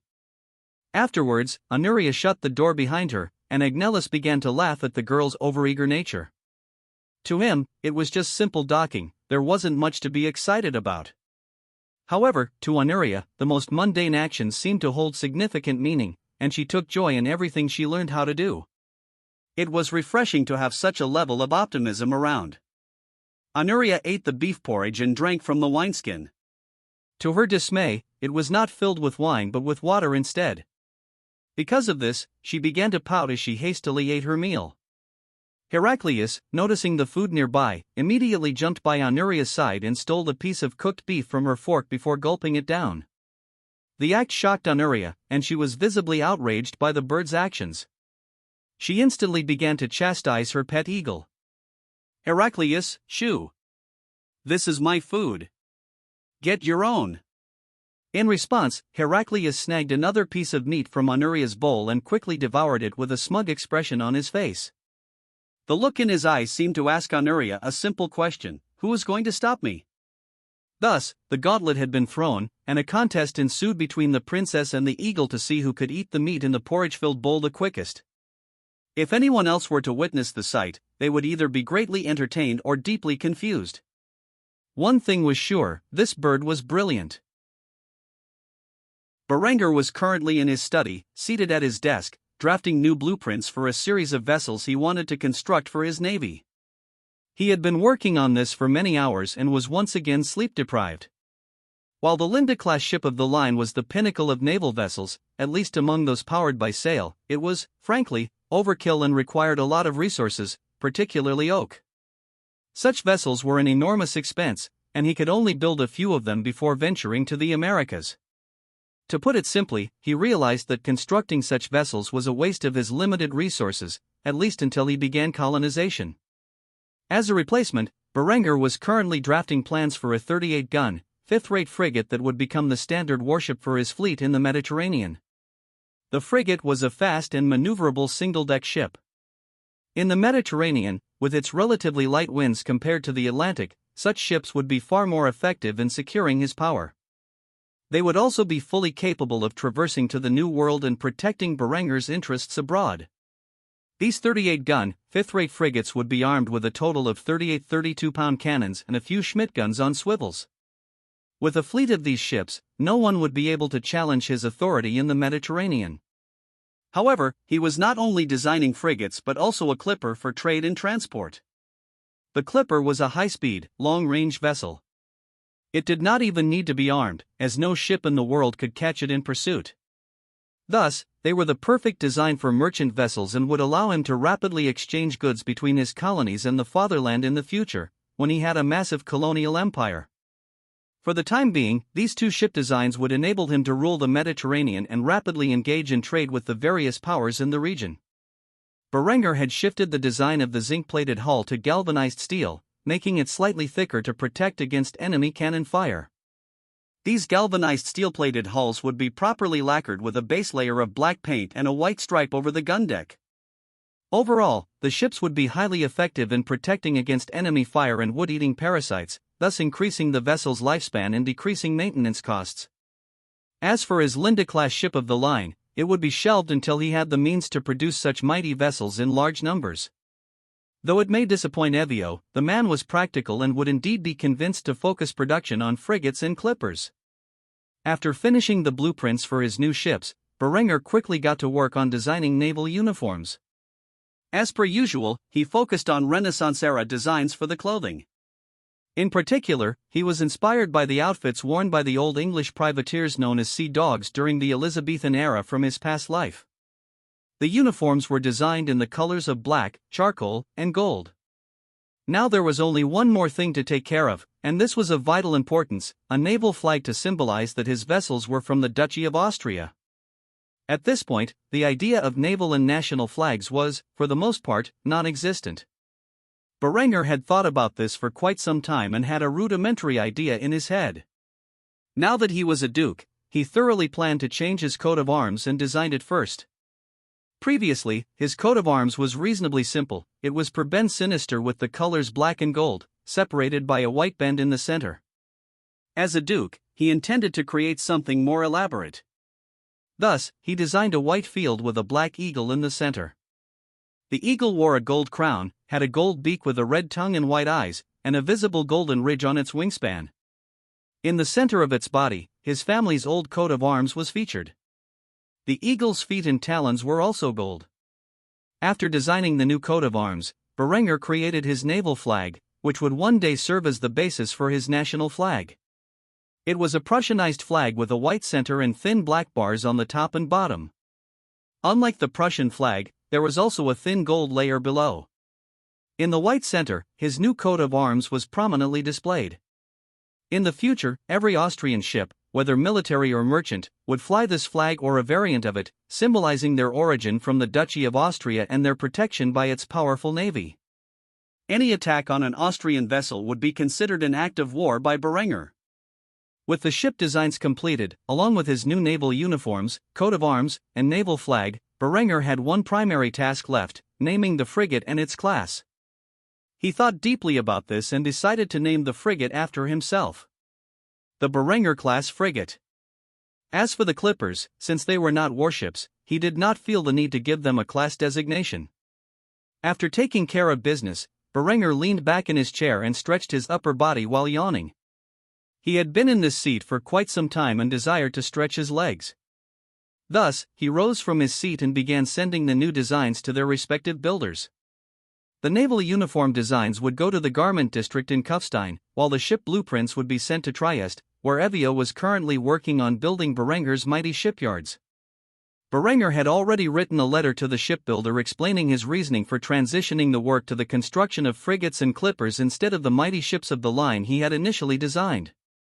He would attach this letter to the blueprints and send it with an armed caravan to Trieste to prevent his rivals from intercepting the critical schematics and stealing them. He attached great importance to the construction of his navy and had no intention of leaking his ship designs to other nations. After sending out the designs to the people responsible for making them a reality, Berenger entered his great hall and sat down on his ducal throne. At this moment, Linde entered the room with their young child in her arms. Hans was growing by the day, not just in size, but in brain capacity too. The boy, who was not even a year old yet, had begun to speak more words than just mama and dada, which thoroughly convinced Berenger that this child would be a genius. As Linde approached Berenger, their son reached out for his father and struggled within his mother's grasp. Seeing this, Berenger smiled, took the boy from his mother's arms, and placed him on his lap. This caused Linde to pout in jealousy, as she always considered it to be her seat, especially while Berenger was on the ducal throne. Seeing the look on his lover's face, Berenger smiled wickedly and teased her. "Why, Linde, my dear, are you perhaps jealous?" Linde, of course, looked the other way and pouted even further, refusing to acknowledge Berenger's words with a response.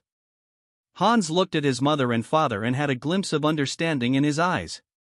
Thus, he reached out towards his mother and spoke to her. "Mama! Mama!"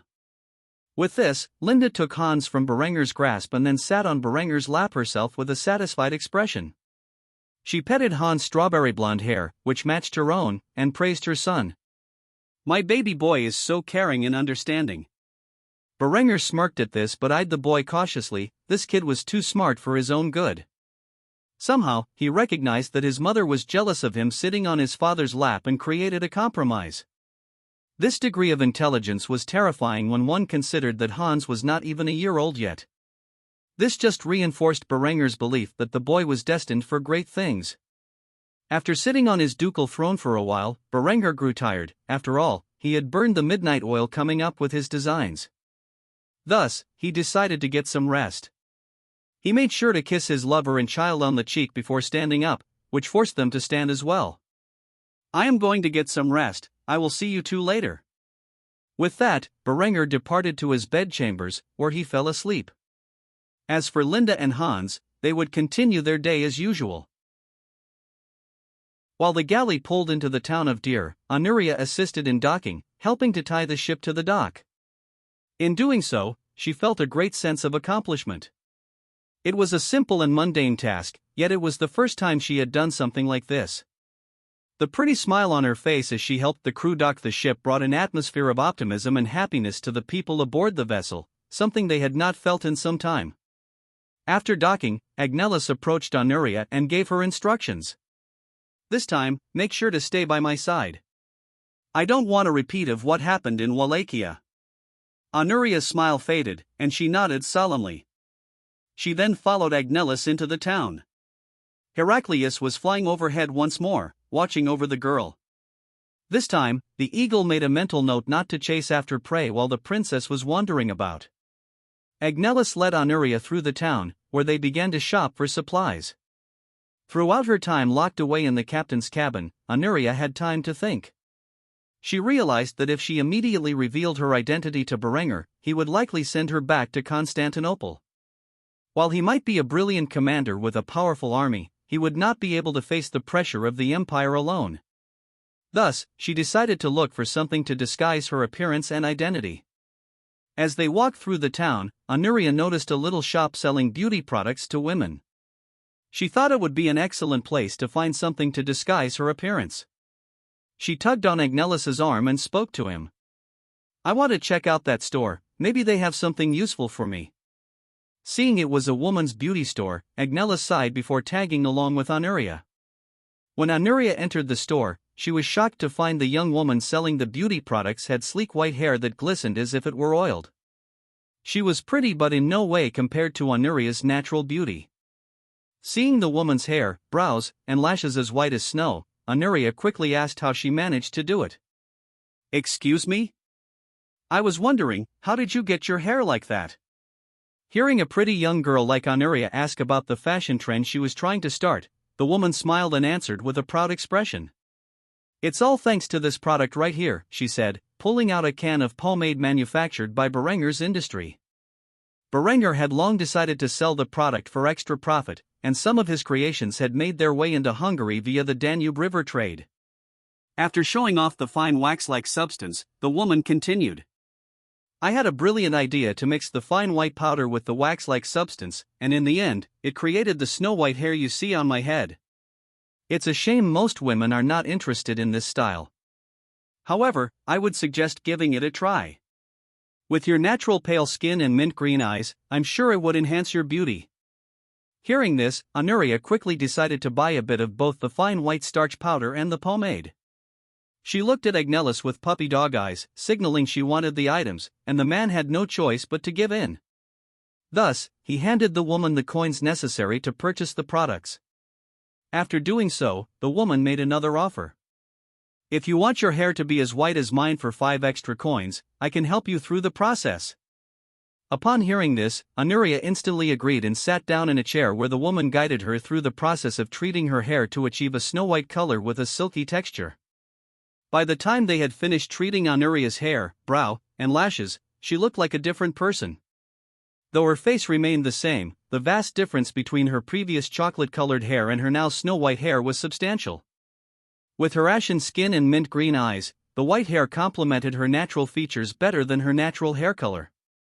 After witnessing the transformation, Agnellus was shocked. He could not believe the young girl could be even more beautiful than she was before. Though few people had seen Honoria during her life as a princess, it was still better to be safe than sorry, and thus her new disguise, while simple, had a significant effect. Honoria saw the expression on Agnellus's face and smiled with her pretty pink lips before asking the question on her mind. Well, how do I look? The traveling jewelry merchant and sailor struggled to find the words to compliment the young girl in front of him. However, after careful deliberation, he eventually came up with the phrase, simply divine. Hearing such an incredible compliment, Honoria began to blush, her naturally pale skin flushing with a slight pinkish tone, which complemented her new snow-white hair perfectly. The woman who had helped treat Honoria's hair began to pout. Her most recent customer had outshone her beauty by a wide margin. However, there was hope in her heart that Honoria could inspire a new fashion trend, which should not naturally exist in this era. Without Berenger's interference in creating and selling pomade, powdering hair would not have come into existence for some time. This was just another effect that Berenger unknowingly had on the timeline. After paying the woman for her help, Agnellus and Honoria left the shop and entered the streets. Now that Honoria had a disguise, she no longer cared about covering her appearance, and her beauty attracted many eyes.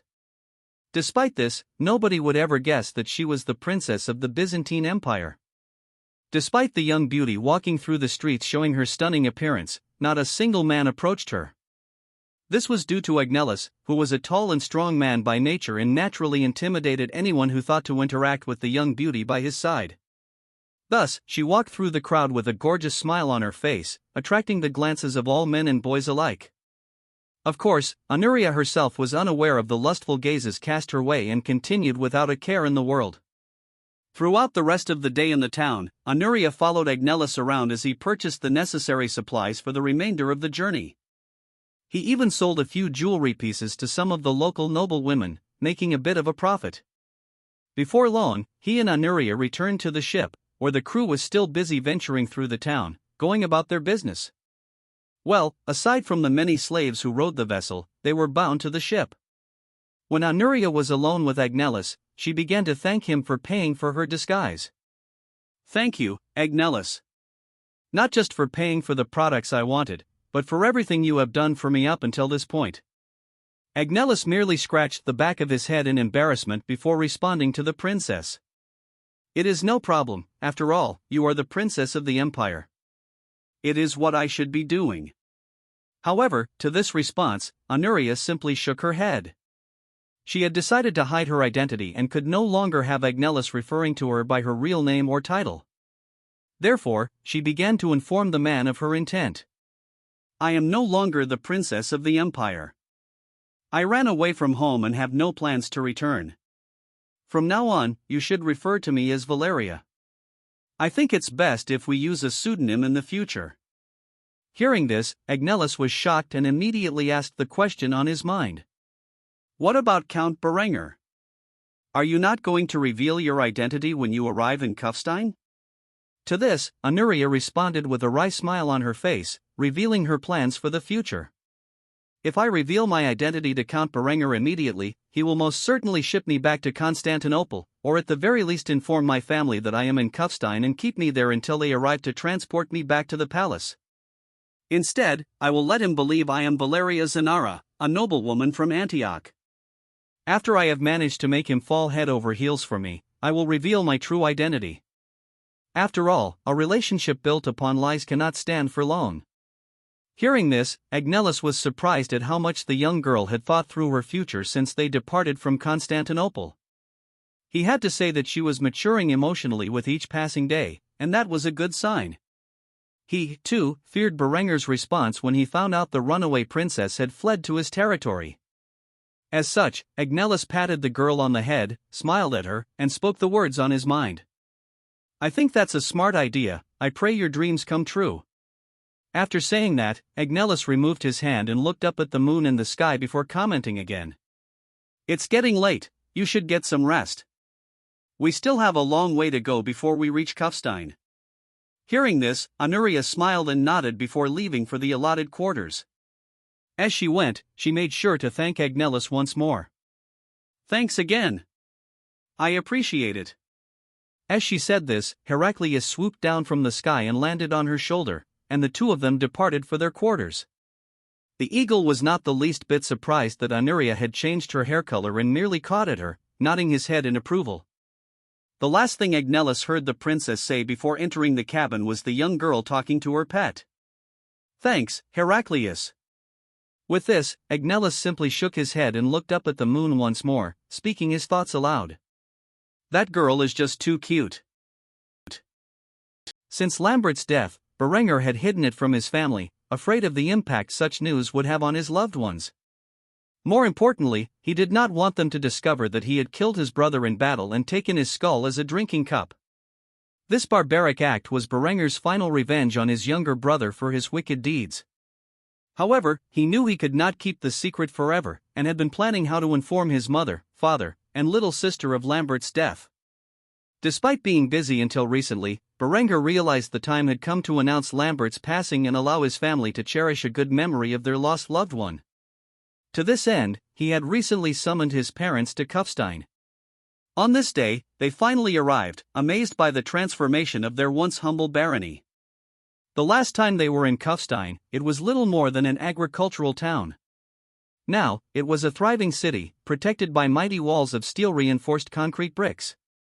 The sturdy, star-shaped walls, with dozens of cannons facing in all directions, were an intimidating sight to the couple, who had never imagined Kufstein would grow so rapidly since their departure. Like all visitors, they had to wait in line for the city guards to vet them. Sieghard grew quite impatient as he waited in his carriage. Eventually, he and his wife reached the city gates, where the guards flagged them down. The guard overseeing their arrival was a refugee from Saxony who had fled to Kufstein with his family during the war's initial outbreak. Having no notable skills, he could only enlist in the army, hoping to secure a spot in the garrison, which he was fortunate to receive. Because of his lack of familiarity with Berenger's parents, he did not immediately recognize them. Thus, he repeated the words he had said 100 times that day, as if addressing any commoner wishing to enter the city: "State your names and your purpose for visiting the city of Kufstein." Sieghard, who had waited impatiently, began to scowl when the guards of the territory he once ruled did not recognize his identity. He proudly declared his position: "I am Sieghard von Kufstein, father of Berenger von Kufstein. This is my wife, Gisela von Kufstein, mother of Berenger von Kufstein." Hearing this, the guard's eyes widened with shock. He had not been aware that Berenger's parents were still alive. His first instinct was to allow them to pass quickly. However, as a diligent guard, he knew he could not let someone into the city just because they claimed to be related to the Duke. Therefore, he quickly gave them an order: "Wait right here while I get someone to verify your identities." After saying this, he left the area and shortly returned with a man clad in brass-trimmed blackened plate armor, an officer in the ranks of the garrison. The moment the officer arrived and saw the former Baron and Baroness sitting in their carriage at the gates with impatient expressions, he quickly slapped the guard who had made Berenger's parents wait, then bowed respectfully to Sieghard and Gisela. "Apologies, Your Grace. Some of the members of the garrison are new to Kufstein and were unaware of your identities. You can quickly head to the castle. I will ensure your journey is unobstructed." This officer was a veteran of Kufstein's forces, dating back to Sieghard's rule over the region. Thus, he knew his old liege's appearance like the back of his hand. On the other hand, Sieghard was greatly bewildered when addressed with the honorific Your Grace and quickly questioned the term as if his hearing had failed him. "Your Grace?" Sieghard and his wife were unaware of Berenger's progress over the past year. After all, they had retired to the countryside and maintained a peaceful life, not bothering to check in on the current affairs of the realm. The officer looked befuddled for a moment before realizing the couple was unaware of the changes in Kufstein and all of Austria during their seclusion. He merely smiled and said, "It seems your son has much to inform you about. Welcome home." With that, Sieghard nodded in confusion and ordered the servant who drove his carriage to press forward. "To the castle. It appears there is much I need to discuss with my son." The carriage rode forward to the castle, where Sieghard and his wife departed. At the gates, Berenger, Linde, Henrietta, and Hans were present to greet them. Gisela stiffened when she saw Berenger. The scar above and below the eye patch that covered his right eye filled her with overwhelming dread. She quickly walked over to Berenger and grabbed his face in her hands. "My poor baby. Who did this to you?" Berenger felt awkward and coughed as he released himself from his mother's grasp. "I was injured on the battlefield, but rest assured, I am fine." Although Gisela did not believe that Berenger was fine after being blinded in one eye, she accepted his words. For the time being, Berenger did not want to talk about it. She quickly looked over to Henrietta, who hugged her little daughter. "My sweet Henrietta. It has been so long, and you have grown so much." Henrietta, as usual, was sheepish and remained silent as her mother embraced her. After holding her dear daughter for a while, Gisela turned her gaze to Linde, staring at her coldly. However, when she saw the child in Linde's arms, the former Baroness's icy demeanor melted immediately, and tears of joy formed in her eyes as her maternal instincts took over. She quickly reached out for Hans, and Linde reluctantly handed her son over to his grandmother. "Is this my grandson?" Linde nodded with a warm smile and replied, "Yes, his name is Hans. He is an incredibly gifted child." Berenger smiled when he saw his father and mother for the first time in a year. The last time he had seen his father, the man was lean and worn, a mere husk of his former self. However, during the past year, he had regained his muscular form, and though he had aged since Berenger first reincarnated into this world, he exuded a healthy aura, as if he had recovered his lost vigor. Berenger approached his parents with a broad smile. "Father, Mother, it is great to see you. I am glad to see that you are both healthy. I wish it were under better circumstances that I could summon you." Berenger had been deliberately vague about the reason for requesting their presence in Kufstein, and when he spoke, a hint of worry flashed across his father's face. On the other hand, his mother, too enamored with her grandson, did not notice Berenger's words. She approached Linde, took Hans into her arms, and spoiled the child. Seeing this, Berenger sighed before leading his parents into the castle. "I am sure you are both tired and would like some rest. Please follow me to the dining hall, I will have some food prepared for you." Sieghard and Gisela nodded and followed Berenger and the rest of the family into the dining hall, where they shared a pleasant meal. After the meal, Berenger tapped Linde on the shoulder and spoke his mind. "Linde, why don't you take Henrietta, my mother, and Hans away for a bit? I am sure you all have some catching up to do." Linde immediately understood Berenger's intent and nodded politely before leading Gisela and the others to a different section of the castle.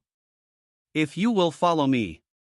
Though Gisela was hesitant to leave her husband and son, Sieghard silently nodded, signaling her to follow Linde and their daughter.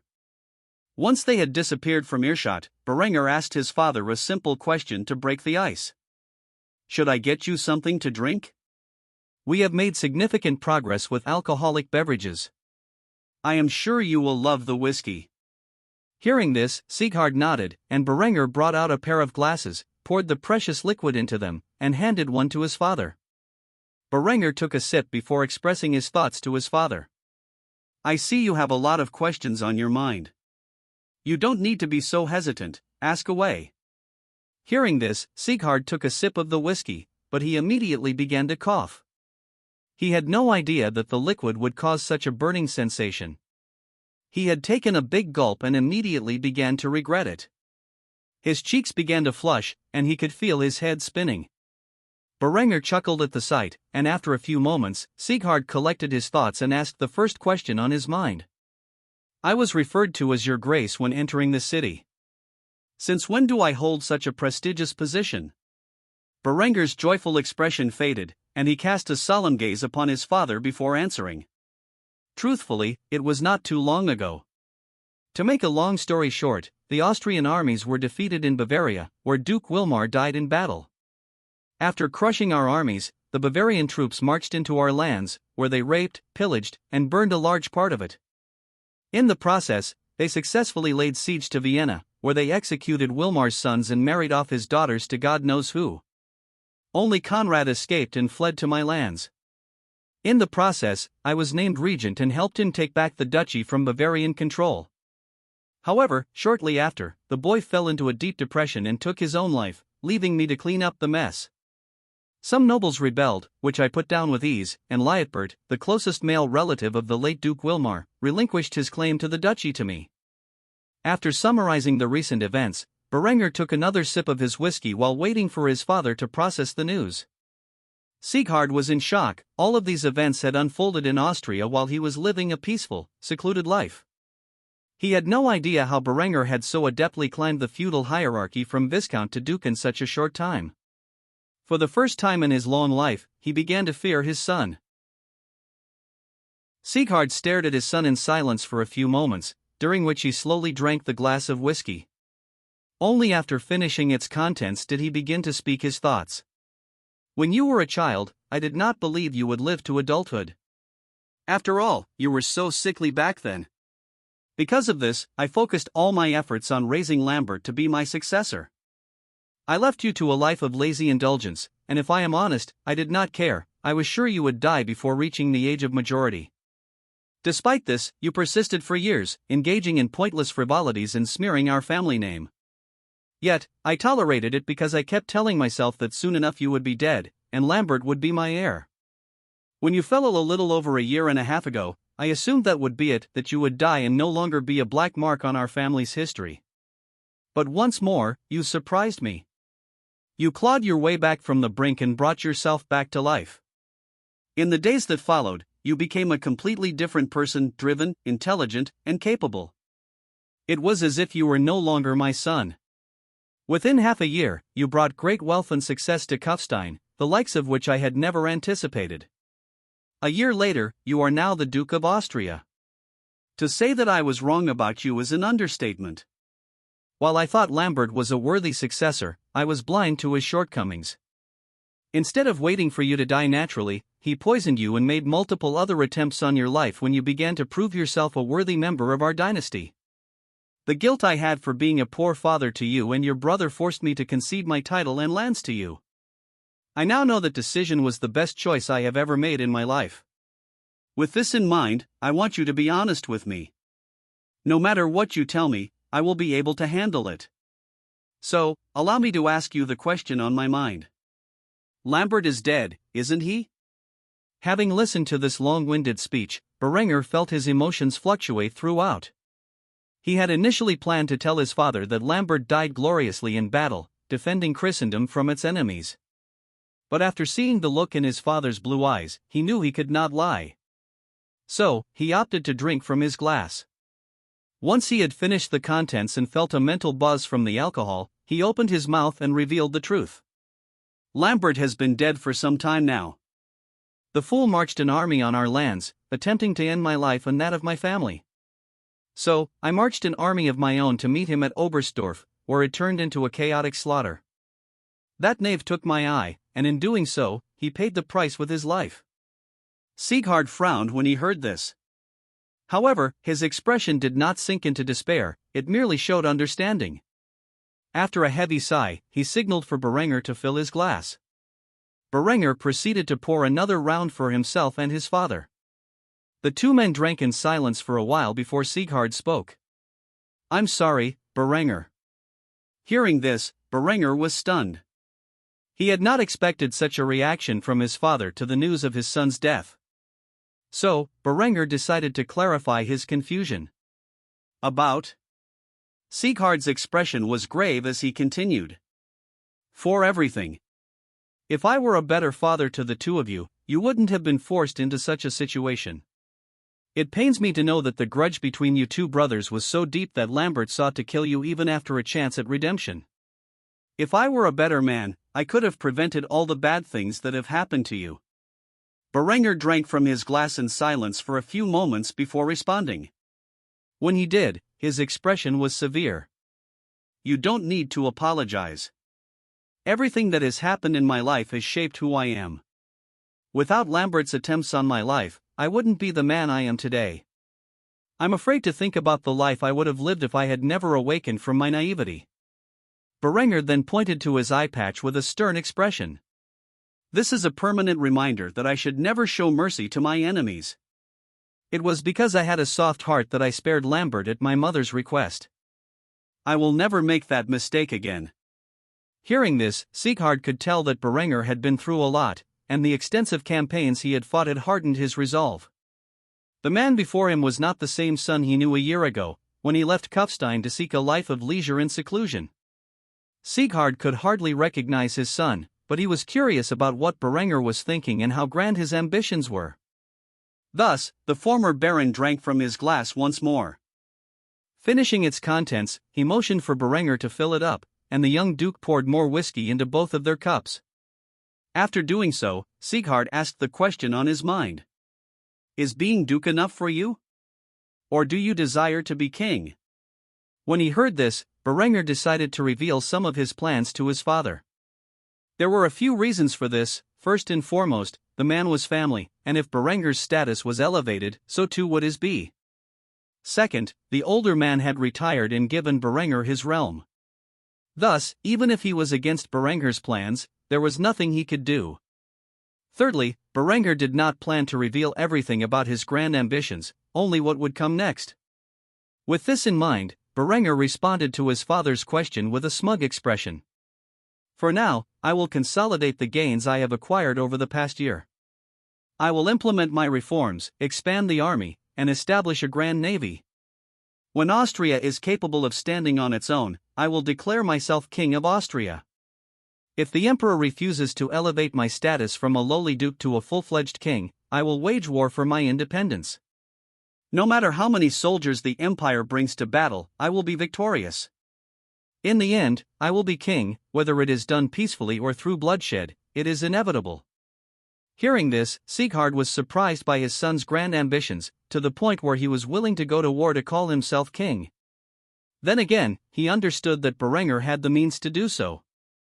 After all, Berenger had retaken Austria from Bavarian occupation while simultaneously preventing an invasion into Tyrol. A wide smile spread across Sieghard's face as he thought about such a future, and his thoughts escaped his lips. My son! The King of Austria! To think that you would reach such great heights in this life! Do not disappoint me, my boy! With this, the father and son broke out into laughter as they switched to beer. Berenger spent the night introducing his father to various kinds of alcohol that he had made, from fortified wines to heavy beers and distilled spirits.